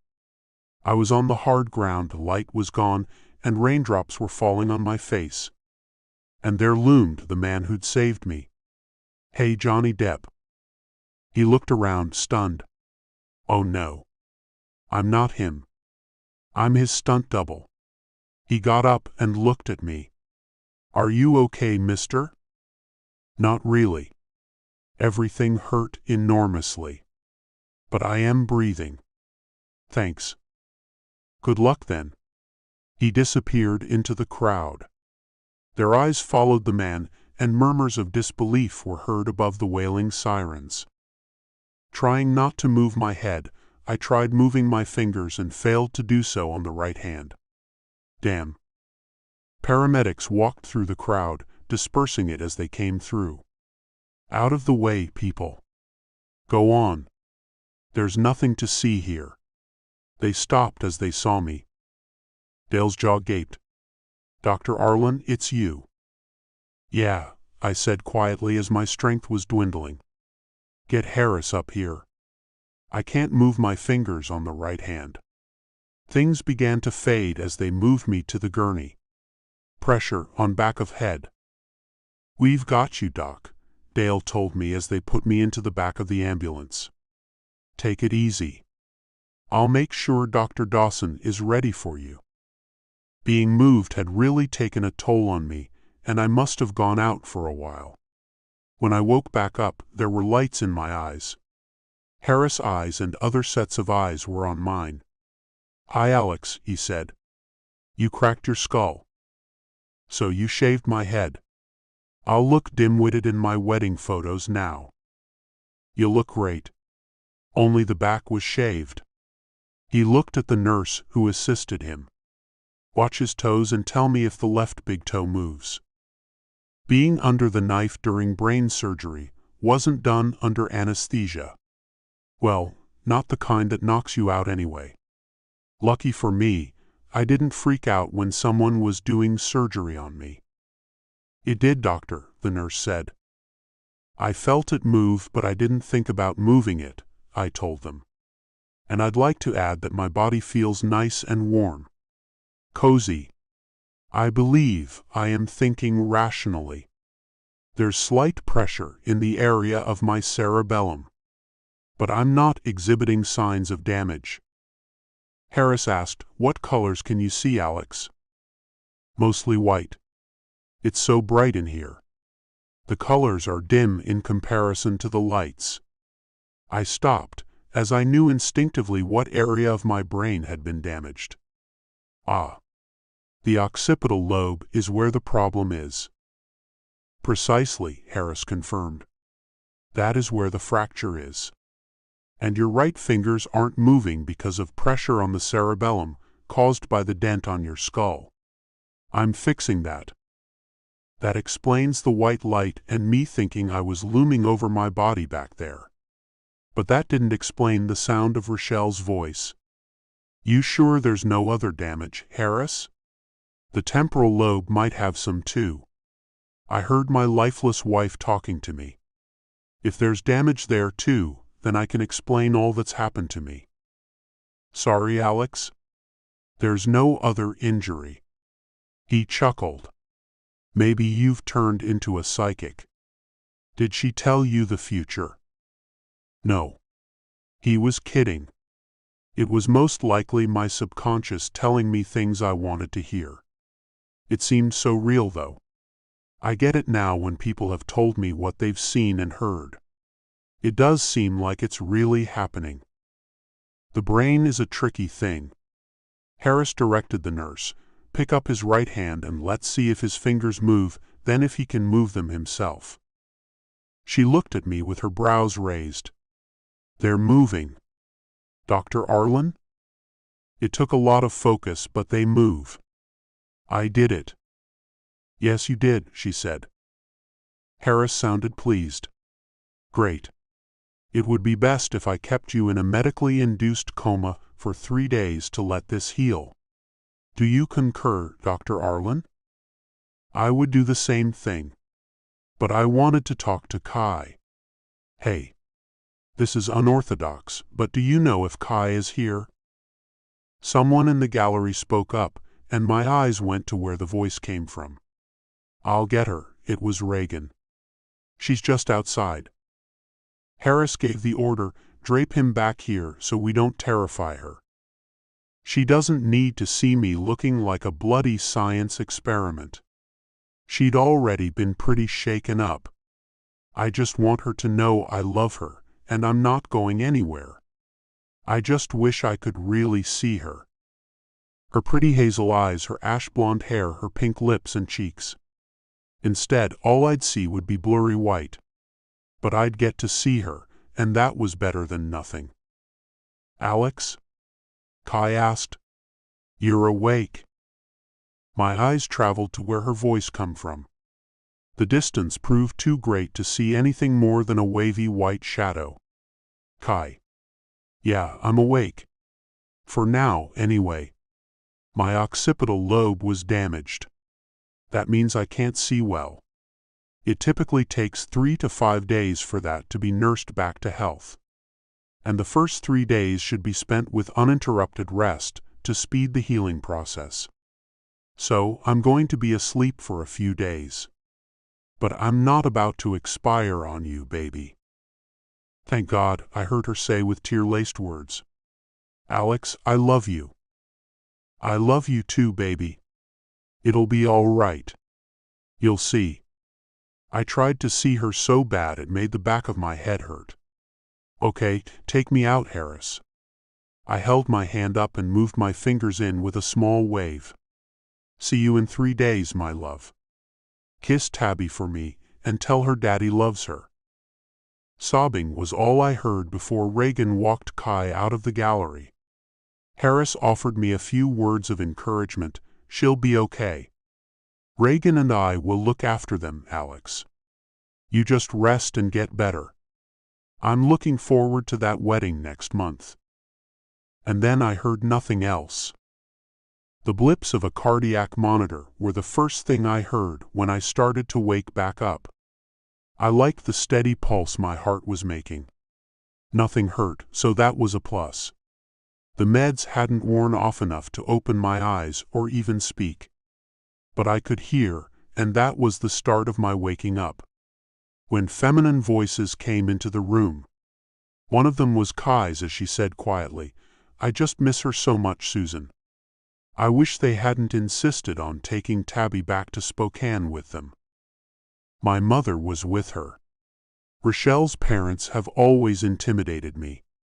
If David hadn't had to go right back to Denver to the business, then he wouldn't have let them take her.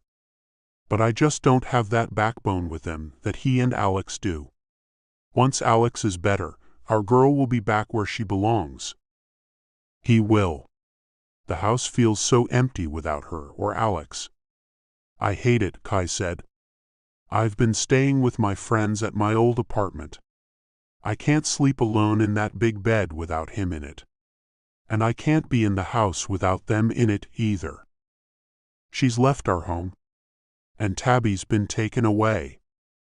The heart monitor sped up, and then something in my chest cramped.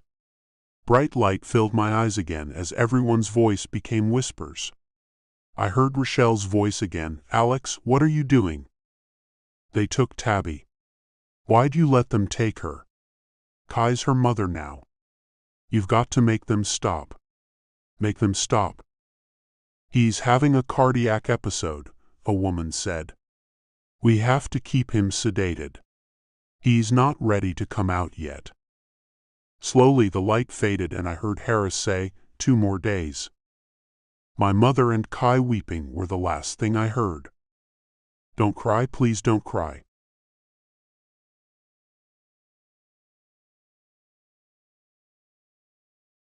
Chapter 28. Kai. Carla stared at me as I sat on the sofa, trying to stop crying. "Come on, Kai. He's going to be all right. They said there was no damage to his heart. They just tried to pull him out of the medically induced coma too soon." "Yeah, but this scares me, Carla." She didn't understand what Alex's accident did to me. I can see it all very clearly now. Alex could die. If not today, then one day. I will lose him one day, and that pain is unbearable. "What the hell are you saying, Kai?" Carla asked me as she handed me more tissues. I'd been doing little else than thinking about what losing Alex and Tabby would be like. I found an emptiness there I couldn't stand. Loving them is leaving me with too much to lose. If I lose Alex, I lose Tabby too.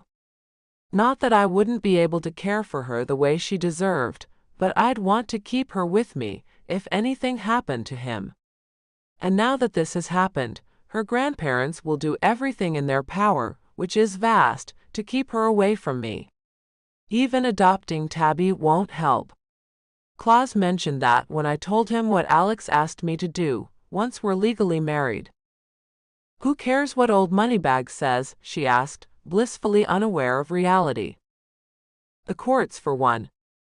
I blew my nose and tried to stop myself from crying. My head hurts, my chest hurts, and my nose hurts from blowing it so much. All this, and I have a lot of faith that Alex will wake up and be okay again. What will happen if he actually dies, Carla? I might die right along with him.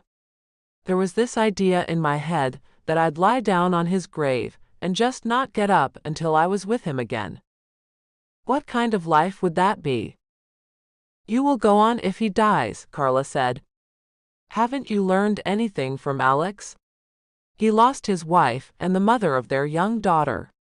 He had to raise the baby all alone, Kai. He stayed strong for her. And you will have her too, if anything should happen. You'll have her and any other kids you two have. Don't spaz out now. Not when you've had this great influence all this time. Learn from Alex's example. You can go on after the person you love dies." How did Alex do it? For Tabby was all I could suppose. I couldn't have Tabby anymore if Alex didn't make it. The Vanderhavens would pull Tabby away from me if I had her half-brothers and sisters too. There's so much I hadn't thought about, Carla. I wiped my eyes with a fresh tissue. There is more to lose by marrying Alex than there is to gain. That's just insane. She got up and threw her hands in the air. That man is smart, sweet, and from what you've told me, fantastic in the sack. Let's add in the fact he adores you, gives you more than you ever asked for, and have you ever seen a man that attractive before? She shook her head to emphasize her point. No. You have not. But the hold he has on my heart is scary. I blew my nose, then winced with pain since it had become chapped. And Tabby has the same hold. I'm lost without them, Carla. A few months ago I didn't even know them, and now they've got their claws all up in my heart, and I think even in my soul. If Alex dies, not only will his claws rip my heart to shreds, Tabby's will too, when I no longer have her in my life either. It's a lose-lose issue. Can't you see that? Kai, every time you take a step, do you know the chances of you tripping and falling are like 80%?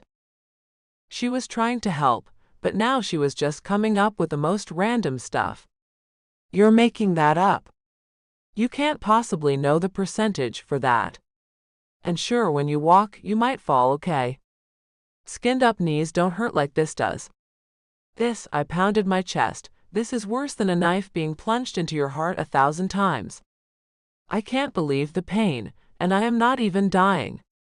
How bad must a heart attack must hurt if this isn't killing me? She had no idea how much everything hurt me. My stomach ached all the time. My chest hurt more than anything else, but even my arms and legs ached. It didn't seem possible for my emotions to have this much effect on my body. But it was all very authentic. Maybe, ask one of those doctors at the hospital to help you out, Kai. Carla cocked one brow at me. Get something to calm yourself down. Pills? I asked her with disgust. Yes, pills, Kai.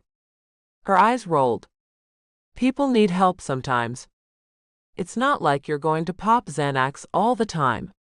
You just need to calm down right now. You're saying your chest hurts. What if something is really going on? Get it checked out. Having a heart attack at 22 isn't out of the realm of possibility. Clutching my chest, I wondered if she's right. Reagan is a cardiologist. Maybe she could see me. Sitting perfectly still, I tried to listen to my heart. Am I making myself sick on purpose? Would I actually die if Alex did? You should totes ask for her help, Kai. Carla got up and went to the kitchen, coming back with a glass of wine. Drink this for now. You need to chill out. I took the glass from her and took a drink. I've got so much to think about. Love might be too much for me. At least right now it might. Alex and I have moved too fast. I can see that now. What it would do to me, for anything to happen to him or Tabby. I'm too young. I can't deal, you know.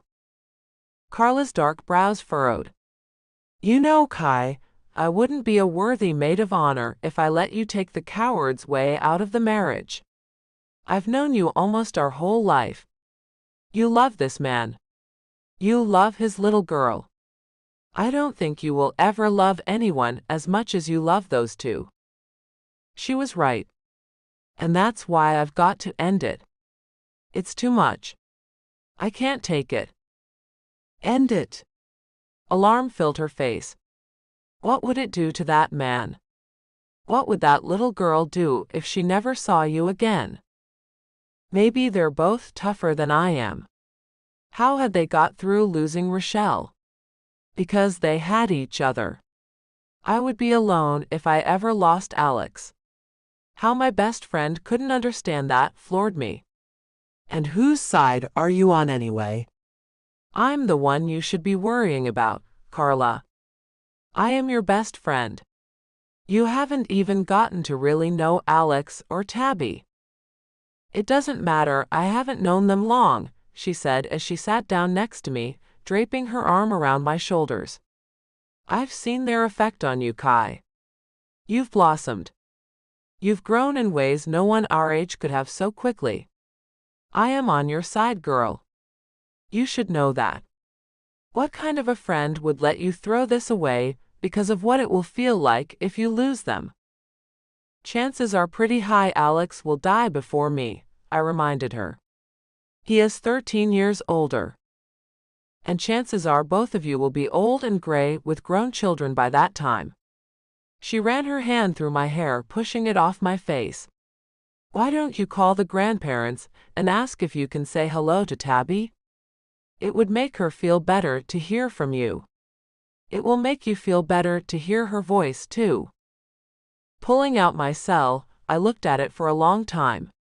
You might be right. Getting up, I went outside to make the call. The night air, crisp and clean, cleared my head as I swiped her grandparents' last name. Hello, Vanderhaven residents. Bartholomew speaking. How can I help you this evening? Bartholomew, this is Kai. I'd like to speak with Tabitha. I crossed my fingers he'd let me. It wouldn't surprise me if they'd already written Alex off and thought I didn't need to interact with their granddaughter. Tabby's voice in the background made my heart spring, and a smile took over.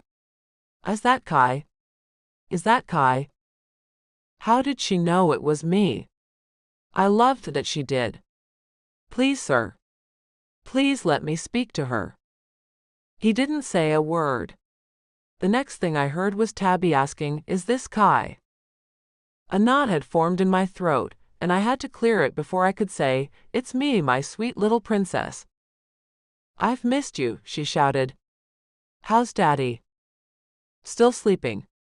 I didn't want her to know about the incident when they tried to wake him. It'll be a couple more days before he wakes up. Kai, can you come get me? She asked innocently. I want to see when Daddy wakes up. If I'm there, he'll get better fast. Let's see if we can do that, Tabby. Is one of your grandparents around? I squared my shoulders, ready for a fight. For Tabby's sake. She was right, her daddy would get better faster with us both by his side. I'm here with Barthy, she let me know. That pissed me off. The reason they took her was because they were upset I left her with Chloe when I came to the hospital that first day. I'll tell you what, Tabby. Stephen can drive me up there, and I will pick you up. You're coming home, sweetie. This being pushed around is over. That girl needs me to stand up and fight for what's right. After ending the call, I called Stephen to come get me. We were going to Spokane and coming back with Tabby. When I came back inside, Carla was looking at me with wide eyes. You look different. There's fire in your eyes. What's up? You're right. With great love comes great pain. But that's okay. It's the way it's meant to be. I walked over and drained the wine glass I'd only taken a sip of. I'm done being steamrolled by Tabby's grandparents. I've got this rock on my finger. I am Alex's fiancée, not just a girlfriend. No judge in the world would say I don't have the right to make sure his little girl is at his side when he wakes up. Whoa. Carla had been rendered speechless. Almost. I had no idea I could motivate anyone as quickly. You really have chosen the right maid of honor. I do select well, don't I? I tapped my temple. So why would I make the wrong choice with who I love? You haven't made wrong choices there. Carla got up to walk with me to the door as a knock came to it. It was the driver. I'll be here if you need me. Go get your little girl, Kai. Take her to her daddy and get your family in order. And that's just what I aim to do.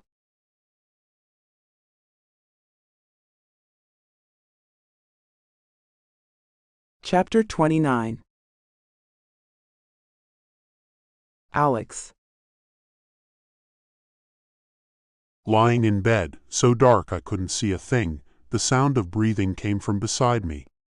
As my eyes adjusted to the darkness, I found myself back in my home in Spokane, Rochelle by my side. Her soft blonde hair splayed out over the white pillowcase her pretty head rested on. Rochelle. I reached out to touch her, then her body disappeared. Emptiness took her place, a vast hole that left me feeling sick and alone. Alex, came another soft voice. Come on, Alex, wake up. Kai. Looking at the empty spot on the bed, I knew I wasn't supposed to stay there any longer. My life wasn't over, not by a long shot. Bye, Alex, came Rochelle's voice. You're doing all the right things. Go live your life and love like you might never see tomorrow. I wish I would have lived my life that way. I did love you, Alex. Even though I rarely said the words. I know you did, I whispered. I loved you too. I didn't say the words a lot either. But I've learned from that. I let Tabby know I love her every day. I'll never stop. Alex, come on, babe. It's me, Kai. I love you. I want to see those beautiful blue eyes of yours. Open them up for us.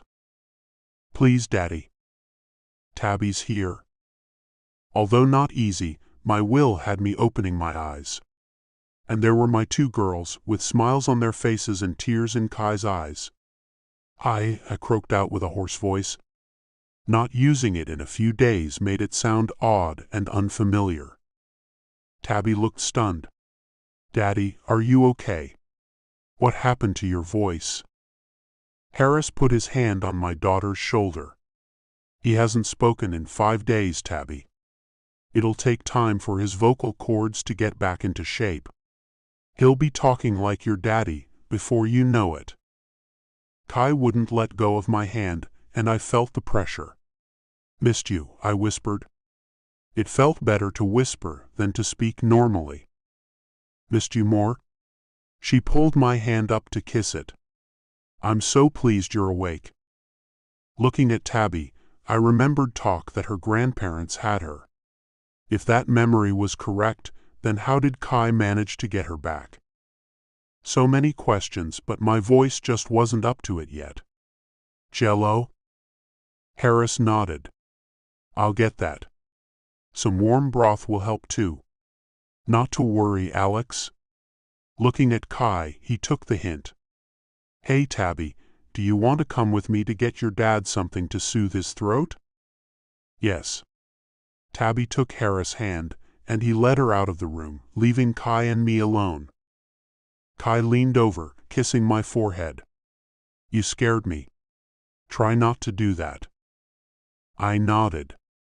Seeing her with my recovered senses made my heart swell. I'll try. You're so beautiful. I love you so much. Wiping her eyes with the back of her hand, she sniffled. This will be the last of the tears, Alex. Now that you're awake and on the road to recovery, I've made a vow to stop all the crying. You've made it through the hardest part, you'll make it home for certain. I remembered her saying she left our home. You heard that? She looked peculiar. You knew I left. I nodded. I'm glad you came back. That's your home, Kai. It didn't feel like it without you or Tabby in it. She gripped my hand. By the way, we never have to lose sleep about the Vanderhavens taking Tabby away if anything happens to you. I straightened them out. I couldn't believe it. You did what? She smiled. They took Tabby when they came to see you here.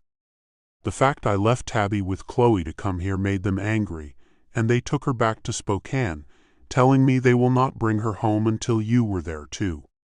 And they went so far as to say if you didn't come home, neither would she. I hated that Kai and Tabby had gone through that. I'll fix that. She shook her head. You don't have to. When I talked to Tabby on the phone, they were going about their lives as usual, and Tabby was with their butler. So Stephen took me there, and I got our kid. She called Tabby ours. I love you so much. I love you too. And I love Tabby too. I'm her mother. I don't care if we aren't officially married yet. I don't care if she's not yet legally adopted. She is mine. I love her with all of my heart. I'm her mother in almost every sense of the word. I wasn't about to leave her there. She needed to be with you as much as I did. I needed her too. Her voice is what made me open my eyes. Thank you. Kai had taken on the Vanderhavens and won. It wasn't that much of a fight. Kai ran her hand over my cheek. When I approached them with reasonable words that I wasn't just their granddaughter's babysitter, I was her mother in all the ways that mattered. And seeing the way Tabby clung to me, they knew I wasn't lying. They were finally convinced. You're amazing. At times, even I had a tough time standing up to them. Pulling her to me, I wrapped my arms around her. Thank you for coming into our lives. Thank you for being you, Kai. Stop it. She kissed my cheek before pulling herself out of my arms to wipe more tears out of her eyes. You're making me cry again. I'm breaking my vow. Looking at her, I made the right decision by asking her to marry me. No one could be more perfect for Tabby and me. Reaching out, I put my hand on her flat stomach. Have you checked to see if you're pregnant yet? She shook her head. Not without you, Alex. I wouldn't do that without you being there. My eyes went to the bathroom. Do it now. I'll have to buy a test. She looked at me with glistening eyes. I am a few days late. That might just be due to stress, though. It might. I nodded. But it might not. I wanted to know if she was pregnant. My patience wasn't functioning the way it normally did. Please get a test, then come back. I have to know one way or the other. I'll leave once they get back. She looked over her shoulder. What about Tabby? She's fine here with me. The nurses around can help out. Don't wait. Go now. What was wrong with me? But I couldn't stop thinking about the baby. With a kiss goodbye, Kai left and I watched her go, knowing our love would stand the test of time. Rochelle was gone. No one could ever bring her back. She hadn't really visited me. It was all in my injured brain. But it felt good to think so, and that she'd told me to love like there'd be no tomorrow. Maybe that was why I lacked patience. I didn't know if tomorrow would come, and wanted to experience everything as soon as I could. Harris and Tabby came back and Tabby asked, "Where's Kai?" I sent her on an errand, I told her. Harris pulled the table over to me, putting the jello on it. Do you think you can feed yourself? I moved my arm up to rest it on the table, but it took a lot. Man, this is difficult. Tabby hopped up on the bed and took the spoon. I'll feed you, Daddy. Don't worry. Tears were burning the backs of my eyes, and the sentiment wasn't lost on Harris either as he used his fingers to hold back tears that had sprung in his eyes. Oh hell. He shook his head. I'll leave you two alone. Push the button if you need anything. Open wide, Daddy, Tabby said as she scooped the green stuff out of the container. It's good for you. I took the bite, trying not to cry with each spoonful she gave me. But it wasn't easy. And when a tear slipped out, I saw the odd look in her eyes. Daddy's just happy to see you, Tabby. She shrugged. Oh, okay. I missed you so much.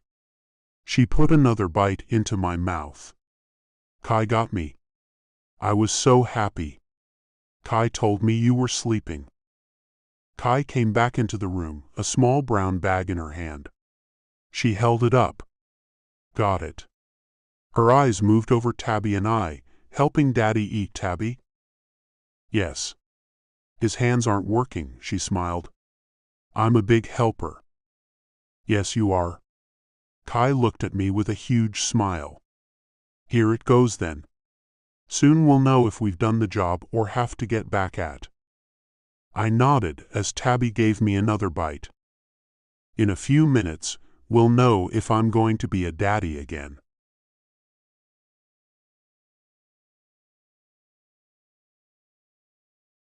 Chapter 30. Kai. The weather perfect, the sky a brilliant blue that shone above the tall pine trees, and the smell of roses made all my senses blissful as I stood with my father at the end of the green carpet leading me to my man. Alex looked handsome as he stood there, waiting for me. But first Tabby tossed red rose petals that matched the red roses on her shoes. Walking slowly, the way we'd practiced, Tabby didn't rush as she took the rose petals a handful at a time. When she got to her daddy, she handed my maid of honor, Carla, the little basket she carried. Here, Carla. Then she held her arms up for her father to pick her up. Here I am, Daddy. Our guests laughed quietly as Alex picked his daughter up. Are you ready for Kai to come join our family, Tabby? She nodded, and tears welled up behind my eyes as she said, I am ready. With a nod from Alex, the wedding march started playing through the speakers, and my father took me down the aisle as I tried not to cry out loud. Tears trickled down my cheeks as I went to join Alex's family. My father whispered, You're going to be very happy, Kai. He kissed my cheek through the veil that covered my face, and then let me go before taking his seat next to my mother. I know. I handed the bouquet of red roses to Carla, who smiled at me. Thank you.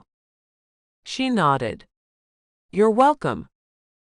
No one knew how I'd panicked when Alex was in the hospital. Carla kept that a secret. I didn't want Alex to learn how frightened I was, and that I even entertained the thought of not going through with the marriage. Turning to look at my family, I had to reach out for Alex's hand as my knees went weak. He took it, holding it and looking at me. Hey, I love you, Kai. Everything is going to be all right. I believe you. We turned to face the justice of the peace we hired to officiate the wedding. The rest was a blur of softly spoken words meant to let each other and everyone else know how committed we are to making this marriage work. When that was over and Alex was told he could kiss the bride, Tabby said, Me first. Her soft lips touched my cheek, then she whispered the sweetest words, I love you, Mommy. The tears couldn't be held back, and I let them flow as I kissed her cheek. I love you too, my baby girl. Alex put Tabby down, and Carla took her hand as Alex took me into his arms. His eyes held mine as he inched closer. I will always love you, Kai Arlen. I will always love you too, Dr. Arlen. Our lips touched and fire ripped through me. I'm Alex's wife. He picked me up and took me down the aisle as everyone cheered. It was magical. And when I saw Rebecca Vanderhaven dabbing away tears, I knew she approved, mouthing, Congratulations. I mouthed back, Thank you. The fact Tabby's grandparents had come to our wedding made us glad. We could all become family now. That's all I ever wanted, was for us to become a family who loved and cared about each other. Alex stopped as we got to the end of the green carpet and turned to face the crowd. Thank you all for coming. We're blessed to have so many people care about us. Adding Kai to my family is one of the best things I've ever done. And we've got news too. He nodded in Tabby's direction.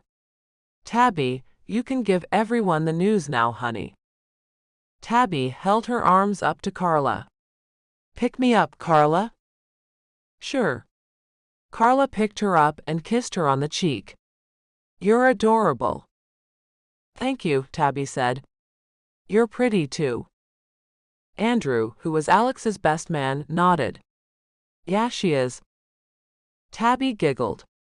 Uncle Andrew likes you. I laughed, then called out, the big news, Tabby. Come on, people are waiting and your dad can't hold me like this for much longer. Can too, Alex said, then lifted me even higher. See? No problem at all. Be careful, Daddy. Tabby shouted. Okay, the big news. Everyone got quiet. All eyes were on Tabby as she said, We're having a baby. More cheers rang out, and Alex kissed me once more. We're going to be a great family, Kai. I promise. And I believe him. The end.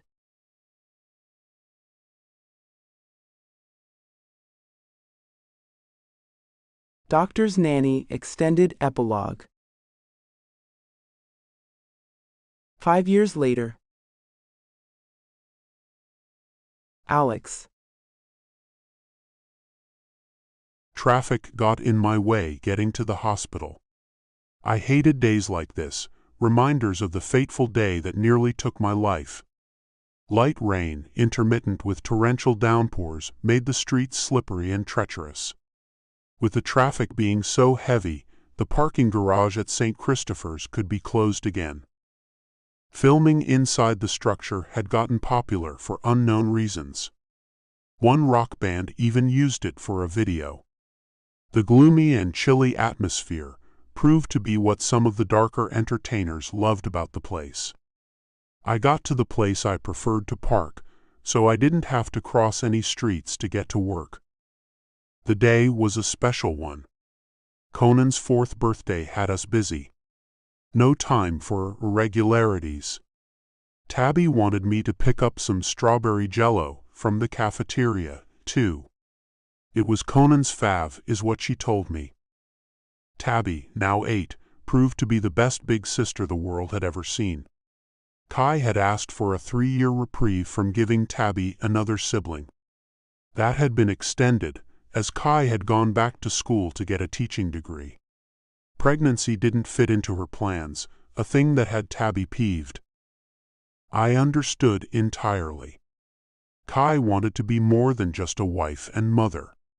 She wanted a career to inspire her. Staying home and watching after the kids just wasn't enough. And I was okay with having a daughter and son. Conan was the spitting image of me. I finally had a doppelganger, and couldn't have been happier. He was my best bud and I hoped he'd always be. Although only 8, Tabby was getting pretty headstrong. She and Kai had disagreements when it came to things like bedtimes and putting things away. Kai had asked the maids not to clean up the kids' rooms every day. They could clean up and do the linens, but other than that, it was up to the children to keep their rooms clean. She said it would make them appreciate things more if they did some chores. Tabby argued that she'd always be rich and have staff to take care of any home she lived in. And she wasn't wrong. But she should know how to clean up after herself. I played referee between the two. Tabby noticed I always took Kai's side on things. That had put a small rift between us. She thought I should take her side once in a while. Only that Tabby was never on the right side of a disagreement. The Vanderhaven in my daughter was starting to show a lot more. I never counted on that. Kai had been her mother for a lot longer than Rochelle. I thought Kai would rub off on Tabby and round out those blunt edges. I was wrong. As I pulled up to the entrance of the garage, a man was standing outside of the roped-off opening. He waved me on by, and I sighed heavily, knowing I'd have to park on the street once again. Running my hand over the scar on the back of my head, I intensely recalled the accident, the sound of an engine revving, the yellow flash that came toward me, the face of the actor who breathed life back into me. Pulling up to a stop, parking by the curb 3 streets over, I held the steering wheel tightly. No matter how much therapy I had, the PTSD from the accident proved tough to control. My palms began to sweat. My breathing became irregular. My head began to pound, as if I'd been struck all over again. It's not real. Closing my eyes, I couldn't stop the progression of events that occurred. The blackness surrounded my mind, taking me down and back to that time. Then my cell rang, and I opened my eyes, making the memory fade away. Looking at the screen, I saw it was Kai. "Thank God you called, baby." "Happy I could make your day," Kai quipped. "And why are you thanking God?" I was spiraling. "It's raining." I took a deep breath, trying to stop my heart from pounding so hard it hurt. "The parking garage is closed again. Steven should have taken you, Alex." Kai didn't understand when I didn't get the driver to take me to work on days like this. Once again I tried to make her see why. "Kai, I don't want to depend on anyone." "Well, that's just silly, Alex," her usual reply when I said such things. "He's your driver, honey. It's his job to get you where you need. It doesn't mean you're dependent on him." But if I let him drive me around, I'd probably stop driving altogether. I didn't want to lose my independence, and that would happen if I gave in to my fears. "I don't expect you to understand, Kai." With a huff, she went on, "I'm calling to remind you to pick up the stuff from the cafeteria. Conan is bothering me about the Jell-O. Why does it have to be the Jell-O from the hospital cafeteria? Can't Rudy make him some?" I explained. "Last year, Kai, when Conan had to get his tonsils taken out. He liked it from there." Silence met my ears, then she said, "Oh yeah. I forgot about that. I was quite busy with school." More silence came, then she added, "I've been busy these last couple of years. Maybe too busy."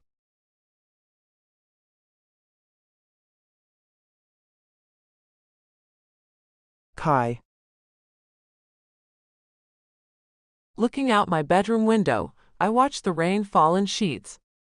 Gray, dreary skies all day long, at least that's what the weather forecaster said on the morning news. Conan's birthday would be the only bright thing that day. Running down the hallway, I heard the sounds of our children's feet as Tabby shouted, "You better give that back, Coco." "No," came his quick reply. "Catch me first, Tay-Tay." I didn't like the nicknames the kids had given each other. "Can we use proper names?" I headed to prevent them from tearing the house down. Getting ahead of the rogues, I stopped them, making Conan whine, "Aw, Mom. We're just playing." Tabby grabbed the hairbrush out of her little brother's hand. "Got it." Wagging her finger in his face, she reprimanded him, "You're not supposed to take things that aren't yours, Coco. What if I came to your room and took your toy train?" Better not. Conan shouted, then looked at me. Mom, she better not. "Grandpa gave me that. Stop taking her things if you don't want her to take yours." I put my arm around Tabby's shoulders as she nodded in agreement. It felt good to be on her side for a change. We butted our heads more than we were ever on the same side with most subjects. "Thanks, Mom," Tabby said with a smile. She waved her hairbrush through the air. "And this is special to me, Coco. It was my mother's." The hairbrush Tabby used since I'd known her was her mother's? "Tabby, why haven't you ever told me that before?" Shrugging, she looked up at me. "I guess because I didn't think about it until Coco brought up why the train is special to him." Conan looked at the floor. "Tay-Tay, I'm sorry. I was just teasing you. I won't take it again." Our son cared a lot about his sister, and it made him sad any time he thought how she lost her biological mother. I ran my hand over his dark hair. "How about we don't take each other's things, huh?" He nodded. "I'm excited and want my party. I'm bored too. Can't we do something before the party starts?" And when's Dad coming home with my jello? I just got off the phone with him. He's not even at the hospital yet to get it. I had no idea how long Alex would be that day. It's too rainy to go out today. Maybe we can do something here. How about we head to the home theater and see what we can find to watch? The new Jungle Book movie is out now. Tabby clapped and hopped up and down, making her blonde curls bounce around her shoulders. Mowgli. Yeah, I want to see that one. Conan had no idea what she was talking about. What's a Mowgli? A boy who was raised by wolves, I told him as we headed down the stairs. His ice blue eyes went wide. How did wolves raise a boy? You'll see. I took his hand and Tabby's as we went to our theater. I was too busy to do much with the kids in the last couple of years. My sights had been set on getting a teaching job, but now I might want to wait. I made a promise to Tabby I'd give her a baby sister. Time had gotten away from me. But now the memory had come up, and I couldn't shake the thoughts. As we sat side by side, me between the kids, I looked at them both. One looked like her mother, the other like his father. No one looked like me. Alex got a great deal of joy out of seeing his look-alike son each day. Maybe I'd been missing out. Maybe the time had come to stop missing out.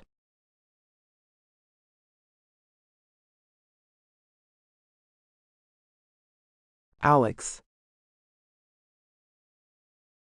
After a tense day at work, I got home to find the guests were already there. Coming into the kitchen, I gave Rudy the bowl of Jell-O. Here's Conan's treat. I had to wait an extra 30 minutes for this stuff. I could make it myself and pass it off as the stuff from the hospital, but Kai said he'd know. Rudy laughed. He can be so tenacious. Yes, he can. I went to the fridge and pulled out a cold beer. Today was a rough one. I'm really not in the party mood. Then don't go into the sunroom where the guests are, Rudy warned. It's a madhouse. Those blow-up jumping houses are making those kids crazy. I bet. I needed a hot shower and to finish that beer and maybe a few more before all that. I'm going upstairs. Tell Kai where I am but no one else. Will do. Rudy got back to work as I left the kitchen. Meandering to the stairs, once I'd gotten into the main living area, the noise was audible. The sunroom was just a little ways away. If I could hear it from there, it was raucous inside. Even though it was Conan's party, I wasn't up for it yet.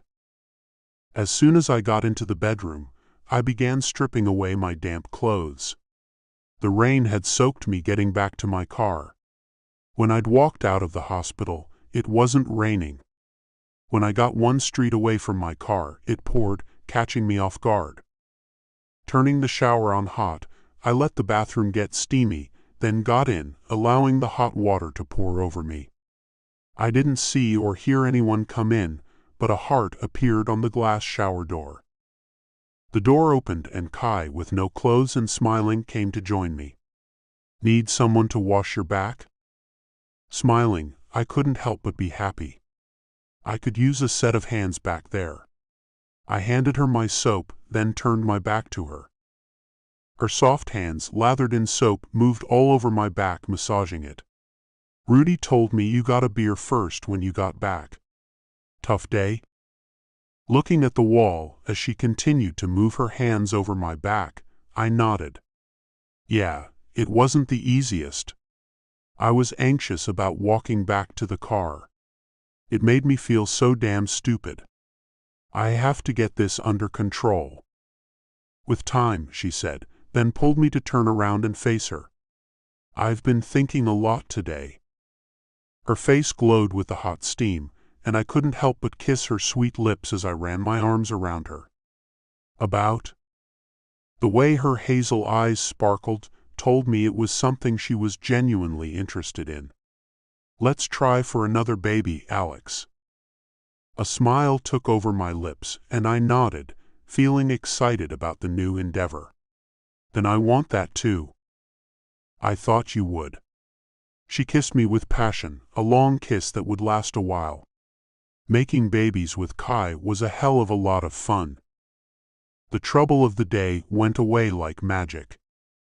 I picked her up, she wrapped her legs around me. Pulling her mouth off mine, we looked into each other's eyes. I'm glad you're on board with this so quickly. I want to have your baby, Alex. She smiled. And this time, try to make it a girl. I'll try my best. I told her but couldn't do it. What the hell, Alex? I thought you wanted to have another baby. When tears filled her eyes, I knew I made a mistake.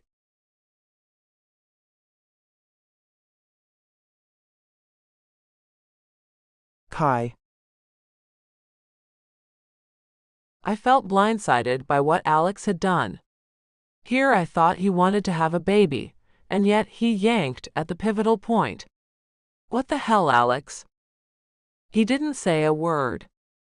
There was enough to impregnate me 3 times over. And he wasted it. Why? He was just playing with me about wanting to have another baby. I couldn't help it. The tears started falling without me understanding them. He let my legs go, and they fell on the bed as his lips pressed against my face, kissing the tears away. No, baby. Don't cry. I wrapped my arms around him, holding him to me. Why'd you do that? Pulling himself up, he looked at me with a grin. When you said to try to make it a girl, I remembered something I'd talked about with a fertility doctor at the hospital. We met in the cafeteria. I don't understand. I sniffled and wiped my eyes with my hands. Why would a doctor tell you to pull out instead of putting that liquid gold where it would do the most good? You said you want a girl this time. He wasn't communicating effectively and tried to start over. Okay, listen. He told me that it is most often the first seed produces boys. Most girls are produced by following that one. So you get that first one out of the way, then we go at it again. The second, third, even fourth and fifth times are more likely to produce females. Staring at him with a blank expression, I felt my mouth hanging open. And you didn't want to say something about that before you went and finished. Where was the time, babe? He shrugged. I was about to blow. The words didn't have time to form before it all came out. Pointing to my belly, I asked, well, can we clean this up before we go at it again? Getting up, he went to get a towel, chuckling as he walked away. Sorry about making you feel bad. I didn't mean to. Why haven't you talked to me about that before? Alex came back, running the towel over my belly. Man, I can't wait to see you all round and adorable. I took his face between my hands to make him look at me. So, why didn't you tell me about this before, Alex? You've been interested in other things, he said, and he was right. I had been interested in a degree. I sighed. Have I really been that involved that you thought I didn't want to hear about having future kids? I actually thought you might never want to have another baby, he said. And I've been fine with that. But now that you want another baby, I'm excited. So what is your plan now? I'll put off the teaching job until our new baby is in school. I went into deep thought. I'm missing out on the kids. I didn't even know Tabby has been using the same brush all these years, because it once belonged to her mother. Maybe she and I have been butting heads so much because I'm just not as involved with her as I should be. Maybe, Alex smiled. You're a great mother. You always have been. There's nothing wrong with wanting to do more than just being that. I think you could take a teaching job too, Kai. You just have to learn how to juggle family and work better is all. Looking at him with drooping eyes, I asked, how do you do it, Alex? How do you have this thriving career and manage to fit all of us into your busy days? Making family the first priority is the key to that, Kai. He ran his hand through my hair. When you think of family first and foremost, work finds its place. You want to be a teacher, right? I really do. But I want to be a mom, too. And right now, I don't know how to be both. Couldn't you take a job at a kindergarten where Conan will be going? He asked. But then I'd have to leave this baby with a sitter. My eyes glazed over. I don't want another person raising my kid. Then stay home. It's up to you, baby. Whatever you want is fine with me. My chest rose and fell as our lips parted and his eyes held mine as I said, right now, I want this baby more than anything else. Right now, I want to be only a wife and a mother. And that will be fine with you. Nodding, he kissed me again. You can be whatever you want to be, Kai. I'll always have your back.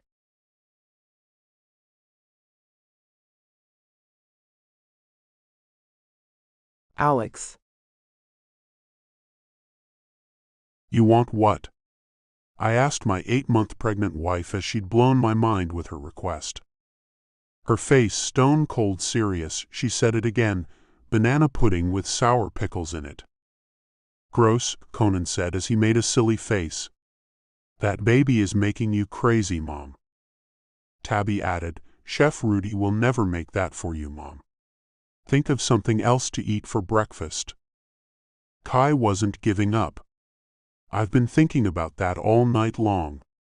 If I could have waddled my way to the kitchen last night, I would have made it myself. But you wouldn't wake up when I tapped you, Alex. I heard her mumbling about wanting to eat something and ignored her. I'm sorry, baby. Kai had gained too much weight with the pregnancy, and it was mostly because of those cravings. Tabby pulled out Kai's chair at the breakfast table. Here, Mom. Take a load off. Kai blew a lock of hair out of her face as she sat down. Thanks, Tab. If your little sister doesn't come soon, I'm going to turn into a beached whale. Yeah, you've gotten pretty big, Mom, Tabby said, making Kai's face fall. Way bigger than when you had Coco in your tummy. Tabby, I snapped. Mom's a little sensitive about her size, honey.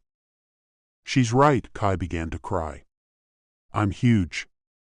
Tabby knew she said the wrong thing. Mom, I'm sorry. You're big right now, but once Sabrina comes, you'll go back to normal size. I promise. Kai used a linen napkin to wipe her tears and blew her nose as I looked at Conan. Can you go grab your mother another napkin? Sure, Dad. He ran off to the bathroom. Tabby's eyes met mine, and I could see how sorry she was to have said anything to set Kai off. I'll be right back. She headed to the kitchen. Kai looked at me as she gathered herself. I'm sorry. My hormones are out of whack. God knows I'm as big as a house. Anything anyone says about me being large shouldn't get to me. You're still gorgeous, Kai. I leaned over to kiss her chubby cheek. You say that since you're the daddy of this little ballerina, dancing all night and day in my belly. She ran her hand over her round tummy. I can't wait for her to come on out of there.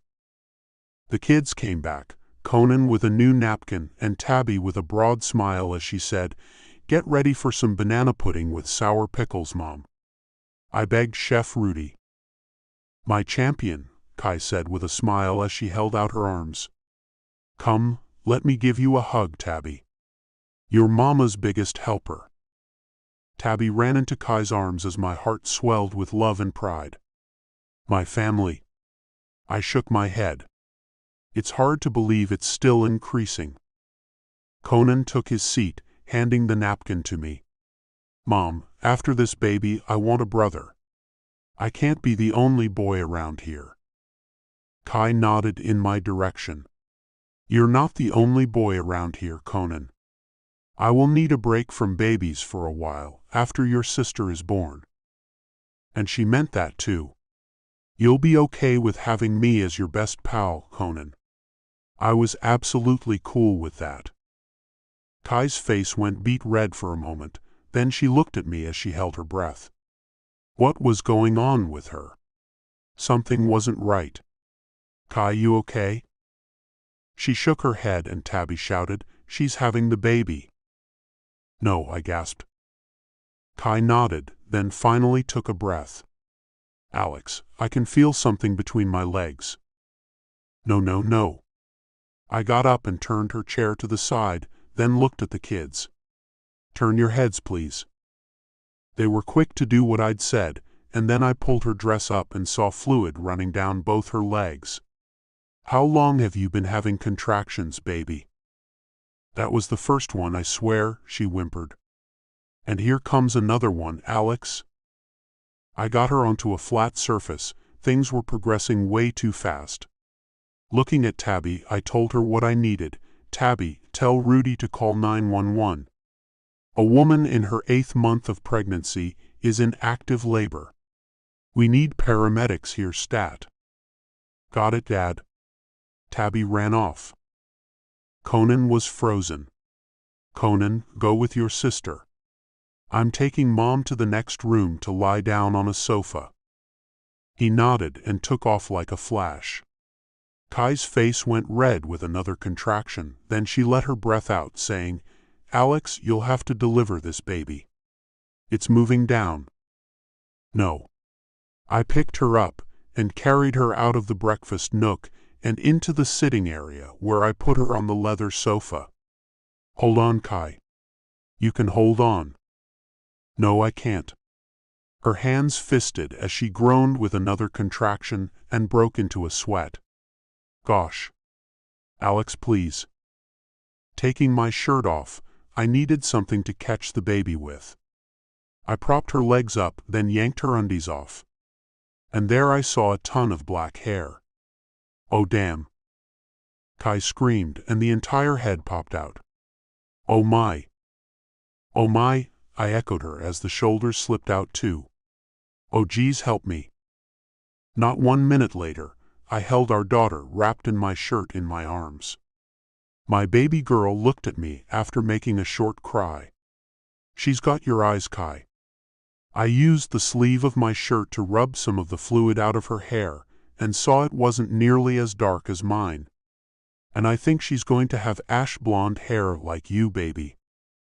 Kai sighed and closed her eyes. Seems like our happily ever after just keeps on going, babe. Now give me that baby and find something to cover me up with before everyone in the house sees me like this. The end.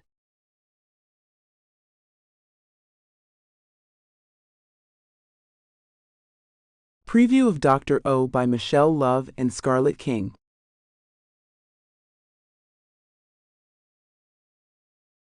Chapter 1. Aaron. It's almost midnight by the time I drive my motorcycle out of Ravenwood Hospital's sprawling parking lot. It's a foggy night, turning the road into a tunnel and the surrounding forest into something ghostly and surreal. It's the perfect weather for Halloween. I love Halloween. I've been a horror movie buff since I was 10. I grew up on a ranch 20 miles from town in Wyoming, so the 31st of October meant a special dinner, pumpkin lanterns, and a lengthy horror movie marathon instead of trick-or-treating. I love those nights. I'm dead tired, and I don't mind that I won't be home in time for any Halloween parties. Behind my visor, my eyes are bleary from checking and rechecking dozens of forms. It was back paperwork night in the cardiology wing, and as the youngest director in Ravenwood's 100-year history, I didn't have any excuse to leave early. I had 2 assistants helping me out, Becky, a veteran of the department, and Kate, who was less experienced but a harder worker.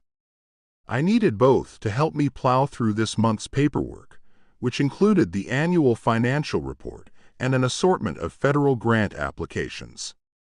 Now each and every last scrap of paper has been filed, recycled, or followed up on, and I'm fleeing back to my mansion before more comes in. My head stings, my back aches, and I'm dehydrated. I know that enough fluids, a good meal, and a visit to my home gym and jacuzzi will fix everything. Meanwhile, though, I have to get home down a winding coastal road with wet streets and swirling wind to deal with. Good thing I'm steady under pressure. At least the rain has let up. The wet branches drip on me as I drive out onto the main road, humming Metallica's Enter Sandman under my breath. Ravenwood sits in the wooded hills just outside Marin County, in one of the most beautiful regions in California. The air is clean here, there's plenty of rain and open land, and the sea goes on forever outside the Golden Gate. The area is at its best in high summer, with warm, slightly misty nights full of stars. In fall, however, I find it perfect, but some of my coworkers find it creepy as hell. Especially since we have to cross a gorge on our way off hospital grounds, and the spooky-looking bridge we have to use is always dark, falling under the shadow of towering trees with no lights to guide the way. At night, you have to use your high beams and pray there are no surprises waiting for you. I'm trying to sort out what movies to watch as I approach the stretch of road that leads to the bridge. The road is just wide enough that I can see the moon through the break in the trees, sailing ahead of me high and silver, with a pattern that always reminds me of watermarks. John Carpenter. I muse aloud. Classic horror is always good. The problem is, I already did a John Carpenter marathon a few months ago. Though I love his creepy stuff, I need a palate cleanser. I mutter. I have a bad habit of talking to myself when alone. Tales from the Crypt. Something from the MST3K collection. Nah, too campy. I frown as I go around a turn. I can see the faint shape of the bridge looming half a mile up the road. J-horror. The Japanese have their own very distinct style of horror, and some of the best people in the business these days come from there. I've been working my way through the Ring series, which, except for the crackfest of the second movie, has managed to be both poignant and terrifying. I haven't seen the prequel about Sadako, Ringu Zero, and I decided to put it on first when I got home. There's nothing like a Japanese ghost story. Figures in white with streaming black hair, transformed from demure wives, mothers, and daughters to betrayed, rage-filled entities whose power seems bottomless. The fact that these horrible monsters are often played by fetchingly pretty actresses only adds another layer of creepiness to it all. I nod to myself, satisfied. That's one movie down to watch while I have my steak and beer. The household staff will be gone for the night except for my security team, but I'm sure I can sort out reheating my dinner. Too bad I have no date to share movie night with. Being a department head in my mid-30s tends to eat up all my free time. And a relationship requires a lot more than a quick date during my few spare hours on weekends. At least now, with the backlog of paperwork, phone calls, and meetings eliminated, I can think about going out to a bar or something this coming weekend. It's been a while since I even danced with a woman, let alone took one to my bed. I miss it in that bone-deep way that leads to dirty dreams and the occasional reckless decision. I'm almost at the bridge. My Harley's headlights splash across the weathered wood, and I peer ahead, catching sight of something emerging out of the fog. What the hell is that? I mutter. There is something white, standing in a misty patch of moonlight about halfway across the bridge. It's human-sized, if smaller than me, though almost everyone is. It has either black hair or a black shawl hanging over its shoulders, and it's dressed in flowing white, either a robe or a coat. For a moment, my tired brain goes, oh damn, and I'm certain that either this is a nightmare or reality just took a hard left. But a split second later, I get hold of myself and let out a laugh as I slow down. Oh man, no way. I'm not looking at a Japanese ghost. I'm looking at a young, living woman who just really looks the part. I slow down enough to have a better look and to give her a compliment on her costume. Not a catcall. That's not my style. But she did just scare the crap out of me. Mission accomplished as far as dressing like Sadako. As I slow the bike down, she squints up at me, holding up one slim, pale hand to shade her eyes. She's not Japanese, though her petite build and straight, silky black hair make me think she could be mixed. Her wide, deep brown eyes catch my attention then, and I find myself falling into them before I can stop myself. I manage as I stop and turn the headlight away from her, just enough to keep the glare out of her face. Hi. Nice costume. Costume. She looks down at herself, and I get a better look at her as I wonder if she's a bit high. She's actually wrapped in a lab coat that is about 5 sizes too big for her, making it float around her dramatically in the wind. Beneath it, I catch sight of an overlarge pale sweater and the silvery drape of a velvet skirt. It's all too big for her, but she's so waif-like that it almost looks like a deliberate fashion choice. If not, as I thought before, a costume. I'm sorry. Are you okay? I ask suddenly. I've seen people with this shocked, sad look on their faces before, usually when I'm talking to the family of someone we lost on the table. It doesn't happen too often, but that haunted expression sticks with you. So I notice it right away.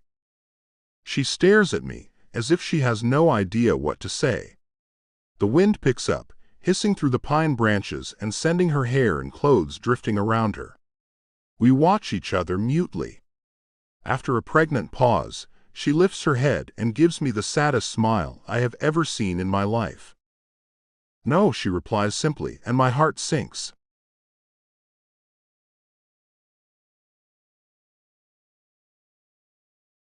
Chapter 2.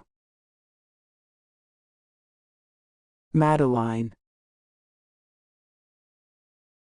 The sky is so enormous now that I am free. I have been indoors for so long that I feel dizzy as I stare up at the slowly disintegrating clouds, as if I will be overwhelmed if I don't look away. And it's not just the sky, the whole world outside the asylum is vast. I managed to avoid swallowing some of my meds before bed check, spitting them out and flushing them instead. It's been a good 2 hours since then, just enough time to slip out and steal clothes from the nurses' lockers and hike this far down the road. The problem is, the pills still partially dissolved in my mouth before I could get rid of them, so I'm lightheaded as I turn to the man on the motorcycle. I didn't expect anyone to be out driving this late in the middle of nowhere. The fact that he came from the direction of the hospital makes me a little nervous. But Ravenwood is huge. The campus has 3 separate complexes on it, including the mental hospital. It's possible that he doesn't even work in the same building. I try to remind myself of that fact as he dismounts from the bike and pulls off his helmet. When I see his face, everything else leaves my mind for a few moments. I don't know anything about men or attraction. I haven't had the opportunity to do anything but admire boys from afar. But suddenly my stomach flutters, I feel a warm flush in my cheeks, and the dark thoughts that have been swirling through my head part like clouds before the moon. His hair is a sort of tawny brown color, like a lion's mane, shot with gold threads that reflect the glow from the motorcycle headlights and sparks. It stands up from a high forehead, mussed by his helmet. The lean tanned face beneath is prickled with blonde stubble along his jawline. His mouth is generous and well-shaped, and his narrow green eyes stare into mine like he's looking right through me. He's also huge, I realize, as he dismounts his motorcycle and stands up straight.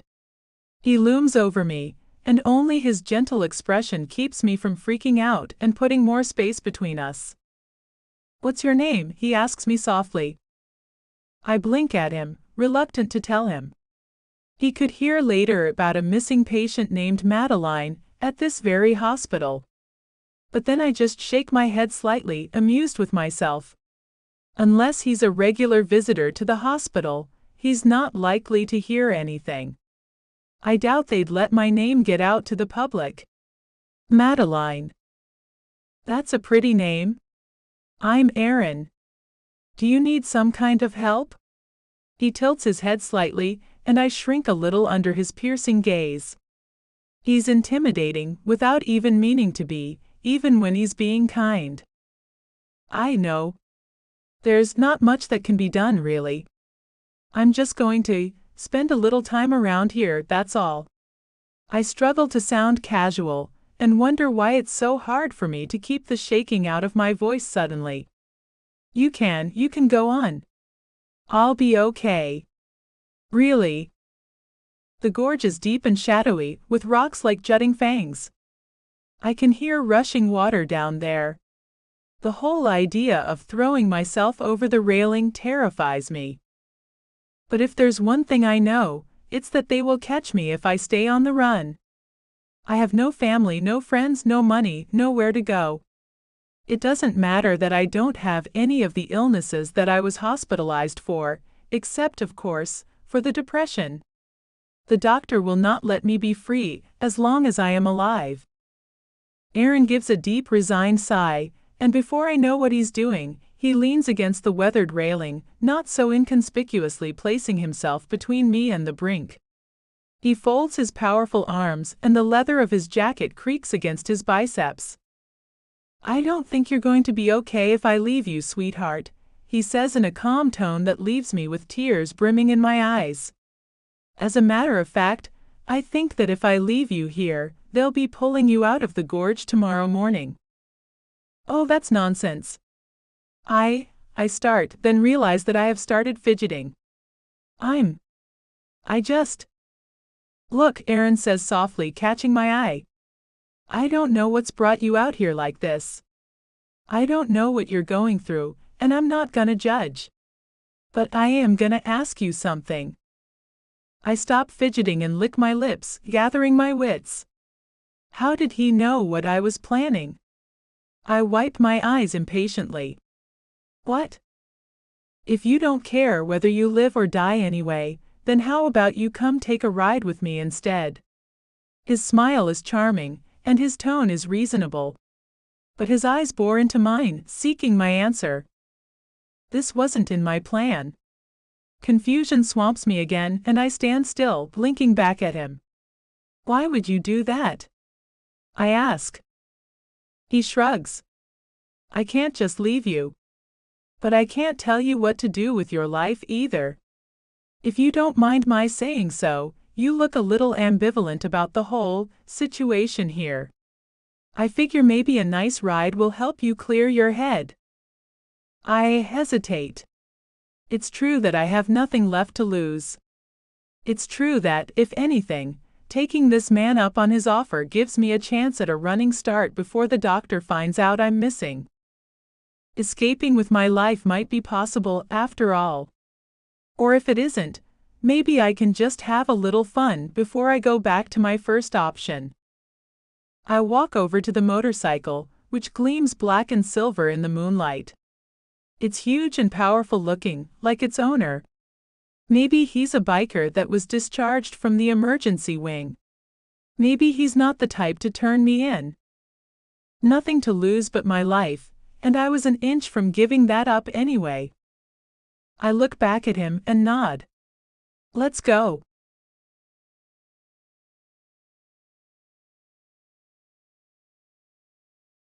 Chapter 3. Aaron. I've never ridden a motorcycle, she confesses, and I smile and pull my spare helmet from my saddlebag. I'm so relieved that she agreed to my plan to keep her from killing herself that it feels like a weight has been lifted off my chest. I came up with it by the seat of my pants. But I became a doctor for a reason, to save lives. I wasn't about to just leave her there. Here. I'll get on and you climb on after me. I'll show you where to put your feet. I look her over. Do you have anything to put your hair up with? She didn't, so I took a strip of gauze from my saddlebag's emergency kit and tied her hair in a low ponytail. Here you go. Mom and Dad have never understood why I would leave their land in Wyoming, which expands every year and is full of every possible luxury or bit of wilderness that a man could possibly need. But I wanted to make my own mark. It wasn't enough for me to simply inherit Father's pharmaceutical company or the ranch built by its wealth and coast on his achievements. So med school it was. And then my specialty, and then my residency. I started climbing the ladder at Ravenwood in my late 20s when most people my age were still finishing grad school.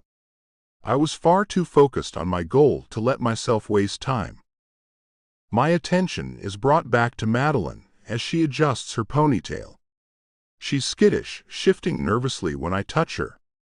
I don't feel too bad about that. I don't know what hell she has been through, but as long as she isn't jumping off a bridge, I figure she's better off for my intervention. I just know I can't expect her to treat me like a hero because of it. I help her get the helmet on, wrap her in my leather jacket, and get on the bike. After a few moments of hesitation, she gets on behind me. I feel her arms slip around my chest under my arms and feel an unexpected jolt of pleasure. Damn. This woman is distraught enough to be contemplating suicide. I can't even think about my attraction to her until she's stable. I absolutely have to make certain that she's okay first. First, do no harm, I think as I rev the engine. Okay. Hold on to me firmly, and if you get scared, let me know. She buries the front of her helmet in my back as we take off down the road. Her arms squeeze me tight, she's already scared. But she doesn't stiffen up, and she doesn't tell me to stop, so I keep going. There's a possibility that she's playing me, and will jump off the damn bike as soon as we get up to speed. I don't know what I'll do if she does that, besides get an ambulance here as fast as I can. In a way, we're both forced to have faith in each other. As we leave the bridge behind and drive off into the dark, I can feel her relax just a little and continue to do so bit by bit as we get closer to the coastal highway. We can't talk, and besides monitoring her and the road, I'm pretty much left to my thoughts. I was made head of Ravenwood Hospital's cardiology department early last year, after the old head, Dr. Emile Blanchley, retired abruptly after breaking the nose of the head of the psychiatric wing. I can't say that I blame him one bit for landing that punch. Dr. Westridge is a jerk. But rules are rules, and while some members of the board chuckled about it, Blanchley was told to retire immediately if he wished to keep his pension. I've been scrambling to clean up after him ever since, going through years of neglected paperwork that has demanded many late nights. Blanchley might have been an incredible doctor, but a pencil pusher he was not. I've been forced to plow through it in chunks while struggling to keep up with current papers. All this administrative crap frustrates me most because it does nothing to directly serve patients. I know it's pretty unusual for a department head to have a hero complex, but I have helped save lives since taking the position. It's just been indirect, not hands-on. But I do everything that I possibly can. Everything from getting a kid from a poor family, a transplant, to keeping the department on the cutting edge of modern cardiology medicine. I go after it all with everything I have. I'm not an ex-army tough guy like my dad, but I still fight, for my patients and for my department, even if I have to fund the battles with my own money. This mess with Madeline is just another day at the office in that respect. I'm trying to save a life. But the question is, how best to do so? If she's suicidal, by law, I'm supposed to turn around and hand her right over to the psychiatric wing for a 48-hour hold. If I don't and she kills herself, I'm liable. But if I do, she'll end up in the hands of the worst department head on the entire Ravenwood staff. Dr. Westridge isn't just a bad doctor, he's a bad administrator. All kinds of rumors fly around this place about the psychiatric wing. Unacceptably high suicide levels. Unexplained deaths. Complaints of mistreatment. He and I have clashed on a variety of subjects, including his insistence on keeping certain mentally ill cardiac patients in restraints, even when it endangers them. He loves illicit substances, often keeping his patients on levels of sedatives that sometimes endanger them as well. And he loves petty power plays, even among his equals, making him nearly impossible to work with. The rest of us on staff keep hearing reports of complaints and lawsuits filed against Westridge, and wonder when he will finally run out of money for settlements. As far as I am concerned, he doesn't belong anywhere near a patient, ever. But so far, luck, money, and a talented lawyer have protected him from any serious consequences. I can't send Madeline to him. I know too well what will happen if I do.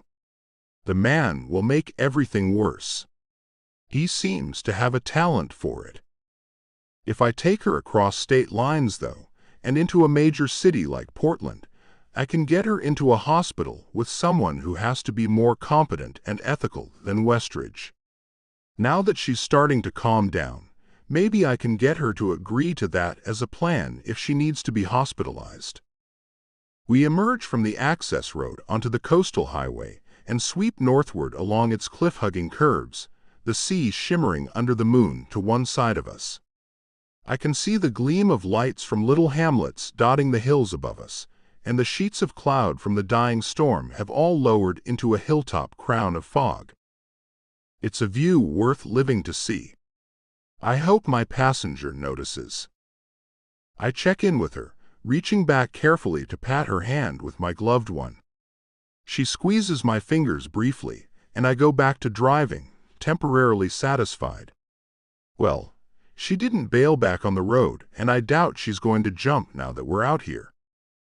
On we drive, past several cliffside houses and a rest stop, until finally I slow down to take a break at a turnoff that leads up the hill to my home.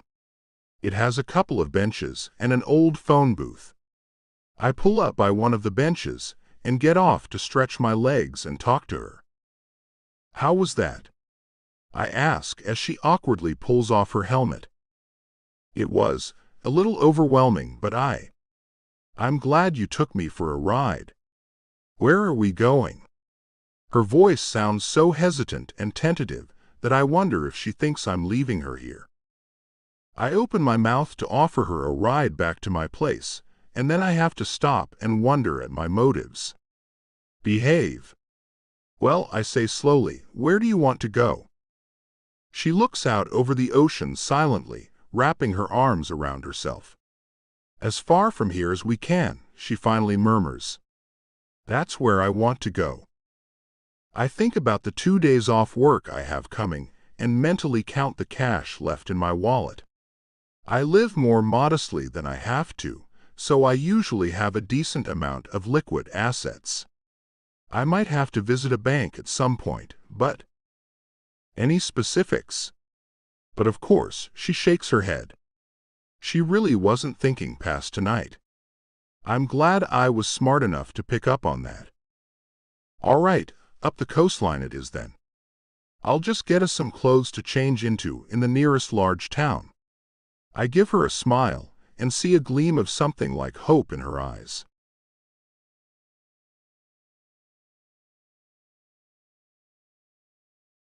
Chapter 4. Madeline. I freeze up when he asks me where I want to go. Up until half an hour ago, I didn't want to be anywhere. But now, staring out over the silver sea and the wild night stretching above it, I start to think once again about an escape that doesn't involve dying. If I can get across state lines, I can ditch this hot but potentially over-curious guy and take off.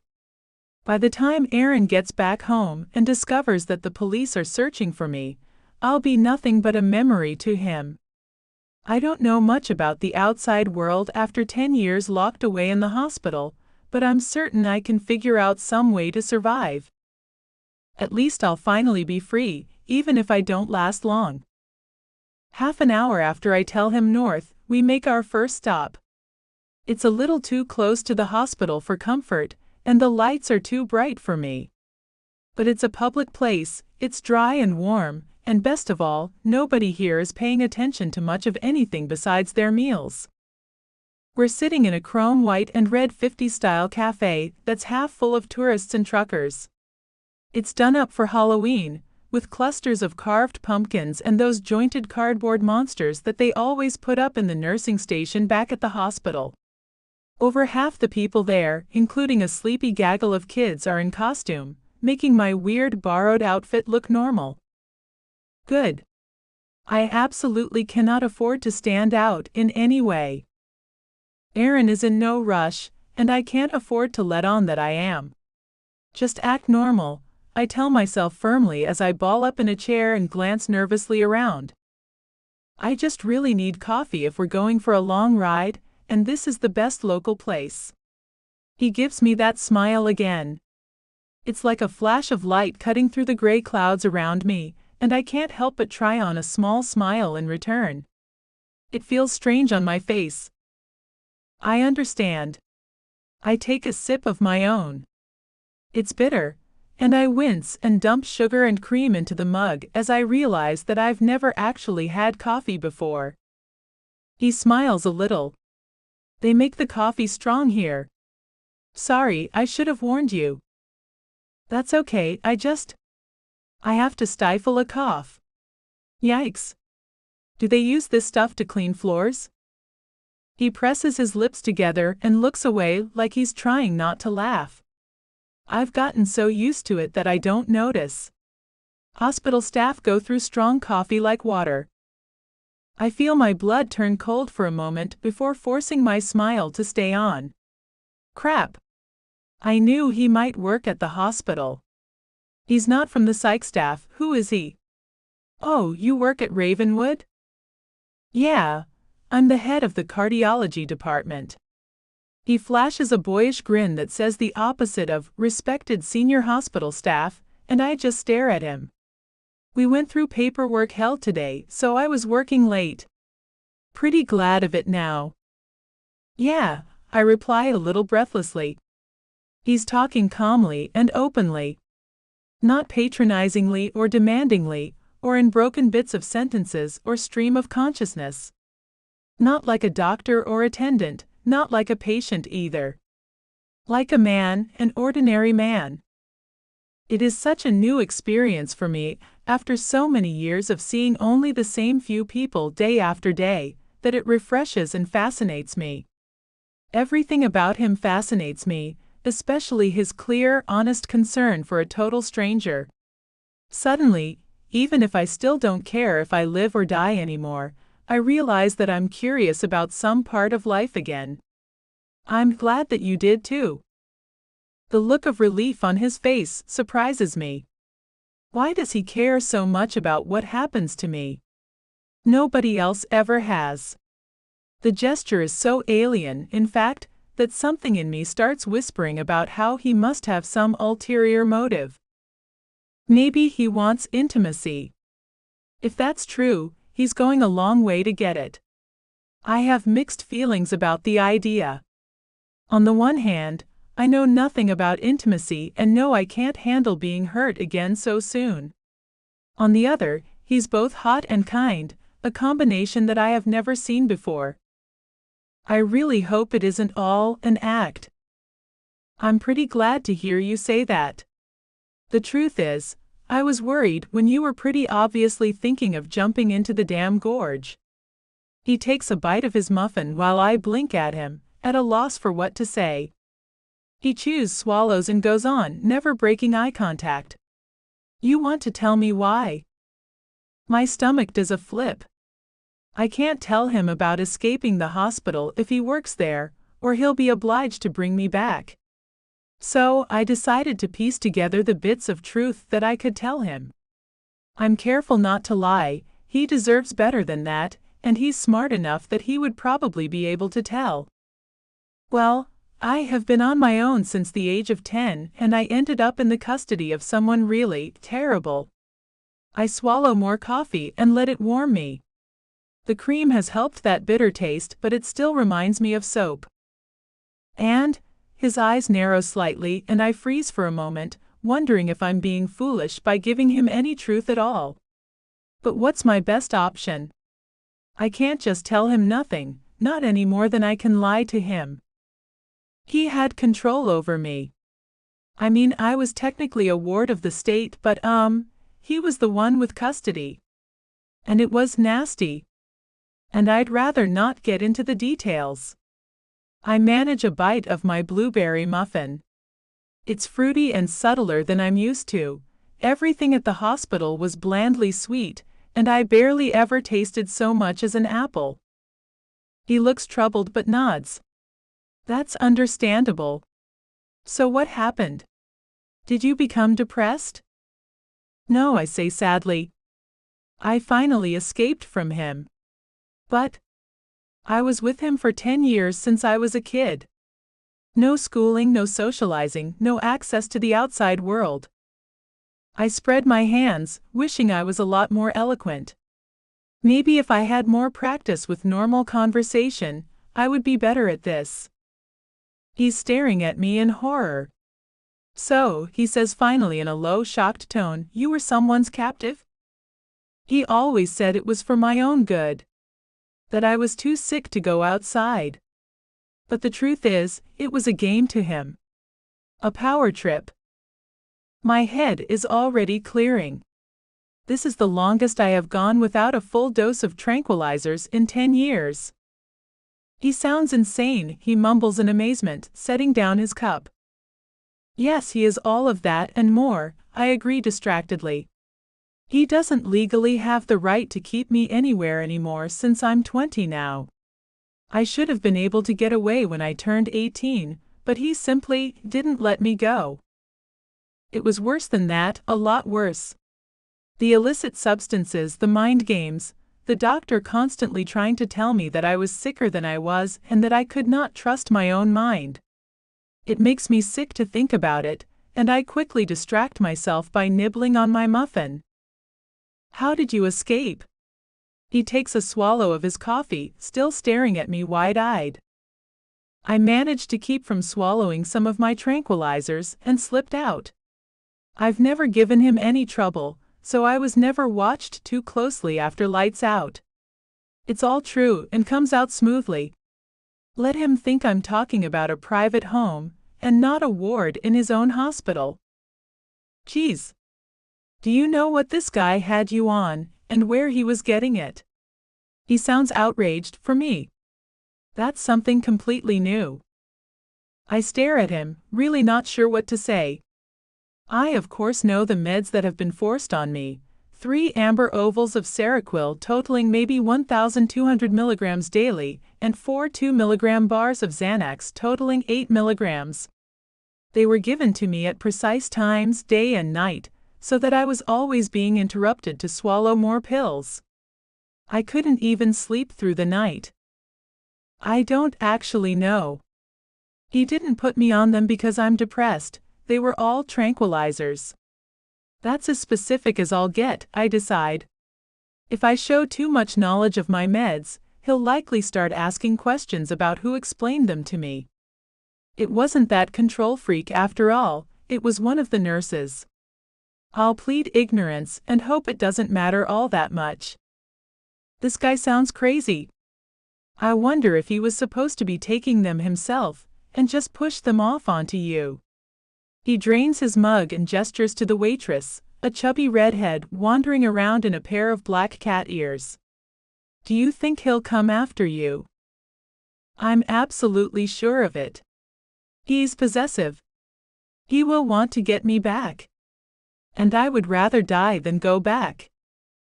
It's the truth, and it's all the truth I can manage. So you're not suicidally depressed, he starts, and I cut him off more sharply than I intended. No. He always told me I was crazy, so I wouldn't have any confidence in myself, but it's crap. I was depressed because of my circumstances, and I wanted to kill myself because I thought it was the only way out. You came by and offered me an alternative. I took it. I stare him firmly in the eyes, clinging tight to my one scrap of pride. He rakes a hand back through his spiky bronze hair and sighs. That's both a relief and a problem, because if even half of what you are saying is true, then you have bigger issues than just recovering from depression. I know, I reply softly, picking at my muffin, then look up at him again. That's why I need you to get me as far away from here as possible. If you really want to help me, that is what I need. Those intense green eyes hold me captive. I have no idea what he thinks of me right now. I only pray that he believes me and sympathizes. Then slowly he nods. Well, for what it's worth, I believe you. I'll make arrangements for some accommodations in Southern Oregon.